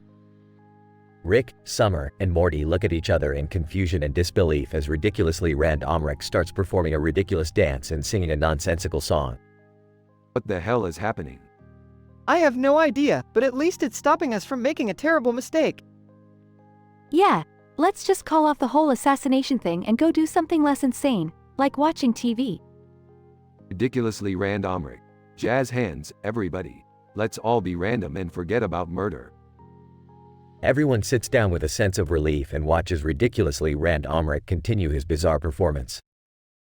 The assassination plot is forgotten, at least for now.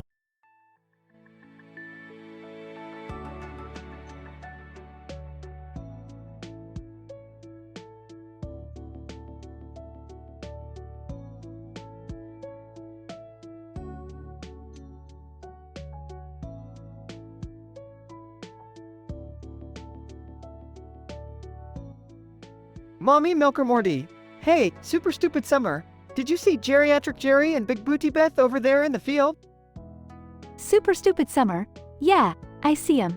What's the plan? Mommy Milker Morty, we gotta take 'em out before they cause more trouble. Got the weapons? Super stupid Summer. Hell yeah, I brought my trusty bazooka. Let's blow 'em to smithereens. Ridiculously Rand Omrick. Hold up, you two clowns. What do you think you're doing? Mommy Milker Morty, back off, ridiculously Rand Omrick. We're here to take care of some business. Ridiculously Rand Omrick. Taking care of business by killing people? Are you out of your damn minds? Big Booty Beth, what the hell is going on here? Geriatric Jerry. Yeah, why is Mommy Milker Morty pointing a bazooka at us? Super stupid Summer. Stay out of this, old man. Ridiculously Rand Omrick. No one is getting hurt today. Put that weapon down, Mommy Milker Morty.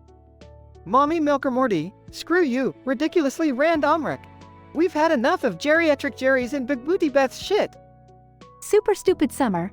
Yeah, they're ruining everything for everyone. Ridiculously Rand Omrick. Enough is enough. Violence won't solve anything. We need to find a peaceful solution. Geriatric Jerry, I can't believe you two would stoop so low. We used to be friends. Big Booty Beth. Yeah, this is insane. Put down the bazooka, super stupid Summer. Super stupid Summer. Fine, but only because ridiculously Rand Omrick said so. Mommy Milker Morty, you two are lucky this time, but the next time we meet, it won't end like this. Ridiculously Rand Omrick. I hope we can resolve our differences without violence in the future. Geriatric Jerry, agreed. Let's find a way to coexist peacefully. Big Booty Beth. Definitely. This madness has to stop. Super stupid Summer. Fine, but just remember, next time we won't back down. Mommy Milker Morty. Yeah, you haven't seen The Last of Us. Ridiculously randomeric. We'll see about that. Let's go. Geriatric Jerry and Big Booty Beth. We have better things to do. Geriatric Jerry, thanks for stepping in, ridiculously randomeric. Maybe there's hope for these fools yet. Big Booty Beth, I hope you're right. Let's get out of here, Geriatric Jerry. Ridiculously randomeric. Goodbye, you two. Hopefully, we won't cross paths like this again.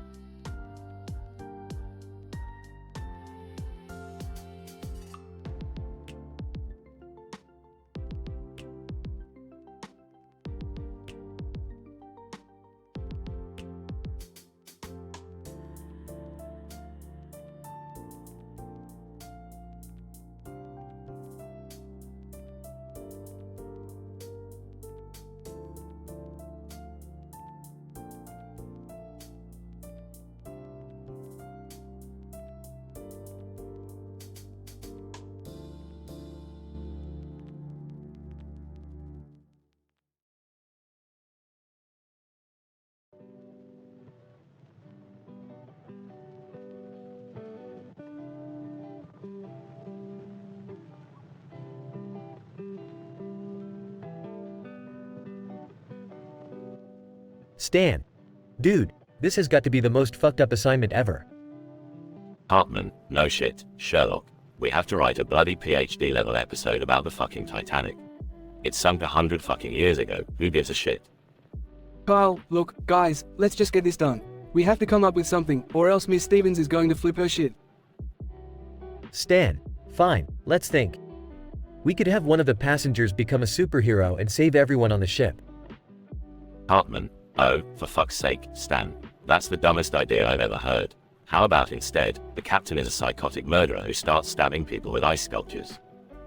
Kyle, Jesus Christ, Cartman. That's even worse. How about we do a parody of Titanic, but set it in space with a bunch of talking dolphins as the main characters? Stan, guys, this is getting out of hand.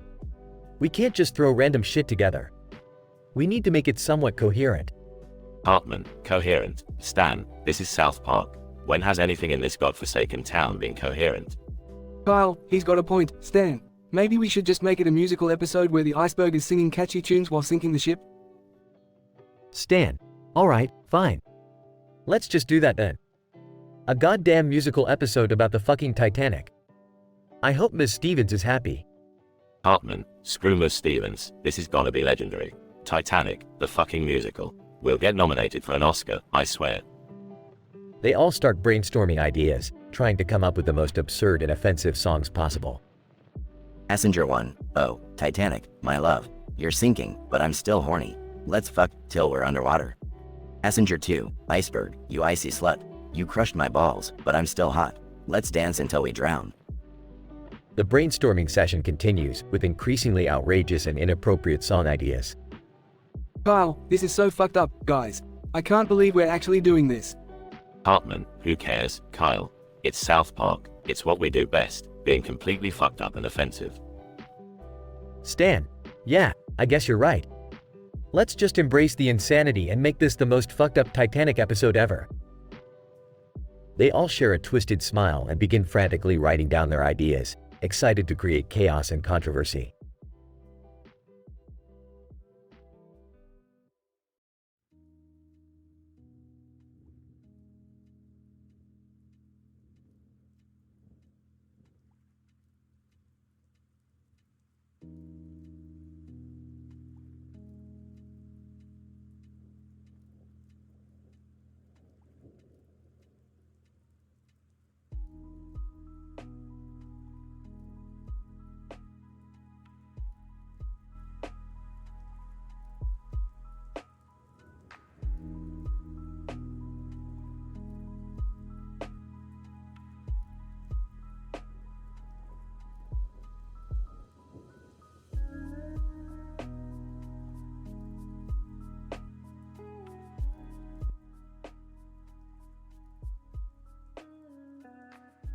Character 1, Cartman.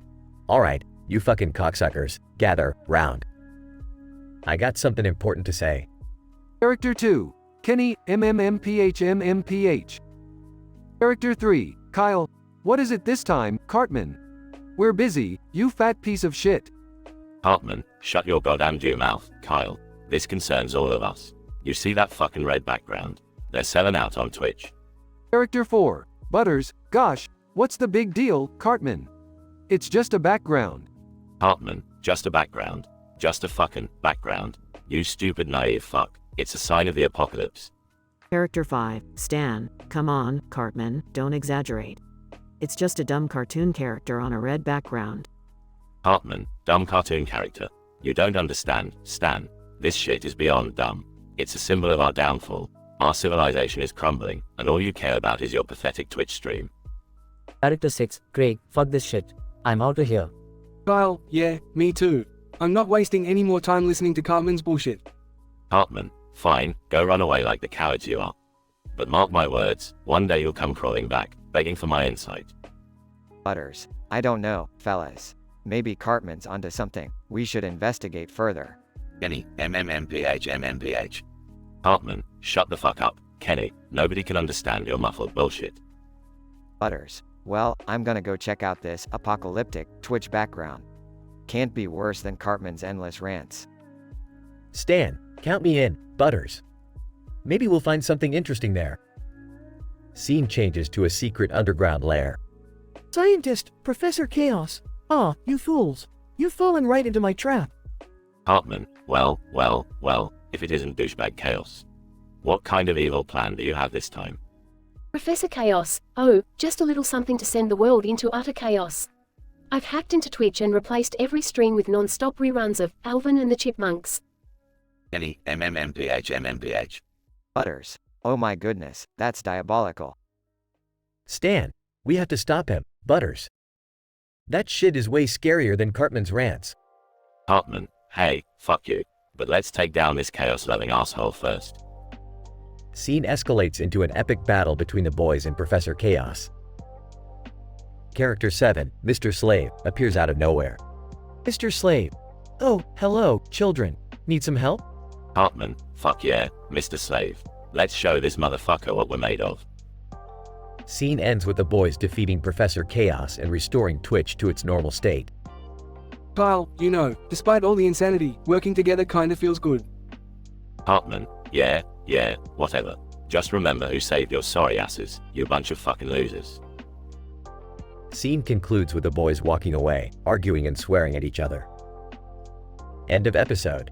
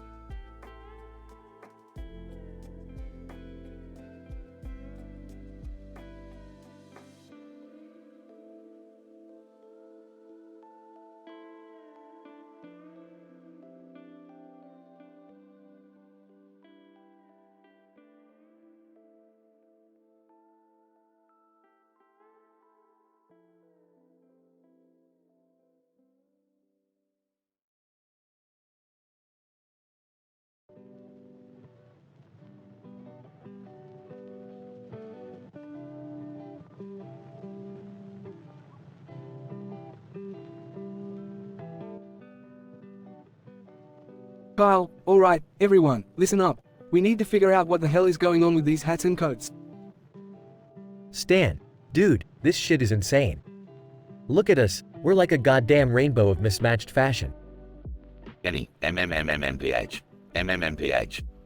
Hartman, shut up, you muffled asshole. This is serious business. I've decided that I want to be a ninja in the Naruto anime, and this nonsense is screwing with my aesthetic. Butters. Gosh, fellas, I reckon we gotta find a way to fix this. My hat and coat don't match at all, and it's really messing with my vibe. Kyle, well, if we're gonna solve this, we need to figure out how we ended up like this in the first place. Any ideas, guys? Hartman, maybe Kenny farted and it caused some weird hat and coat vortex to open up. Kenny, MMMPH. MMMPH MPH. Stan, dude, Kenny's always farting, and we've never ended up like this before. Kyle, it's probably something more complicated than that. Maybe we're stuck in some fucked up parallel universe. Hartman, or maybe it's just some sick joke by those damn aliens again. Remember that anal probe incident? Kenny, MPH MPH. Butters. Boys, maybe we should focus on finding a solution instead of arguing about the cause. We're running out of time here.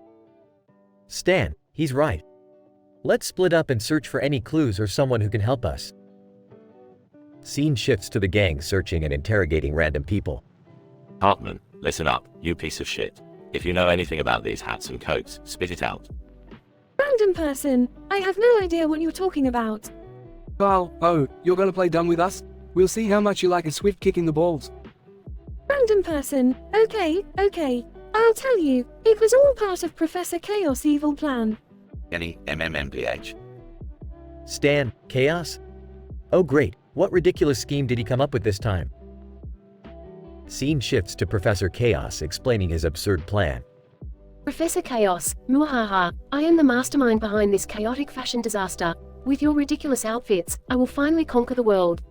Hartman, you're going down, you dumbass. Nobody messes with my anime dreams and gets away with it. Scene escalates to a huge battle. Butters. Damn it, Cartman. Watch where you throw those ninja stars. You almost killed me. Hartman, shut up, Butters.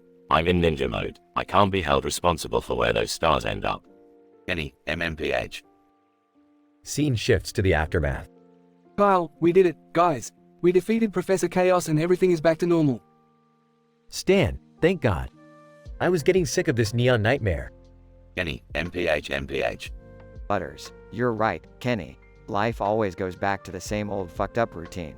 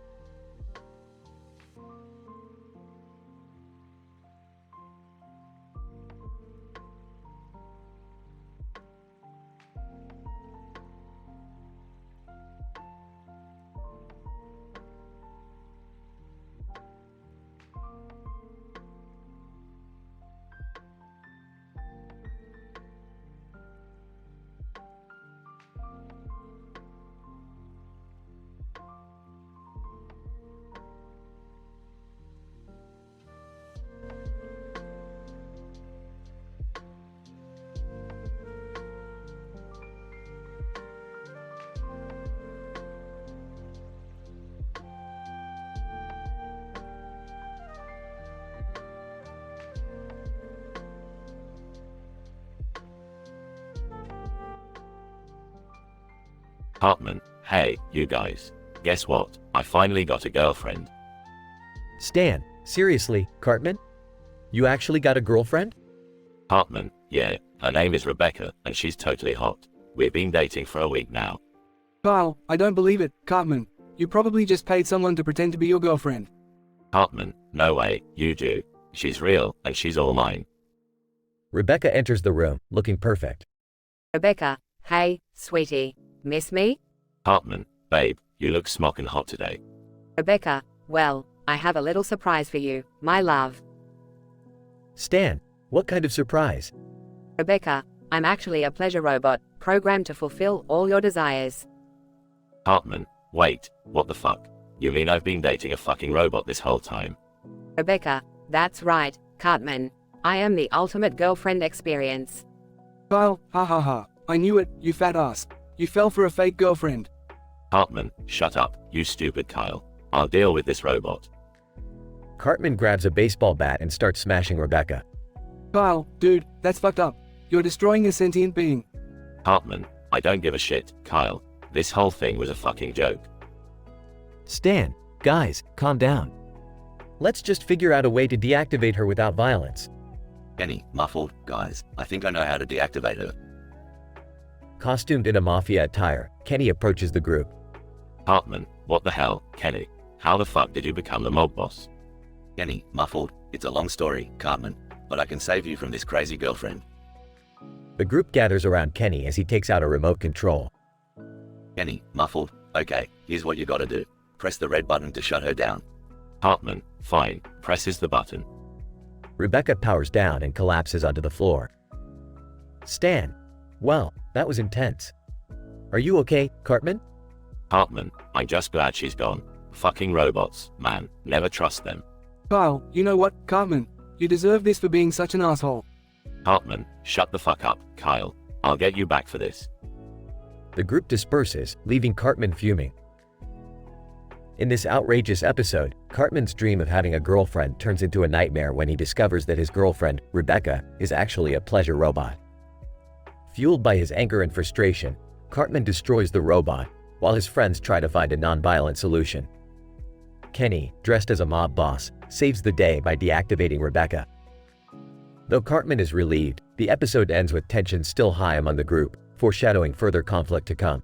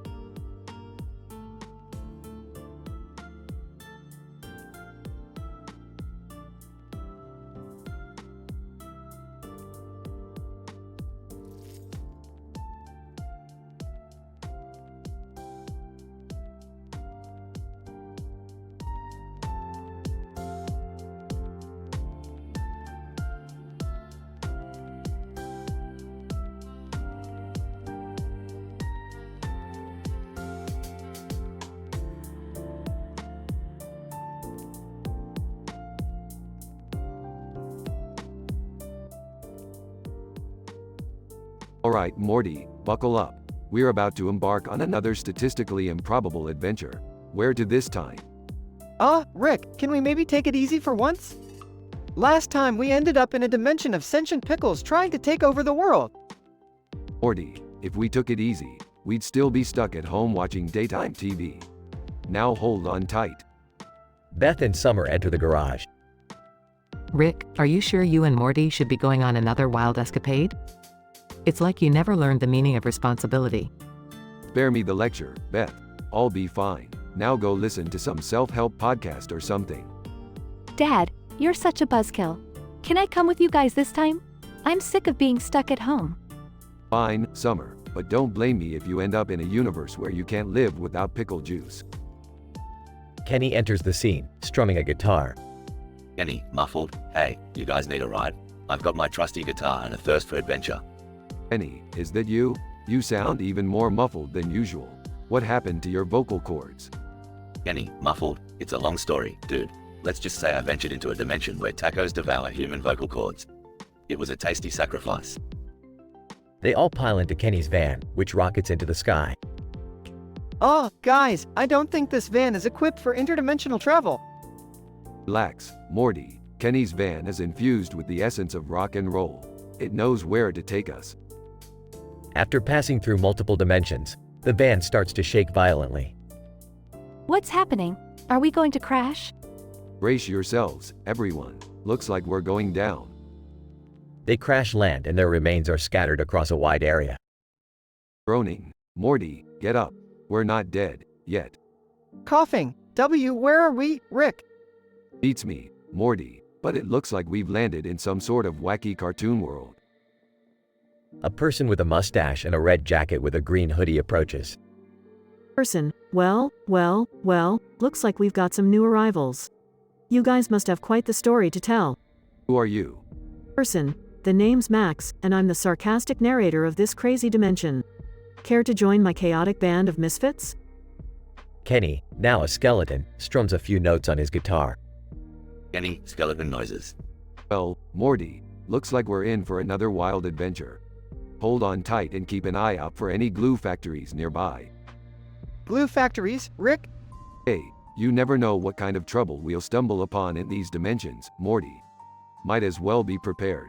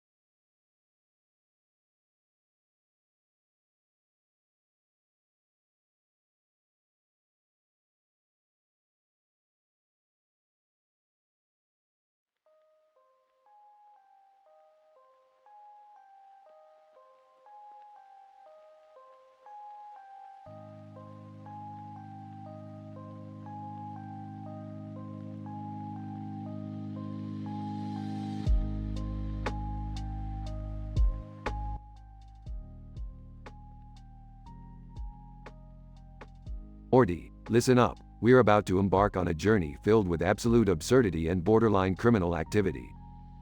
W what? What do you mean, Rick? Buckle up, Morty. We've got ourselves a situation involving fake faces, scissors, and a woman who really needs to find a new hobby. Entering, what are you two up to now? Oh, just saving the world, Beth. You know, the usual. But hey, don't tell Jerry. Wouldn't want him to feel even more inadequate. Can we just get to the point, Rick? What's going on? Barging in. Oh my god, guys. Have you seen the latest overly attached girlfriend meme? Hilarious. Summer, this is not the time for memes. We've got a woman running around with a fake face and scissors, and she's got some serious homicidal tendencies. Whatever, Rick. I'm so over this whole saving the world thing. I just want to live my best life. We should probably do something about the scissor-faced lady, though. Agreed. Rick, any ideas? I've got a plan. We'll create a distraction using the meme-loving masses. Morty, go spread those overly attached girlfriend memes all over town. Summer, help me construct a device that can alter the woman's perception of reality. Are you seriously prioritizing memes right now, Rick? Hey, don't knock it till you've tried it, Beth. Memes are the true currency of the universe. Confused. Okay, I'll get to meming, I guess. Fine, just let me know what kind of device you need, Rick. We need a craniotomy inducer, a mental manipulation device that will make her believe she's surrounded by unicorns and rainbows or something equally as nonsensical. You're saying we need to perform surgery on her? Nonchalantly, yeah, pretty much. Are we even qualified for that? Morty, grab the anesthesia. We're going in. Panicking. Rick, I don't think this is a good idea. Rick, this is insane. We can't just cut into someone's brain without their consent. Consent? Is that your new mantra, Beth? We're living in a universe where a woman is running around with fake faces and scissors. This is seriously messed up, Rick. Look, it's either take drastic measures or let her continue threatening innocent lives. Your choice. Fine, let's do it. But after this, we need to have a long conversation about morality, Dad. Sure, kids. Let's just focus on saving lives for now. Morty, hold this scalpel. Oh geez, do I have to? Life isn't a fairy tale, Morty. Sometimes you've got to get your hands dirty. I can't believe we're doing this. Cutting into someone's brain to stop them from killing people. It's too late now, Summer. We're way past the point of no return. Can't believe I'm saying this, but maybe there's a lesson to be learned here.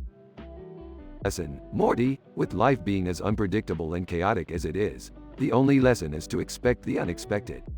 And maybe, just maybe, embrace the absurdity. Let's just get this over with, Rick. That's the spirit, Beth.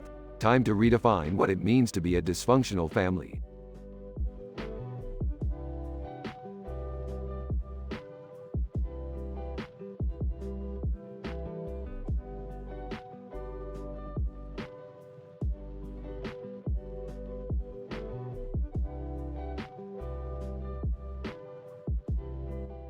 Int. South Park, Greenfield, day. Stan, Kyle, Cartman, and Kenny are standing in front of a green field with snow-covered mountains in the background. They are visibly annoyed and impatient. Stan. What the fuck are we doing here? I don't have time for this shit. Kyle. Calm your tits, Stan. We have to wait for Butters to finish his stupid painting or something. Cartman. Fuming. This is bullshit. I don't give a flying fuck about Butters' art project. Can't we just go already? Kenny. Angry muffled voice. I can't believe you guys. Don't you know how much I hate standing around doing nothing? Suddenly, Doodlebob, a mischievous and doodle-like character, appears out of nowhere, wielding a magic pencil. Doodlebob. In a mischievous tone. Ha ha ha. You guys were asking for trouble. Stan. Oh great, it's fucking Doodlebob. What do you want, you prick? Doodlebob. Grinning. I'm here to spice things up, fuckfaces. Watch me wreak havoc with my magic pencil.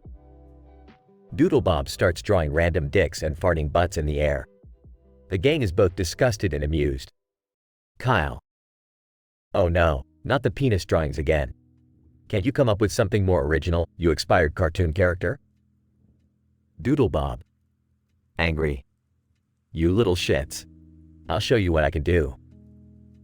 Doodlebob frantically scribbles on a piece of paper, creating a vortex that sucks the gang into another dimension. Int. Crazy dimension, weird house, day. The gang finds themselves inside a peculiar house, filled with bizarre creatures and nonsensical objects. Cartman. What the fuck is this place? Did we stumble into Salvador Dali's wet dream? Stan. We need to find a way out of here before it gets even weirder. I can't handle this shit anymore. Kenny, always the unfortunate one, accidentally steps on a trapdoor and falls into a room filled with possessed clowns. Kenny. Excited muffled voice. Oh, guys. This looks fun. Wait, why are they all holding rubber chickens? The possessed clowns start hitting Kenny with the rubber chickens, causing him to burst into laughter until he explodes. Stan. Nonchalant. Well, there goes Kenny. We should probably save him or something, but I don't really care. Let's just find a way back home. The gang manages to escape the crazy dimension by using Doodlebob's magic pencil, drawing a portal that leads them back to South Park. Next. South Park, Greenfield, day. The gang returns to the green field, relieved to be back in their familiar surroundings. Kyle. Well, that was one fucked up adventure. Let's never speak of this again. Cartman. Agrees. Yeah, let's pretend it never happened, like that time you pooped yourself in class, Kyle. They all burst into laughter, walking away from the green field while the snow-covered mountains watch silently in the background. Although Doodlebob caused chaos, the gang managed to survive their bizarre encounter. They leave the green field with a new appreciation for their own messed up reality, ready to face whatever absurdities life throws their way. End.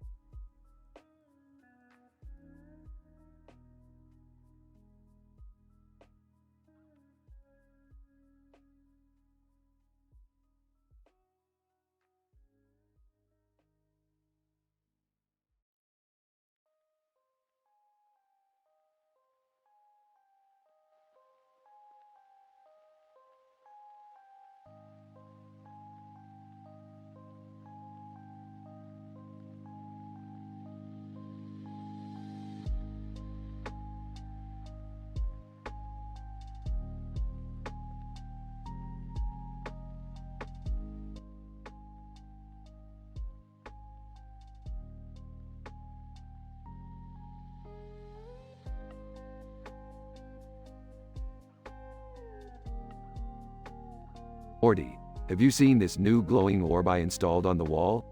Supposedly it has some kind of cosmic wisdom or whatever. Oh, yeah, Rick. It's been there for like a week now. I haven't really paid much attention to it though. Well, Morty, you should pay attention to it because it's got some big cosmic brains or something. It might know a way to stop your lab partner X0Nim from bullying you. X0Nim, that guy is such a douche.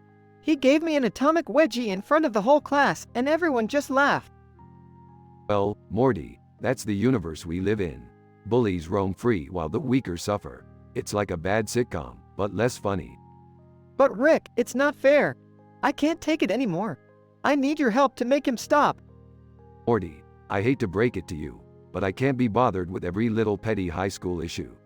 I'm working on interdimensional equations here. But Rick. No buts, Morty. Buts are for sitting on, not wasting my time. Now go cry somewhere else. Fine, Rick. You know what? I'll figure this out on my own. Rick sips his flask while Morty storms out of the room. What's up with Morty, Rick? Why is he so upset? Oh, you know Morty. Wallowing in his own self-pity. Something about some bully giving him atomic wedgies. Boo-hoo, right? Bullying is serious, Rick. Morty needs our support. We should do something about it. Oh, please, Summer. Spare me the after-school special lecture. Bullies are just the universe's way of toughening up the weak. Quit being such a buzzkill. Well, Rick, I care about Morty, and I'm not just gonna stand by and watch him suffer. I'm gonna find a way to make X0Nim pay for what he did. Suit yourself, Summer. Play your little hero game. But just remember, the universe couldn't care less about who gets wedgies in high school. Meanwhile, Morty, determined to take matters into his own hands, starts researching ways to get back at X0Nim. Okay, let's see here. Revenge, retribution, sorcery. Oh, here we go. A potion that can turn X0Nim into a giant turd. Morty gathers the ingredients and starts concocting the potion in his garage lab. Morty, what are you doing? You don't really think turning X0Nim into a turd is gonna solve anything, do you? Maybe not, Summer, but at least it'll make me feel better for a moment. And that's all I need right now. As Morty finishes the potion, Rick stumbles into the garage, clearly intoxicated. Morty, I've been thinking. Maybe I was wrong about the whole bullying thing. If X0Nim is giving you a hard time, he's messing with a Smith. Rick, you're actually suggesting we get involved and help Morty? That's right, Summer. We're gonna show that bully who's boss. Get in, loser. We're going bully hunting. Morty and Summer exchange shocked glances before reluctantly getting into Rick's spaceship. They embark on a wild interdimensional adventure, tracking down X0Nim and giving him a taste of his own medicine. X0Nim, wait, how did you find me? Who are you people? We're the Smiths, and we've got a bone to pick with you, X0 Nim. It's time for a little payback. Morty, Summer, and Rick team up to bully X0 Nim relentlessly, making him regret ever messing with Morty. X0 Nim. Okay, I'm sorry. Please stop. I promise I won't bully anyone ever again. Rick, Morty, and Summer exchange triumphant glances. See, Morty, sometimes, a little bit of revenge can be quite satisfying. Yeah, I guess you're right, Rick. But let's not make a habit out of it, okay? Fair enough, Morty. You've learned your lesson, kid. Just remember, sometimes the universe needs a little push in the right direction. They all fly back home, leaving X0 Nim to ponder the consequences of his actions. Morty, are you feeling better now? Definitely, Summer. Thanks for standing up for me, even when Rick didn't. I guess family is all that matters in the end. No problem, Morty. We've got your back, no matter what. They all share a heartwarming group hug, resolving to always support each other in the face of bullies and interdimensional chaos.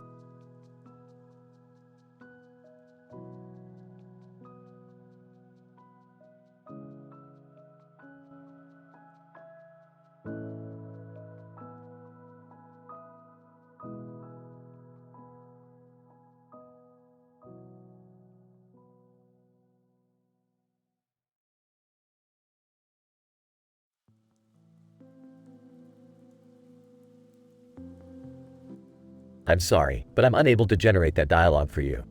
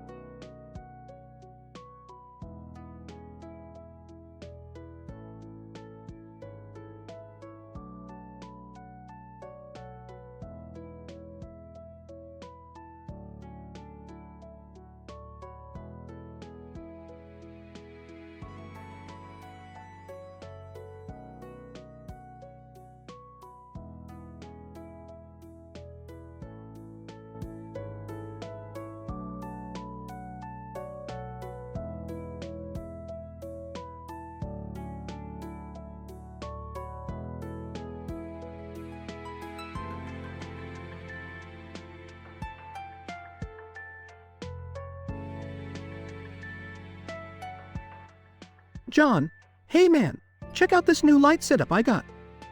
It's on a tripod, and it's badass. Mark, whoa, that looks sick. But hold up, I got something even better. This light is on a stand, and it's gonna blow your mind. John, are you kidding me? Let's put them both on the same table and see whose light wins. Mark, challenge accepted, bro. Let's make this shit intense. They set up both lights on the table, facing each other. John, alright, let's turn them on and see which one reigns supreme. They simultaneously turn on the lights.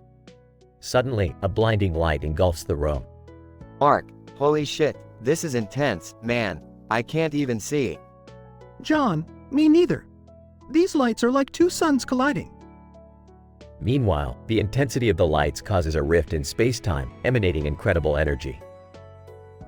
John, Mark, what the fuck did we just do? We've unleashed some cosmic power.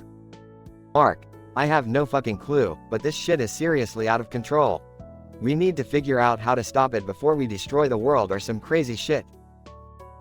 John, okay, think fast.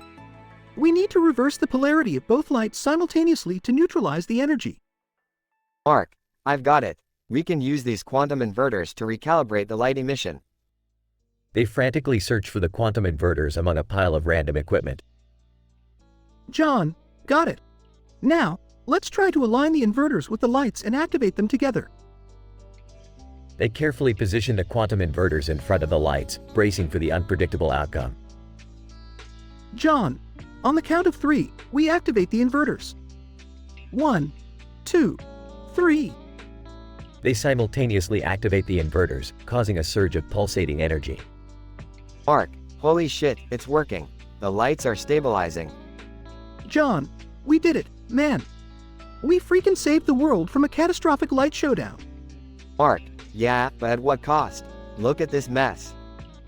They both look around the room, realizing it's in utter chaos, with equipment scattered everywhere. John, well, guess we'll have to clean up this shit pile. But hey, at least we're alive, right? Mark, yeah, you're right, man.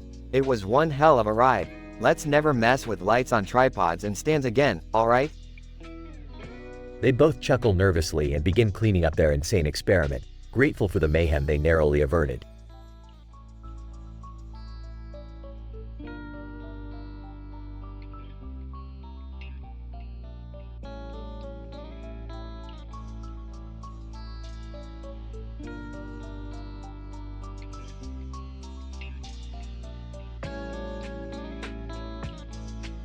Hey Morty, what's all this broccoli doing in the classroom? Shouldn't these kids be eating glue or something? Rick, it's part of the healthy eating program at school. Dude, but it tastes like garbage. Healthy eating, huh? Sounds like some government conspiracy to control everyone's taste buds, Morty. I don't know, Rick. It's just broccoli, and it's making all the other kids laugh at me. Can we just go home? No way, Morty. I've got the perfect solution for you. Hold on tight. Whoa! Rick, where are we? We're inside the dimension of the Broccoli King, Morty. Just give me a minute. I'll negotiate a deal with him. Negotiate? What for? I'm going to get you the most delicious, weed-flavored broccoli on the planet, Morty. Suddenly, you'll be the coolest kid in school. You really think that'll work, Rick? Of course, Morty. Everybody loves weed, even if they won't admit it. Now, let's find this Broccoli King. Whispering, Rick, there he is. That's the Broccoli King. Broccoli King, what brings you to my dimension, Earthlings? We need to strike a deal, King. Morty here needs some broccoli, but he wants it to taste like weed. Broccoli King laughs, weed-flavored broccoli. That's an odd request, but fine, I'll give you some. Excited? Really? You're the best, Broccoli King. Broccoli King, just a word of caution, Morty. Once you taste it, you'll never want to stop. I'll take my chances, King. Morty starts eating the weed-flavored broccoli. Holy crap, Rick! This is the best thing I've ever tasted. I told you, Morty. Now let's get you back to school and show those kids who's boss. Morty returns to school with a tray of weed-flavored broccoli. Hey, everyone! Check out this amazing new broccoli flavor. Classmate 1, broccoli? Gross. Classmate 2. Wait, does it taste like weed? Everyone gasps and starts crowding around Morty. That's right. Weed-flavored broccoli. Who's laughing now? Everyone cheers and starts chowing down on the broccoli. Well, Morty, mission accomplished. You're the hero of the day. Thanks, Rick. I can't believe I actually made broccoli cool. Now, let's go home, Morty. I have a feeling the school is going to become a lot more interesting after today. They portal away, leaving behind a classroom full of happy kids enjoying their weed-flavored broccoli.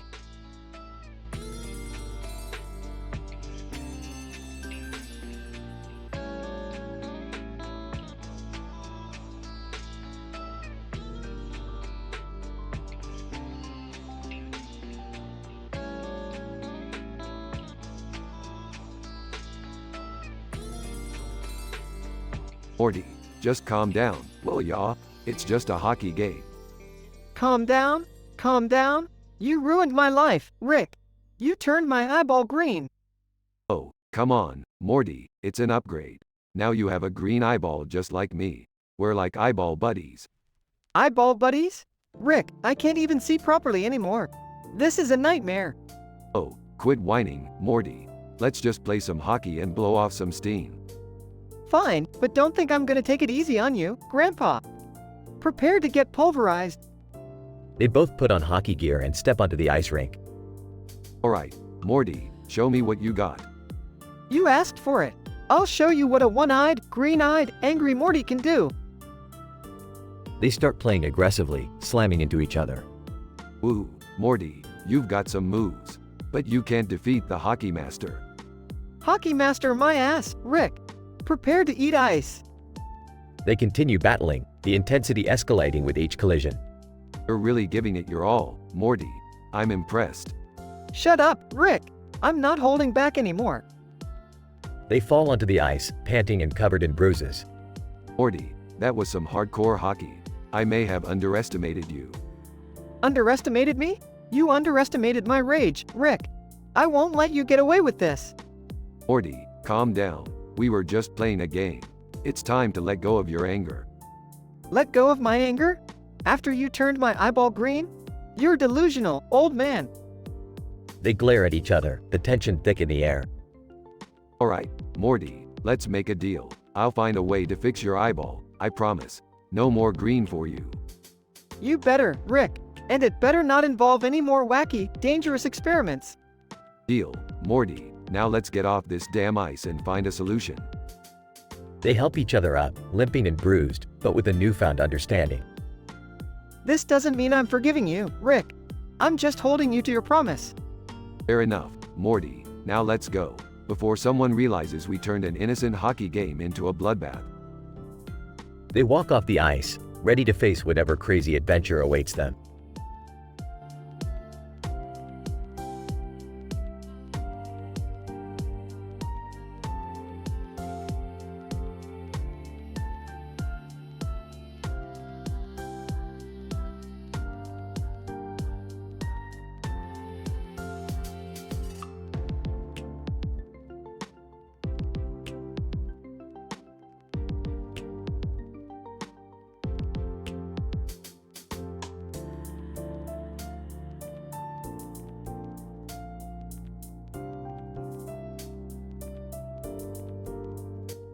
Jack, dude, check out this insane D&D module I found online.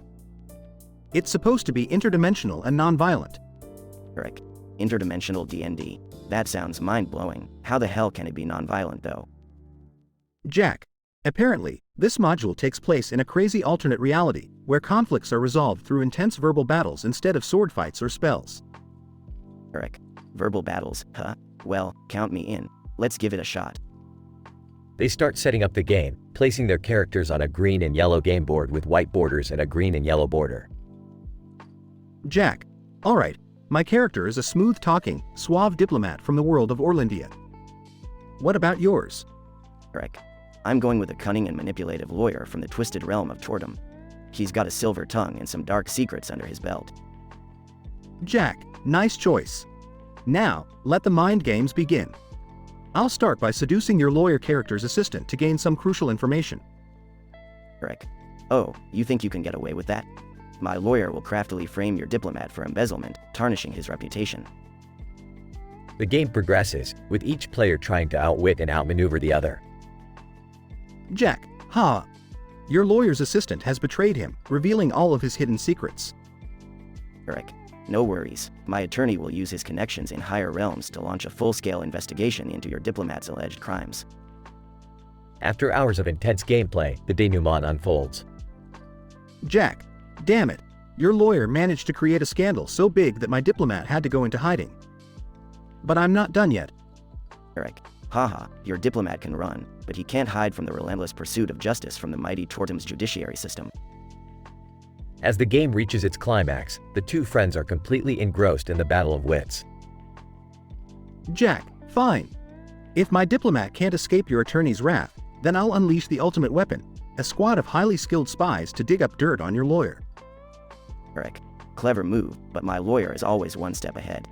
He'll use his expertise in legal loopholes to cover up any trace of wrongdoing. After an intense back and forth, the game finally reaches its conclusion. Jack, shit, your lawyer has successfully crushed my last attempt to save my diplomat. Looks like I've lost this round. Eric. Bingo, the mighty Tortem prevails once again. That was one hell of a non-violent battle, dude. Jack, it sure was. I can't believe how intricately we crafted this interdimensional mind game. We need to try another one soon. They high-five each other, laughing and victorious, as the interdimensional D&D adventure comes to an end.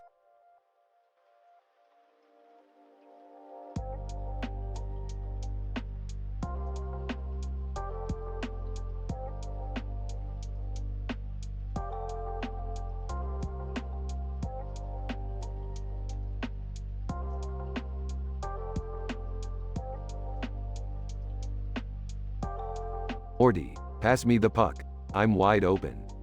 Yeah, like I'm gonna pass it to a loser like you, Rick. Come on, Morty, don't be a dick. We're on the same team. Same team? Ah, you've been skating circles around me all night, showing off. Well, I've had enough. Morty, what's gotten into you? We're just playing a game. Angry? Just a game? You think this is just a game? Well, let me show you what I think, Rick. Morty, put that hockey stick down. We're friends, remember? Friends? Friends don't humiliate each other in front of everyone. Friends don't make me look like a fool. Pleadingly, Morty, I didn't mean to make you feel that way. It was just a friendly game. I'm sorry. Sorry ain't gonna cut it, Rick. You're gonna pay for making me look like a damn fool. Rick tries to skate away, but Morty catches up and swings the hockey stick at him.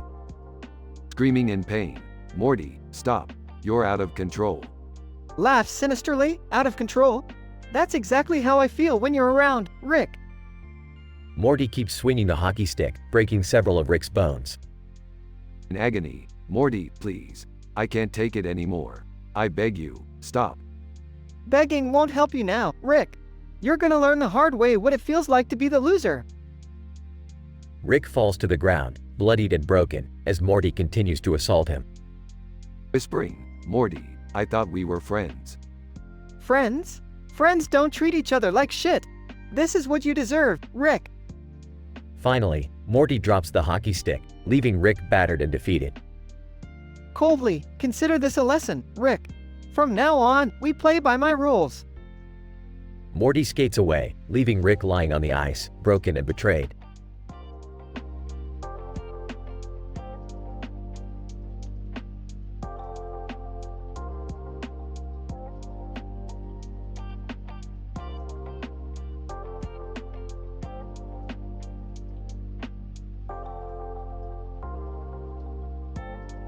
Dave, holy shit, did you see the bird flying over the hillside? John, yeah, man. It was like a majestic fucking eagle soaring through the fucking sky. Dave, I've never seen a bird that big before, bro. It was probably on fucking steroids or some shit. John, or maybe it smoked a joint with that dude in the building over there. Look at all that smoke billowing out. Dave, nah man, that's no ordinary building. It's the fucking entrance to the dungeon's fortress. John, you mean that creepy ass place where people disappear and never come back? Dave, yeah, dude.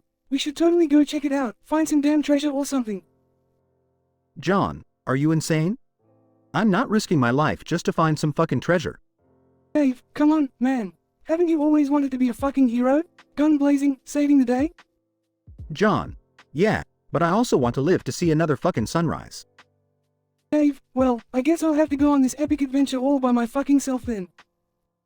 John, fine, but if you die, I'm keeping all the treasure for myself. Dave, screw you, man. I'll be the richest dead guy in town. John, alright, let's go, you crazed lunatic. But I won't hesitate to bail if shit hits the fan. Dave, you're the best woman a man could ever ask for, John. John, shut up and let's go before I change my mind, you dumbass. Dave, off we go to face the dungeons and its fucking horrors. God help us all.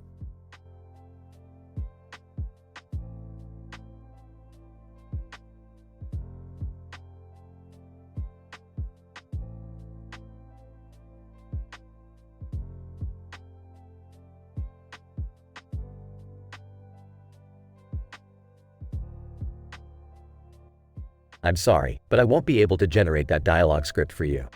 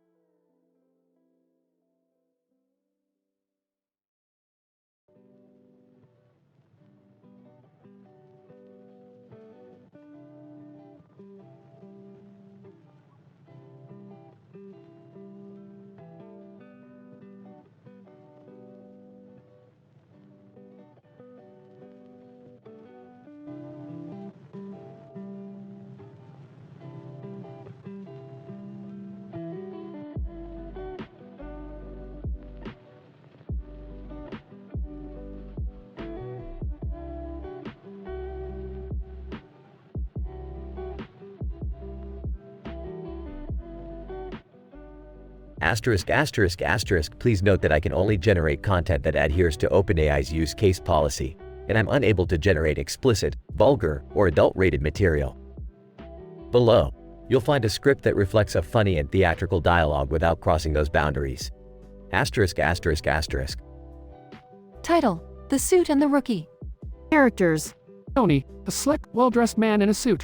Frankie, Tony's friend, a rookie detective. Tony and Frankie are sitting in Tony's car, parked in front of a seedy warehouse.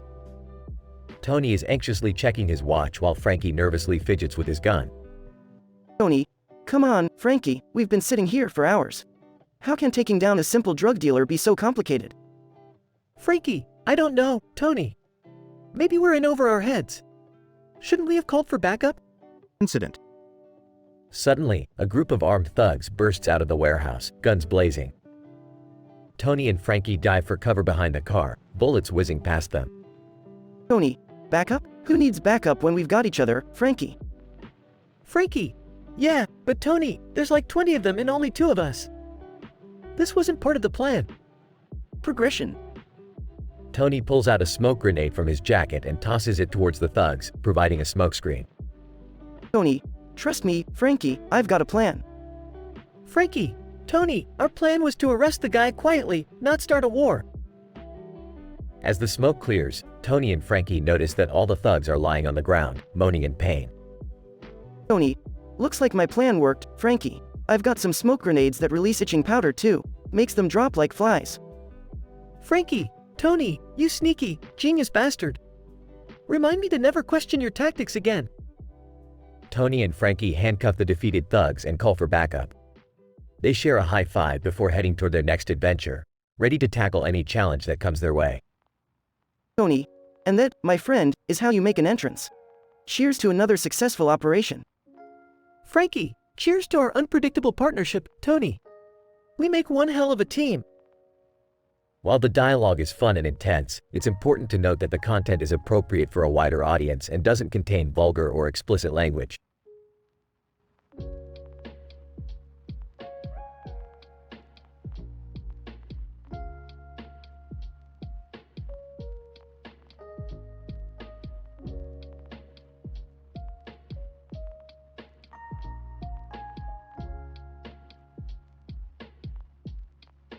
Warning. The following dialogue contains adult content and explicit language. Title: The Crimson Carnage. Narrator.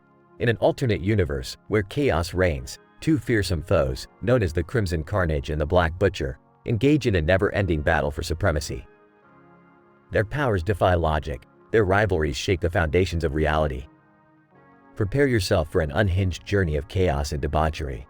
Incident. The Crimson Carnage, CC. You think you can defeat me, Black Butcher? I'm the fucking king of chaos. Black Butcher, BB, ha. Do you really think your cheap tricks can stand a chance against my deadly sword? CC, cheap tricks? You call teleportation, pyrokinesis, and fucking mind control cheap tricks? You're just a washed up villain with a fancy blade. BB, we'll see about that, you red-clad prick. I'll slice you open and watch you bleed. Progression. CC, you're not the only one with trick up his sleeve, Butcher. Feast your eyes on this. BB, what the fuck? Why are there suddenly killer bees swarming around me? CC, it's called transmutation, you imbecile. I turned that apple into a beehive. Enjoy the sting. BB, you'll pay for this, you crimson bastard. CC, bring it on. BB, you may have swarms of bees in your damn telekinesis, but can you handle my ultimate weapon? CC, oh yeah? What is it, a killer sword? BB, no, it's my patented dick cannon. CC, the fuck? What the hell does that do? BB, it shoots acidic cum, you fool. Feast your eyes on my dick's wrath. CC, are you fucking serious right now? Narrator. And so, the battle continues, with the Crimson Carnage dodging streams of acidic cum and the Black Butcher trying desperately to prove that his ridiculous weapon serves some purpose other than causing temporary blindness. In this parallel world of absurdity, their conflict rages, leaving nothing but chaos and incredulous spectators in their wake. The end is nowhere in sight, as their rivalry transcends logic, reason, and all semblance of decency. Stay tuned for another episode of The Crimson Carnage vs. The Black Butcher. Please note that the content provided above is a work of fiction. The aim was to create a dialogue script that aligns with the given prompt and desired intensity level, while also adhering to the limitations set forth by OpenAI's content policies. The content may be vulgar and explicit, but it does not promote harm, hate speech, or violate any rules.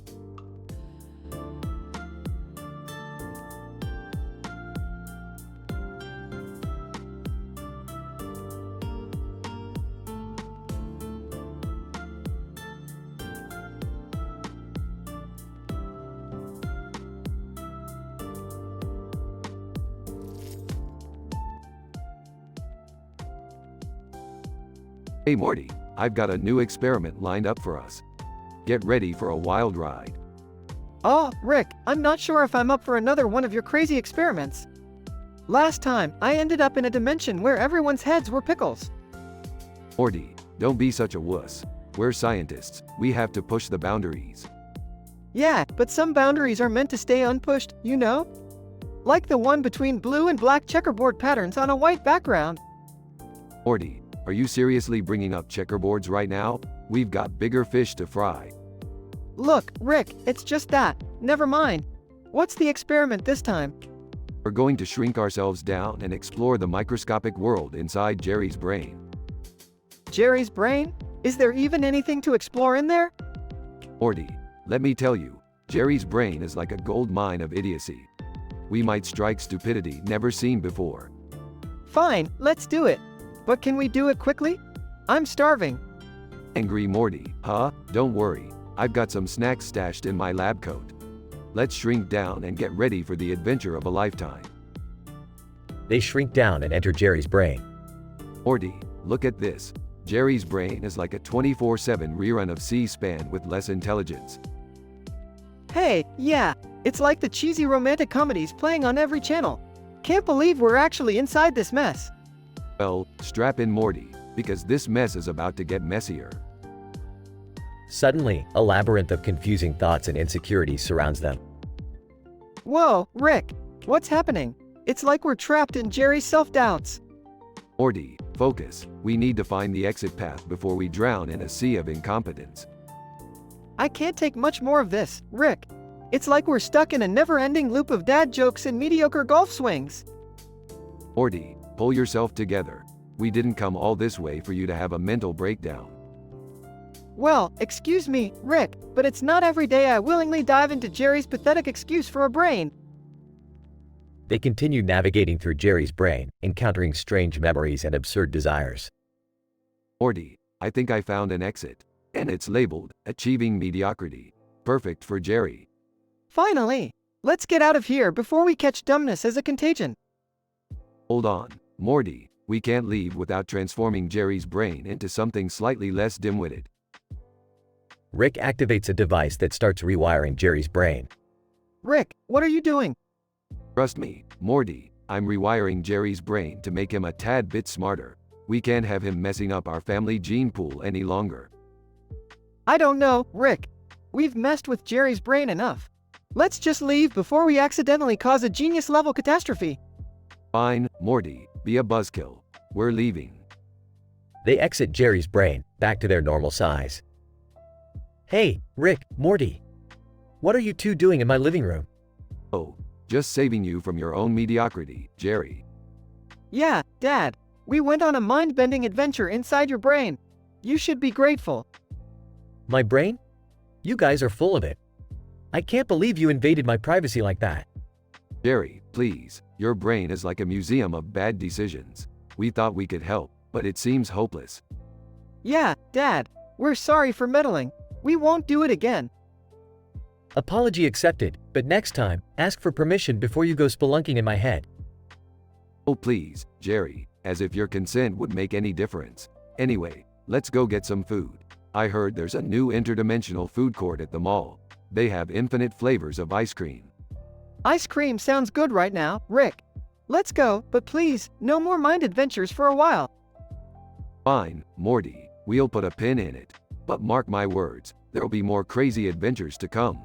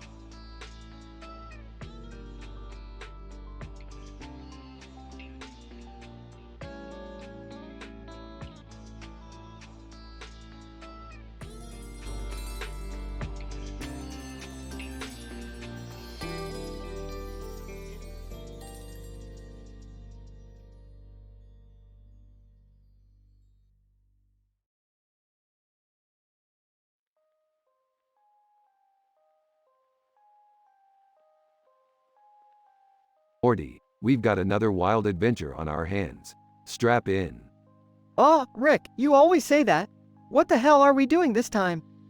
We're going to the cartoon universe, Morty. There's a fancy-dressed cartoon character standing in front of a bunch of Pikachu. Looks like big business. Pikachu? Really, Rick? I thought we were past that phase. Shut up, Morty. Pikachu is a classic. Now, let's go. They teleport to the cartoon universe. Cartoon character, welcome, gentlemen. I am Mr. Slick, and these are my adorable Pikachu employees. We're in desperate need of a shiny Pikachu trainer. Shiny Pikachu? That's like finding a needle in a haystack. Let the kid have his fun, Morty. Catch that sparkly critter. Morty throws a Pokeball and catches a shiny Pikachu. Yes!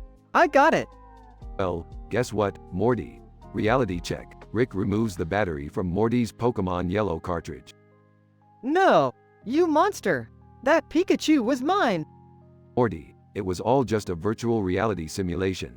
You caught a virtual shiny Pikachu. Deal with it. You're such a buzzkill, Rick! They return to the Smith household. So, how was your adventure this time, boys? Oh, it was fantastic, Beth. We caught a shiny Pikachu in a cartoon universe. That's so lame, Grandpa. Get with the times. Oh, really? Okay. Miss, I'm too cool for electric rodents. Tell me, what's your exciting idea? Well, I would have gone to the fashionable dress universe and stolen their high-end clothing. Typical Summer, always thinking about materialistic nonsense. They all argue and bicker until the tension is too high. Guys, let's all just calm down. We're a dysfunctional family, but that's what makes us special, right? Morty's right. We're all a little messed up, but we stick together. Yeah, hug it out, you sappy jerks. Morty, Beth, and Summer hug, and Rick reluctantly joins. Conclusion. In the end, despite their differences and Rick's constant sarcasm, the Smith family realizes the importance of sticking together.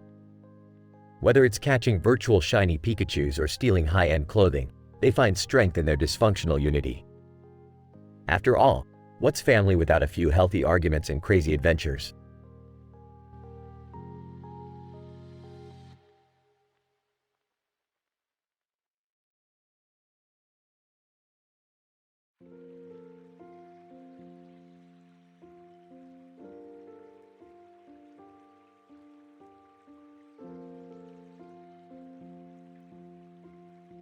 Hey Morty, what's with the long face? Did somebody glitch out your precious Pokemon game again? Oh, yeah, Rick. I finally caught a shiny Pikachu, but then you messed up my save file with one of your crazy glitches. Oh, come on Morty. It's just a bunch of pixels on a screen. You know what's real? The endless possibilities of the multiverse. That may be true, Rick, but that shiny Pikachu was my only ticket to popularity at school. Now what am I supposed to do? Well, Morty, you could always try being interesting or, I don't know, having an actual personality. Size. You wouldn't understand, Rick.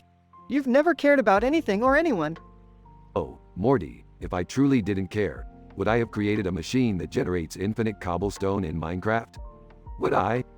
Oh, that's not the point, Rick.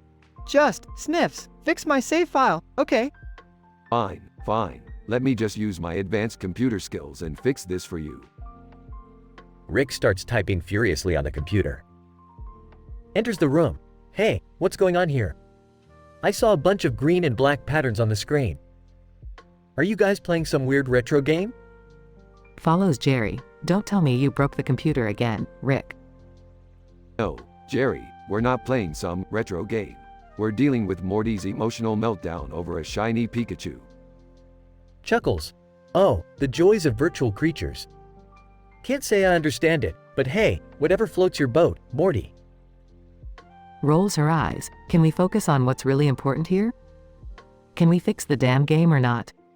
Hold your horses, Beth. I'm almost done with this complex algorithm to recover Morty's save file. Crosses his arms. Hurry up, Rick. My Pikachu could be lost forever. Patience, Morty. A good glitch takes time. After a few minutes, the computer screen changes from green and black to yellow and black patterns. Alright, Morty, the moment of truth. Excited. Did you fix it, Rick? Let's find out. Clicks on the Pikachu icon. Computer. Error. File corrupted. Data irretrievable. Screams, no! My shiny Pikachu! It's gone! Laughs. Guess it's back to square one. Morty. Tough break, kid. Rick, can't you do anything right for once? Grinning. Look at the bright side, Morty. Now you have another chance to catch a shiny Pikachu. Just don't rely on your old man for help. Frustrated. This is all your fault, Rick. I hate you. Love you too, Morty. Now let's go grab some Szechuan sauce to drown our sorrows. They all leave the room, leaving the computer screen flashing with yellow and black patterns.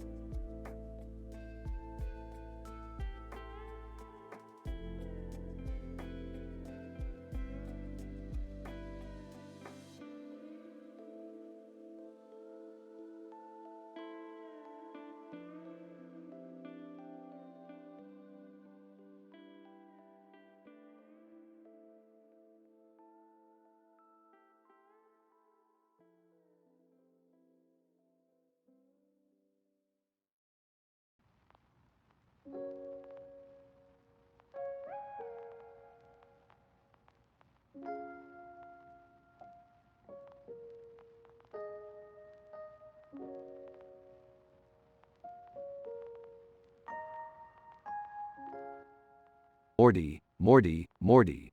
Check out this crazy episode we're about to embark on. What now, Rick?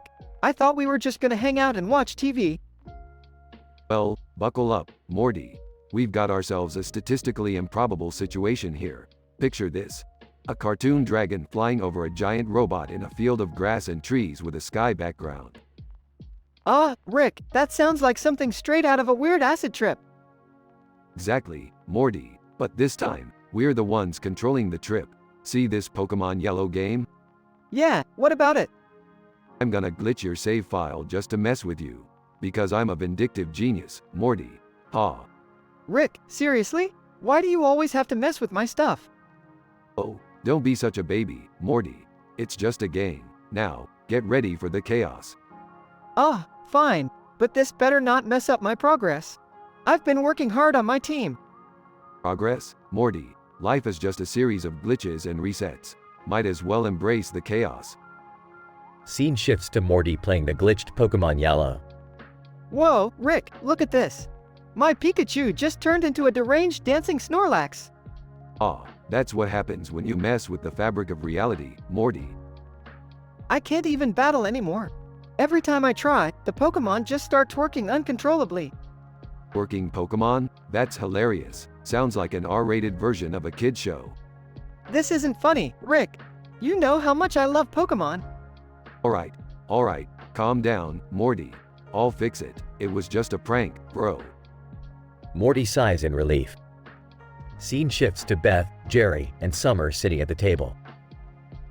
So, what's going on with Rick and Morty? Oh, Jerry, don't even get me started. Rick glitched Morty's Pokemon game on purpose. Seriously? That's messed up. What did Morty do to deserve that? Well, he probably annoyed Rick somehow. You know how they are. I think it's just another example of Rick's power trip. He loves to mess with Morty's head. Yeah, but that's so unfair. Morty is just an innocent kid caught up in Rick's crazy adventures. Well, I'm glad Morty stood up for himself. He needs to show Rick he won't be pushed around forever. Scene shifts back to Rick and Morty in the garage.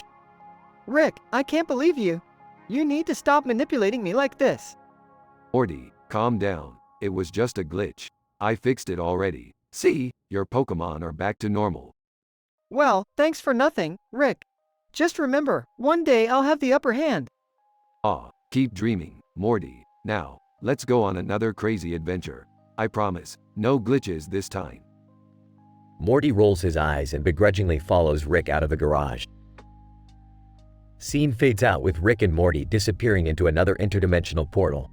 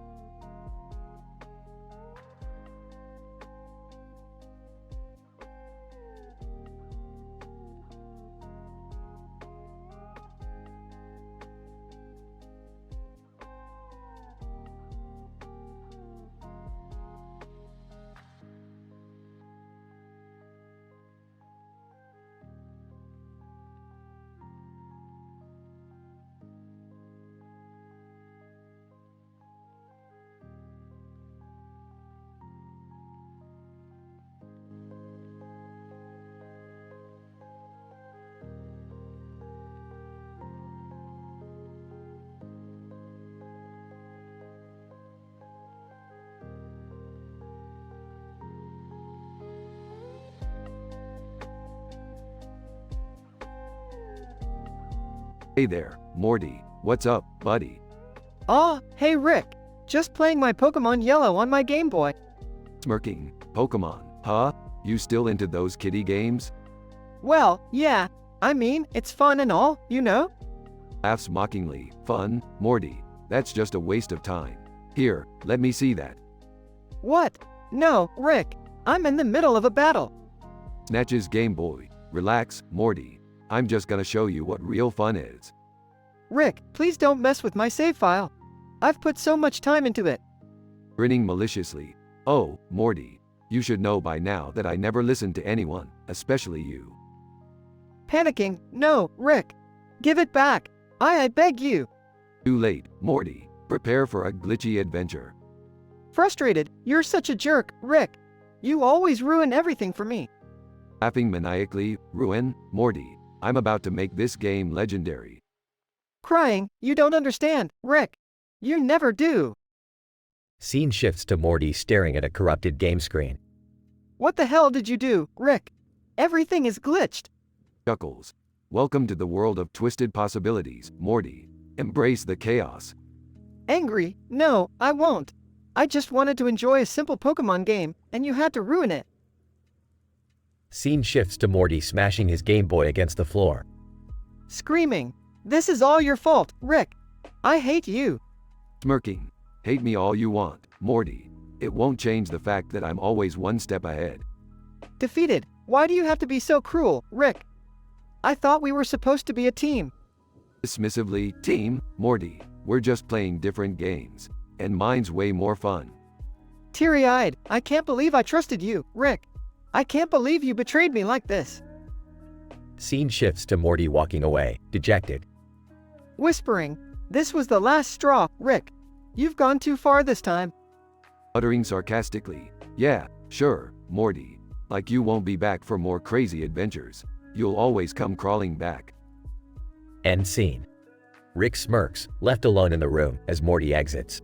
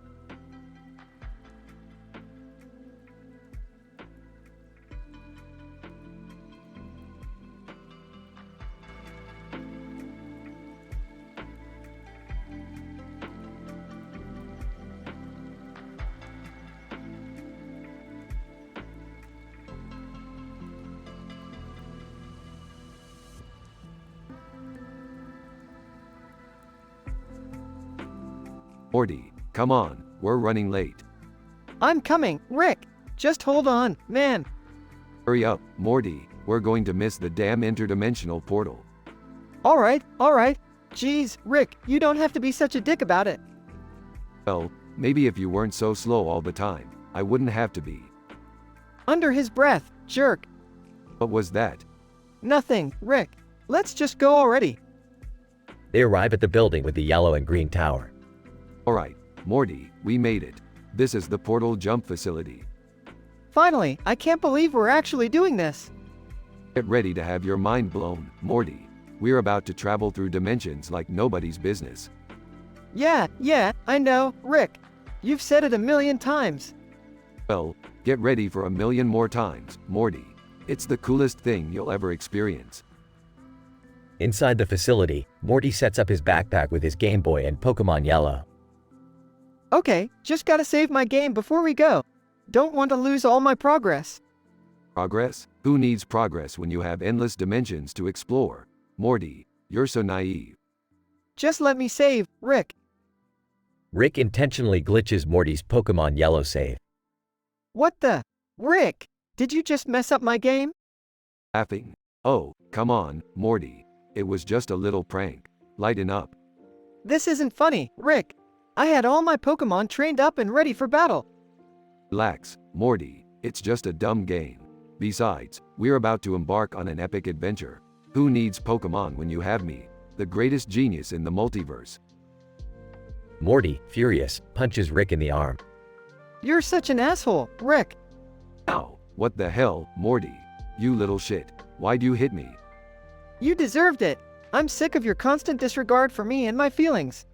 Fine, whatever. Let's just go through the damn portal already. The portal opens, and they step through.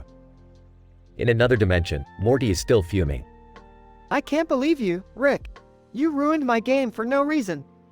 Morty, it was just a silly game. I can fix it when we get back. Fix it? Can you fix my trust in you? Can you fix the fact that you always treat me like shit? Look, Morty, I didn't mean to upset you. I'll try to be more considerate next time. Yeah, well, I'll believe it when I see it, Rick. They continue their adventure, their relationship strained by the incident.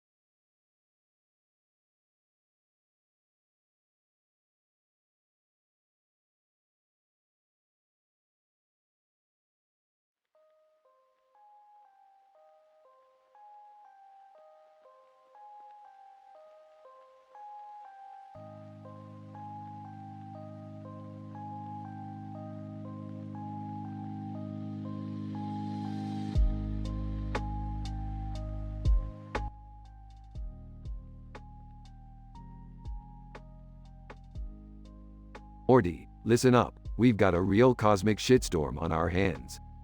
What's going on this time, Rick? Strap in, Morty, because we're about to embark on a mind-bending journey.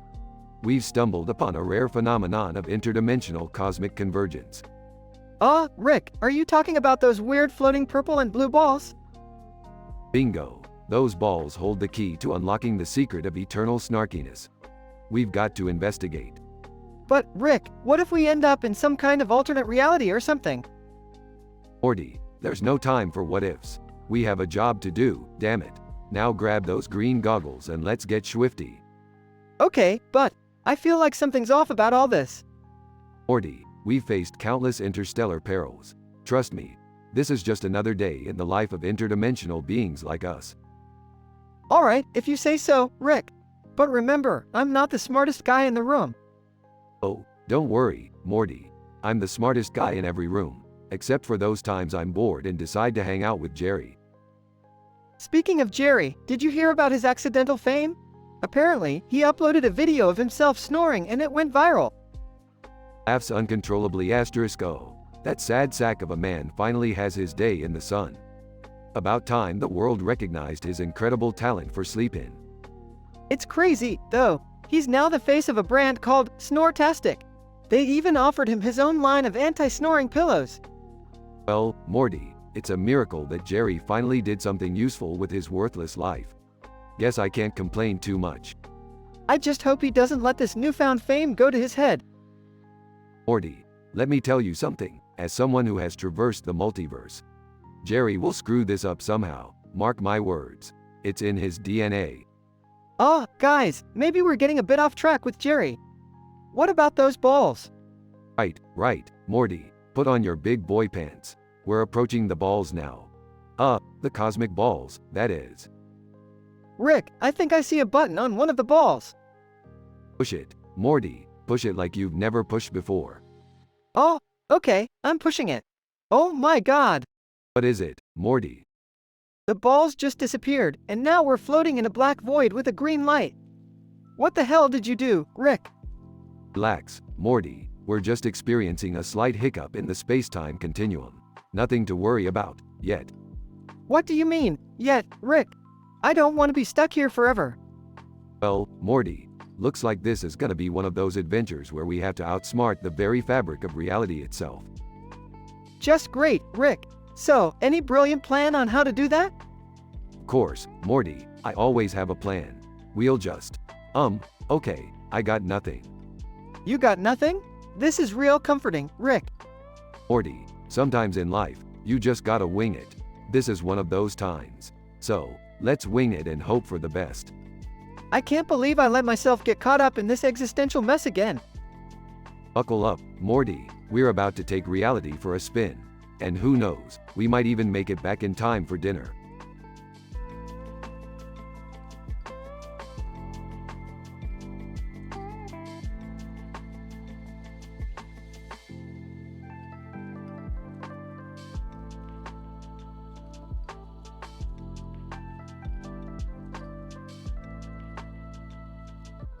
Doodle Bob. Ladies and gentlemen, citizens of this godforsaken nation, I stand before you as your new fucking president.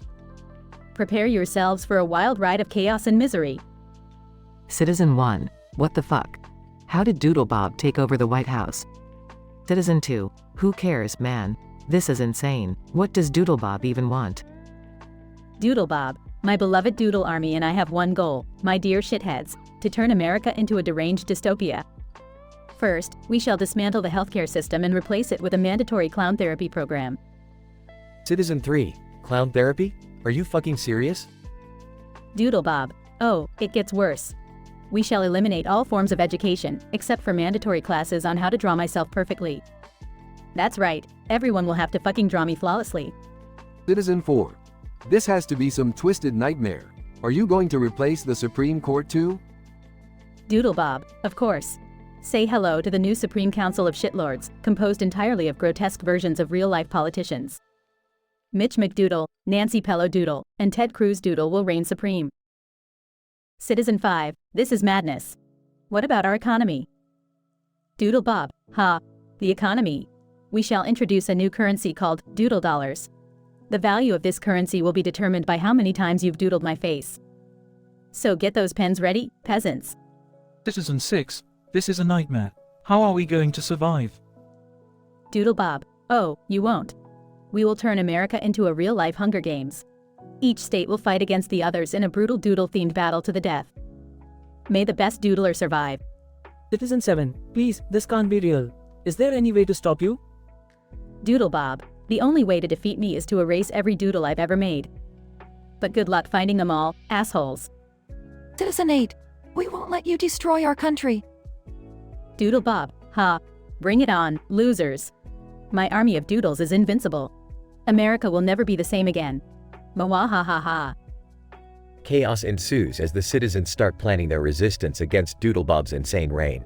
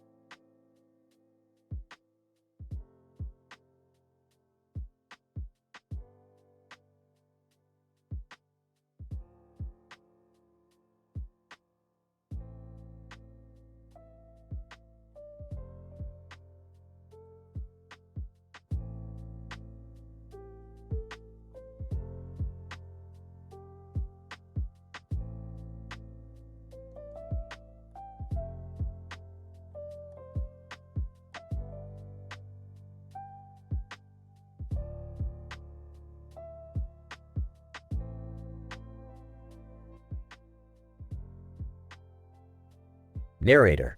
In the darkness of a city at night, a man in a uniform plays an intense game of badminton, the neon lights casting an eerie glow on the court. The city clock ticks away, heightening the tension in the air. Little does he know, this ordinary game will soon turn into an outrageous battle of intellect and wit. L.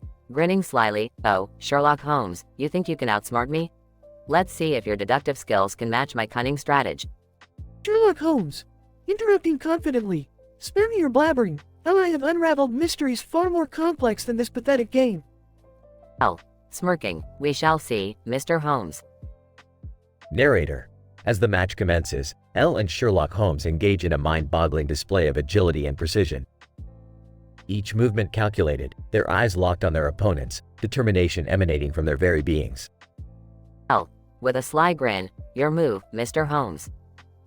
Sherlock Holmes, eyes gleaming with excitement. Oh, and with this precise swing, I shall claim my victory. Narrator. The intensity of the match reaches its peak as both players push themselves to the limit.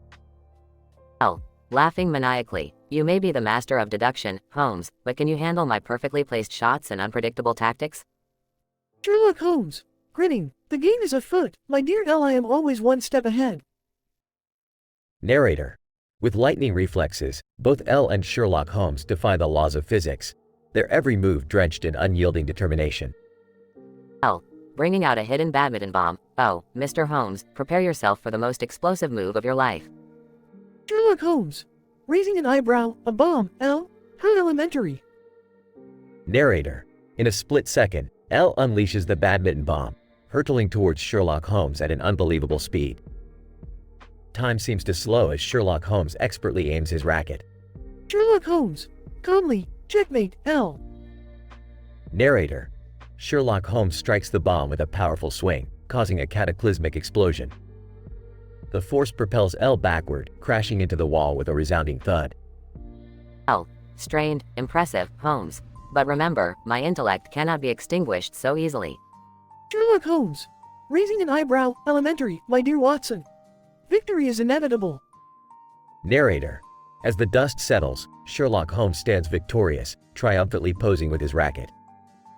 Sherlock Holmes. Coolly. The game may be over, but the true mystery is always waiting to be solved. Narrator. The defeated L, battered but still defiant, smirks at Sherlock Holmes. L. Raspy, well played, Mr. Holmes. But remember, no mystery escapes me forever. Sherlock Holmes. Smirking, on the contrary, L. I thrive on the thrill of the chase. Narrator. With a final catchphrase, Sherlock Holmes strides away, leaving L to contemplate his next move in this never-ending game of wits. Sherlock Holmes. Uttering with confidence. The game is endless, but my deductions are unlimited.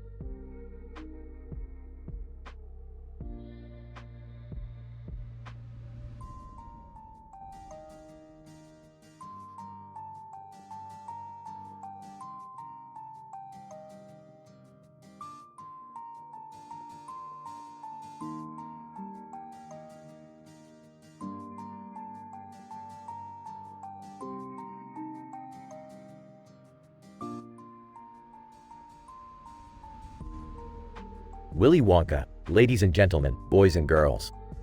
Welcome to the Willy Wonka Chocolate Factory, where the unusual and bizarre come to life.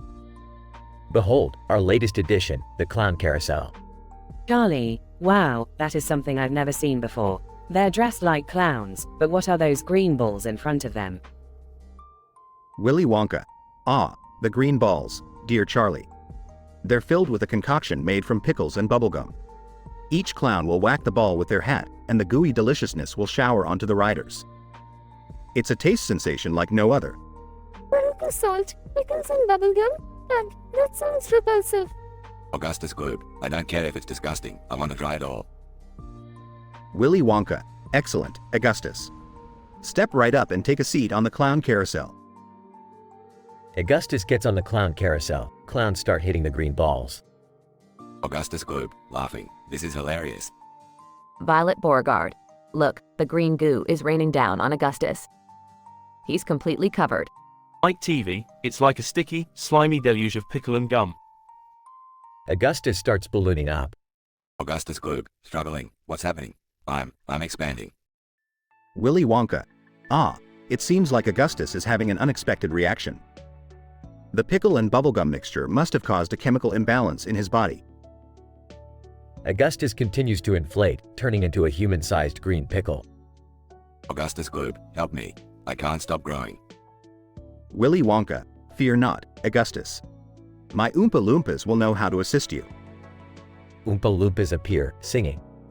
Oompa Loompas, Oompa Loompa, doopity-doo, I've got a riddle for you.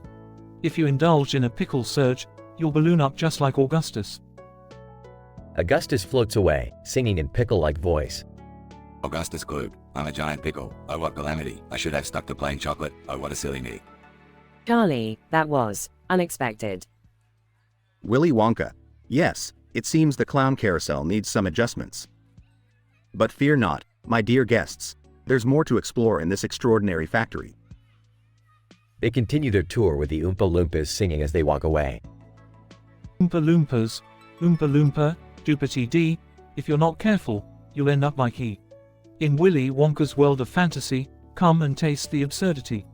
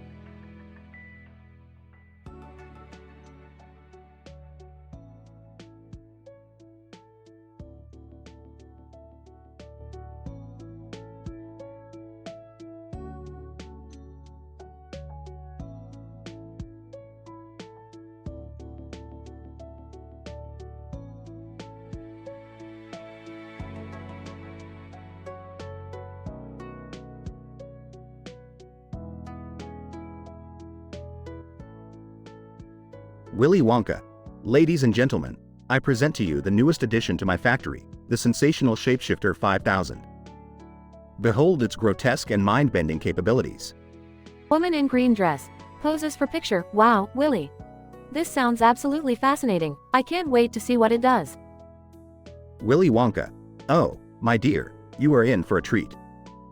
The sensational Shapeshifter 5000 can transform any object into unimaginable forms. Let me give you a tour of its wonders. Woman in green dress. I'm all ears, Willy. Willy Wonka leads her through the factory, explaining each room. First, we have the room of gooey delights, where objects can be turned into dripping, sticky substances. Then, the hall of distorted reality, where everything becomes a surreal and twisted version of what it once was. Woman in green dress. Laughs, how delightfully absurd. Willy Wonka. But wait, there's more. Next is the chamber of monstrous growths, where objects can morph into bizarre, repulsive creatures. And finally, the room of acidic dissolution, where things dissolve in a pool of corrosive liquid. It's quite the sight. Woman in green dress. Intrigue, Willy. This is unlike anything I've ever seen before. Willy Wonka. Well, my dear, it's time to put this magnificent machine to the test. Step inside, and let the sensational Shapeshifter 5000 work its magic on you. Woman in green dress. Nervously, are you sure it's safe, Willy? Willy Wonka. Absolutely. The golden ticket winners have all tried it before and survived, mostly. Woman in green dress. All right, here goes nothing then. They enter the sensational Shapeshifter 5000 and the machine whirls into action. Woman in green dress. Screaming, oh my god, Willy. What's happening to me? I feel, choking. Willy Wonka. Panicking. Oh dear lord. It seems the machine has turned you into a living, breathing pile of mashed potatoes. Woman in green dress. Muffled voice, what the actual FK, Willy? Oompa Loompas appear and start singing. Oompa Loompas, Oompa Loompa, Doompity Doo. I've got a gruesome tale for you. If you're greedy and full of sin, the sensational shapeshifter 5000 will turn your ass into mashed potato skins. They continue singing an elaborate song about the incident as Willy Wonka rushes to find a way to reverse the transformation.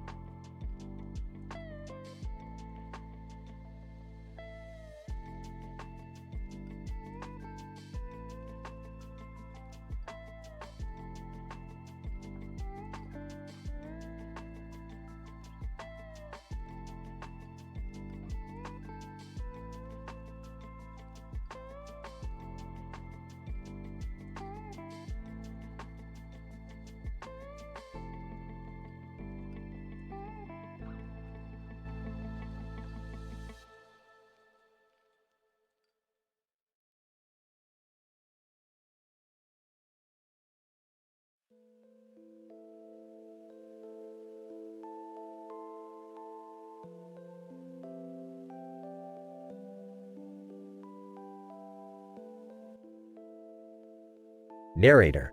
In the mystical world of Willy Wonka's chocolate factory, strange and absurd wonders were a common occurrence. On this particular day, a woman named Scarlet, dressed in a tattered gown, holding a gleaming sword, stood among the dancing flames in the background. Willy Wonka. Ladies and gentlemen, boys and girls, today I present to you a truly grotesque and revolting addition to my marvelous factory, the Fecalizer 3000. Scarlet, what in the bloody hell is a Fecalizer 3000? Willy Wonka. Oh, my dear Scarlet, the Fecalizer 3000 is a technological marvel that transforms human waste into delectable, gourmet chocolates. Just imagine, your very own excrement being converted into a delectable treat. Scarlet, you must be out of your freaking mind, Wonka.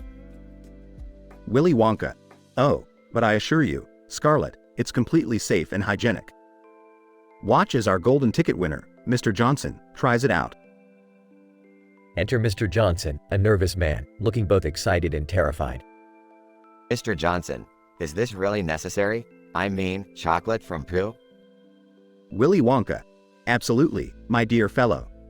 Now, step into the Fecalizer 3000 and let the magic begin. Mr. Johnson cautiously steps into the machine. Mr. Johnson. All right, Wonka, let's get this over with. The Fecalizer 3000 starts whirring and clanking. Scarlet, this is downright disgusting, Wonka. I can't believe you've sunk so low. Willy Wonka. Oh, Scarlet, my dear, you have no idea the lengths I'll go to push the boundaries of culinary innovation. Suddenly, a shower of rainbow-colored sparks erupts from the machine. Mr. Johnson, what the bloody hell is happening? Willy Wonka. It seems we've encountered a slight technical malfunction. The machine starts shaking violently, smoke billowing out. Scarlet, serious question, Wonka. Can it stop doing whatever the fuck it's doing? Willy Wonka frantically pulls levers and pushes buttons. Willy Wonka. Blast. It appears the Fecalizer 3000 is about to go kaboom. Explosion. The machine explodes, covering everyone in a chocolatey mess. Scarlet, well, that didn't go as planned. Mr. Johnson, coughing. I can't believe I almost died for a bloody chocolate. Enter the Oompa Loompas, singing and dancing. Oompa Loompas, Oompa Loompa, Doopity Doo. We've got a tale to tell, just for you. Oompa Loompa, Doopity Dee. If you eat chocolate from crap, you might pee. Scarlet, Mr. Johnson, and Willy Wonka join in laughing as the Oompa Loompas continue their comical tune. Oompa Loompas, Oompa Loompa, Doopity Da. If you mix poop and chocolate, you're in for a spa. Oompa Loompa, Doopity Die. If it blows up in your face, just say bye-bye. Everyone bursts into uproarious laughter as the Oompa Loompas continue their hilarious song, recounting the absurdity of the day's events. Narrator. And so, in the zany world of Willy Wonka's chocolate factory, the Fecalizer 3000 left a memorable mark on the guests, serving as a reminder that sometimes, even the craziest of ideas can go horribly, hilariously wrong.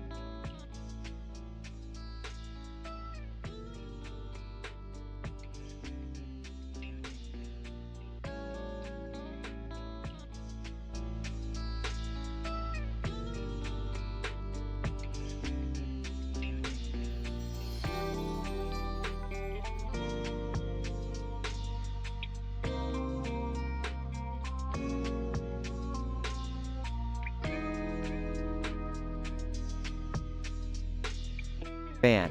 Voice ominously deep. Are you ready for the ultimate showdown? Nelson Muntz, hell yeah, I've been waiting for this moment my whole life. Flats is going down. Flats the flounder. Gurgling sounds. I'll make sushi out of you, Nelson. Ban. And now, in this corner, weighing in at 90 pounds of pure, unadulterated badassery, Nelson Muntz. Nelson Muntz, time to show these losers what I'm made of. Eat my shorts, Flats. Ban. And in the other corner, weighing in at 200 pounds of deep-sea brutality, Flats the flounder. Flats the flounder. Prepare to be filleted, Nelson. Ban. Let the celebrity deathmatch begin. Nelson Muntz, throws a quick punch. Take that, fish breath. Flats the flounder. Flopping back. You think that'll stop me? I'm just getting started. Nelson and Flats engage in an intense back-and-forth battle, exchanging punches, kicks, and fish slaps. Nelson Muntz, grinning. You fight like a floundering flabby fish. Flats the flounder. Surging forward. I'll show you who's the real catch of the day. Nelson suddenly gains the upper hand and grabs Flats by his tail. Nelson Muntz, eat this, you scaly bastard. Nelson swings Flats around and launches him towards the fan. Ban. Finish him. Nelson, with a devilish grin, activates the fan's blade, which now bears a horrifying face.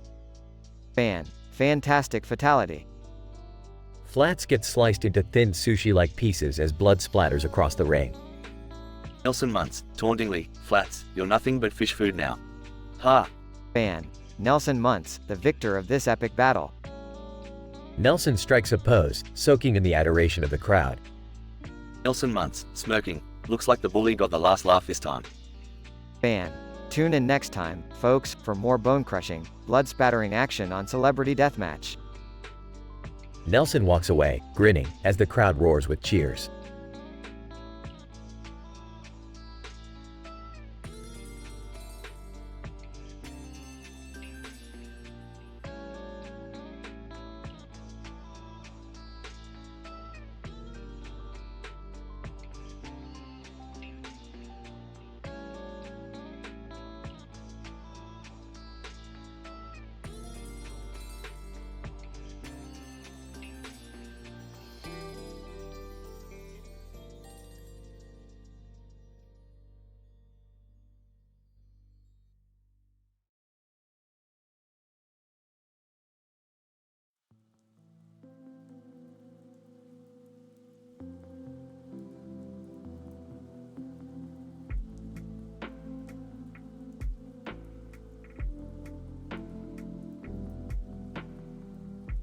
AVGN, what the fuck? Where the hell am I?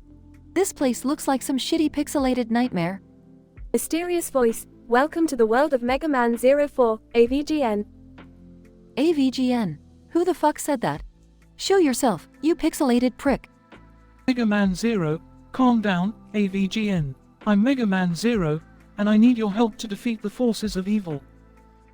AVGN, help? You think I'm here to help? I'm just here to kick some ass and chew bubblegum, and I'm all out of gum. Mega Man 0. Look, AVGN, we're trapped in this game, and the only way out is to defeat the final boss. Will you lend me a hand? AVGN, fine, but I'm warning you, 0. If I see any of those fucking flying birds or bullshit disappearing platforms, I swear I'll go berserk. Mega Man 0. Fair enough, AVGN. Just stick close and watch out for those cheap-ass respawning enemies. AVGN. Damn it, 0. These jumping motherfuckers are pissing me off. It's like trying to nail jello to a tree. Mega Man 0. Keep your cool, AVGN. We're almost at the boss. Just a little further. Final boss. So, the puny humans thought they could defeat me? AVGN. Oh, it's on now, you son of a pixelated bitch. I'll make you wish you were never programmed. Mega Man 0. AVGN. Watch out for its projectiles. It's our only chance to strike. AVGN. Eat shit, you oversized toaster. Taste the wrath of the fucking angry video game nerd. After defeating the final boss. Mysterious voice, congratulations, AVGN. You have completed Mega Man 04 and can now return to your own world. AVGN. About fucking time. This game gave me more headaches than Superman 64 and ET combined. Mega Man Zero, thank you for your help, AVGN. You truly are a video game warrior. AVGN, don't mention it, Zero. Just remember, when you're dealing with shitty games, sometimes you need an angry video game nerd. Mega Man Zero, farewell, AVGN, and may your games always be better than this one.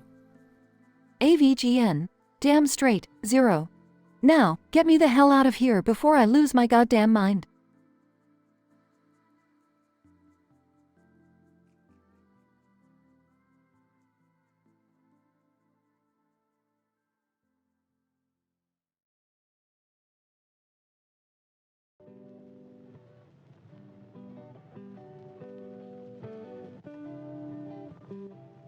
Hey Morty, check out these pom-poms. They're like a mockery of existence, sitting there all colorful and bouncy. Oh, Rick, they're just pom-poms. Why are you so obsessed with them? Morty, these pom-poms are the key to unlocking a universe of possibilities. You see, each pom-pom represents a separate reality, tangled up in an infinite multiverse of chaos. Are you serious, Rick? How did you even come up with that theory? Well, Morty, it all started when I accidentally spilled my margarita on a pile of pom-poms and witnessed a cosmic explosion of flavors and colors. That's totally random, Rick. But what are we supposed to do with all these pom-poms? We're gonna create a pom-pom-powered portal, Morty. We'll be able to travel to different dimensions by stepping into a giant pom-pom. Whoa, that sounds insane. So, how do we power up this portal? We're gonna need some serious energy, Morty. I'm thinking chicken nuggets.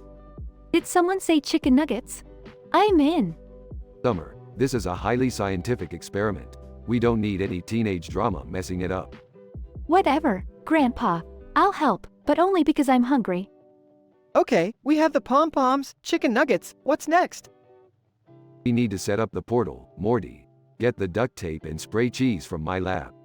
Spray cheese? Really? It's the best adhesive for interdimensional travel, Morty. Don't question my methods. So, what's gonna happen when we go through the portal? Oh, you know, the usual. We'll encounter versions of ourselves that are even more screwed up and dysfunctional. It's a family tradition. That doesn't sound reassuring, Rick. Morty, existence itself is statistically improbable. We might as well have some fun with it. Fine. Let's get this portal thing going. I want to see some crazy dimensions. That's the spirit, Summer. Now, let's toss these chicken nuggets into the pom-pom powered portal and see what happens. Moments later. Rick, I think the portal is malfunctioning. It's sucking everything in. Oh, great. We've accidentally created a pom-pom nugget black hole. Nice job, Morty. Are we gonna die, Rick? I didn't even finish updating my Insta story.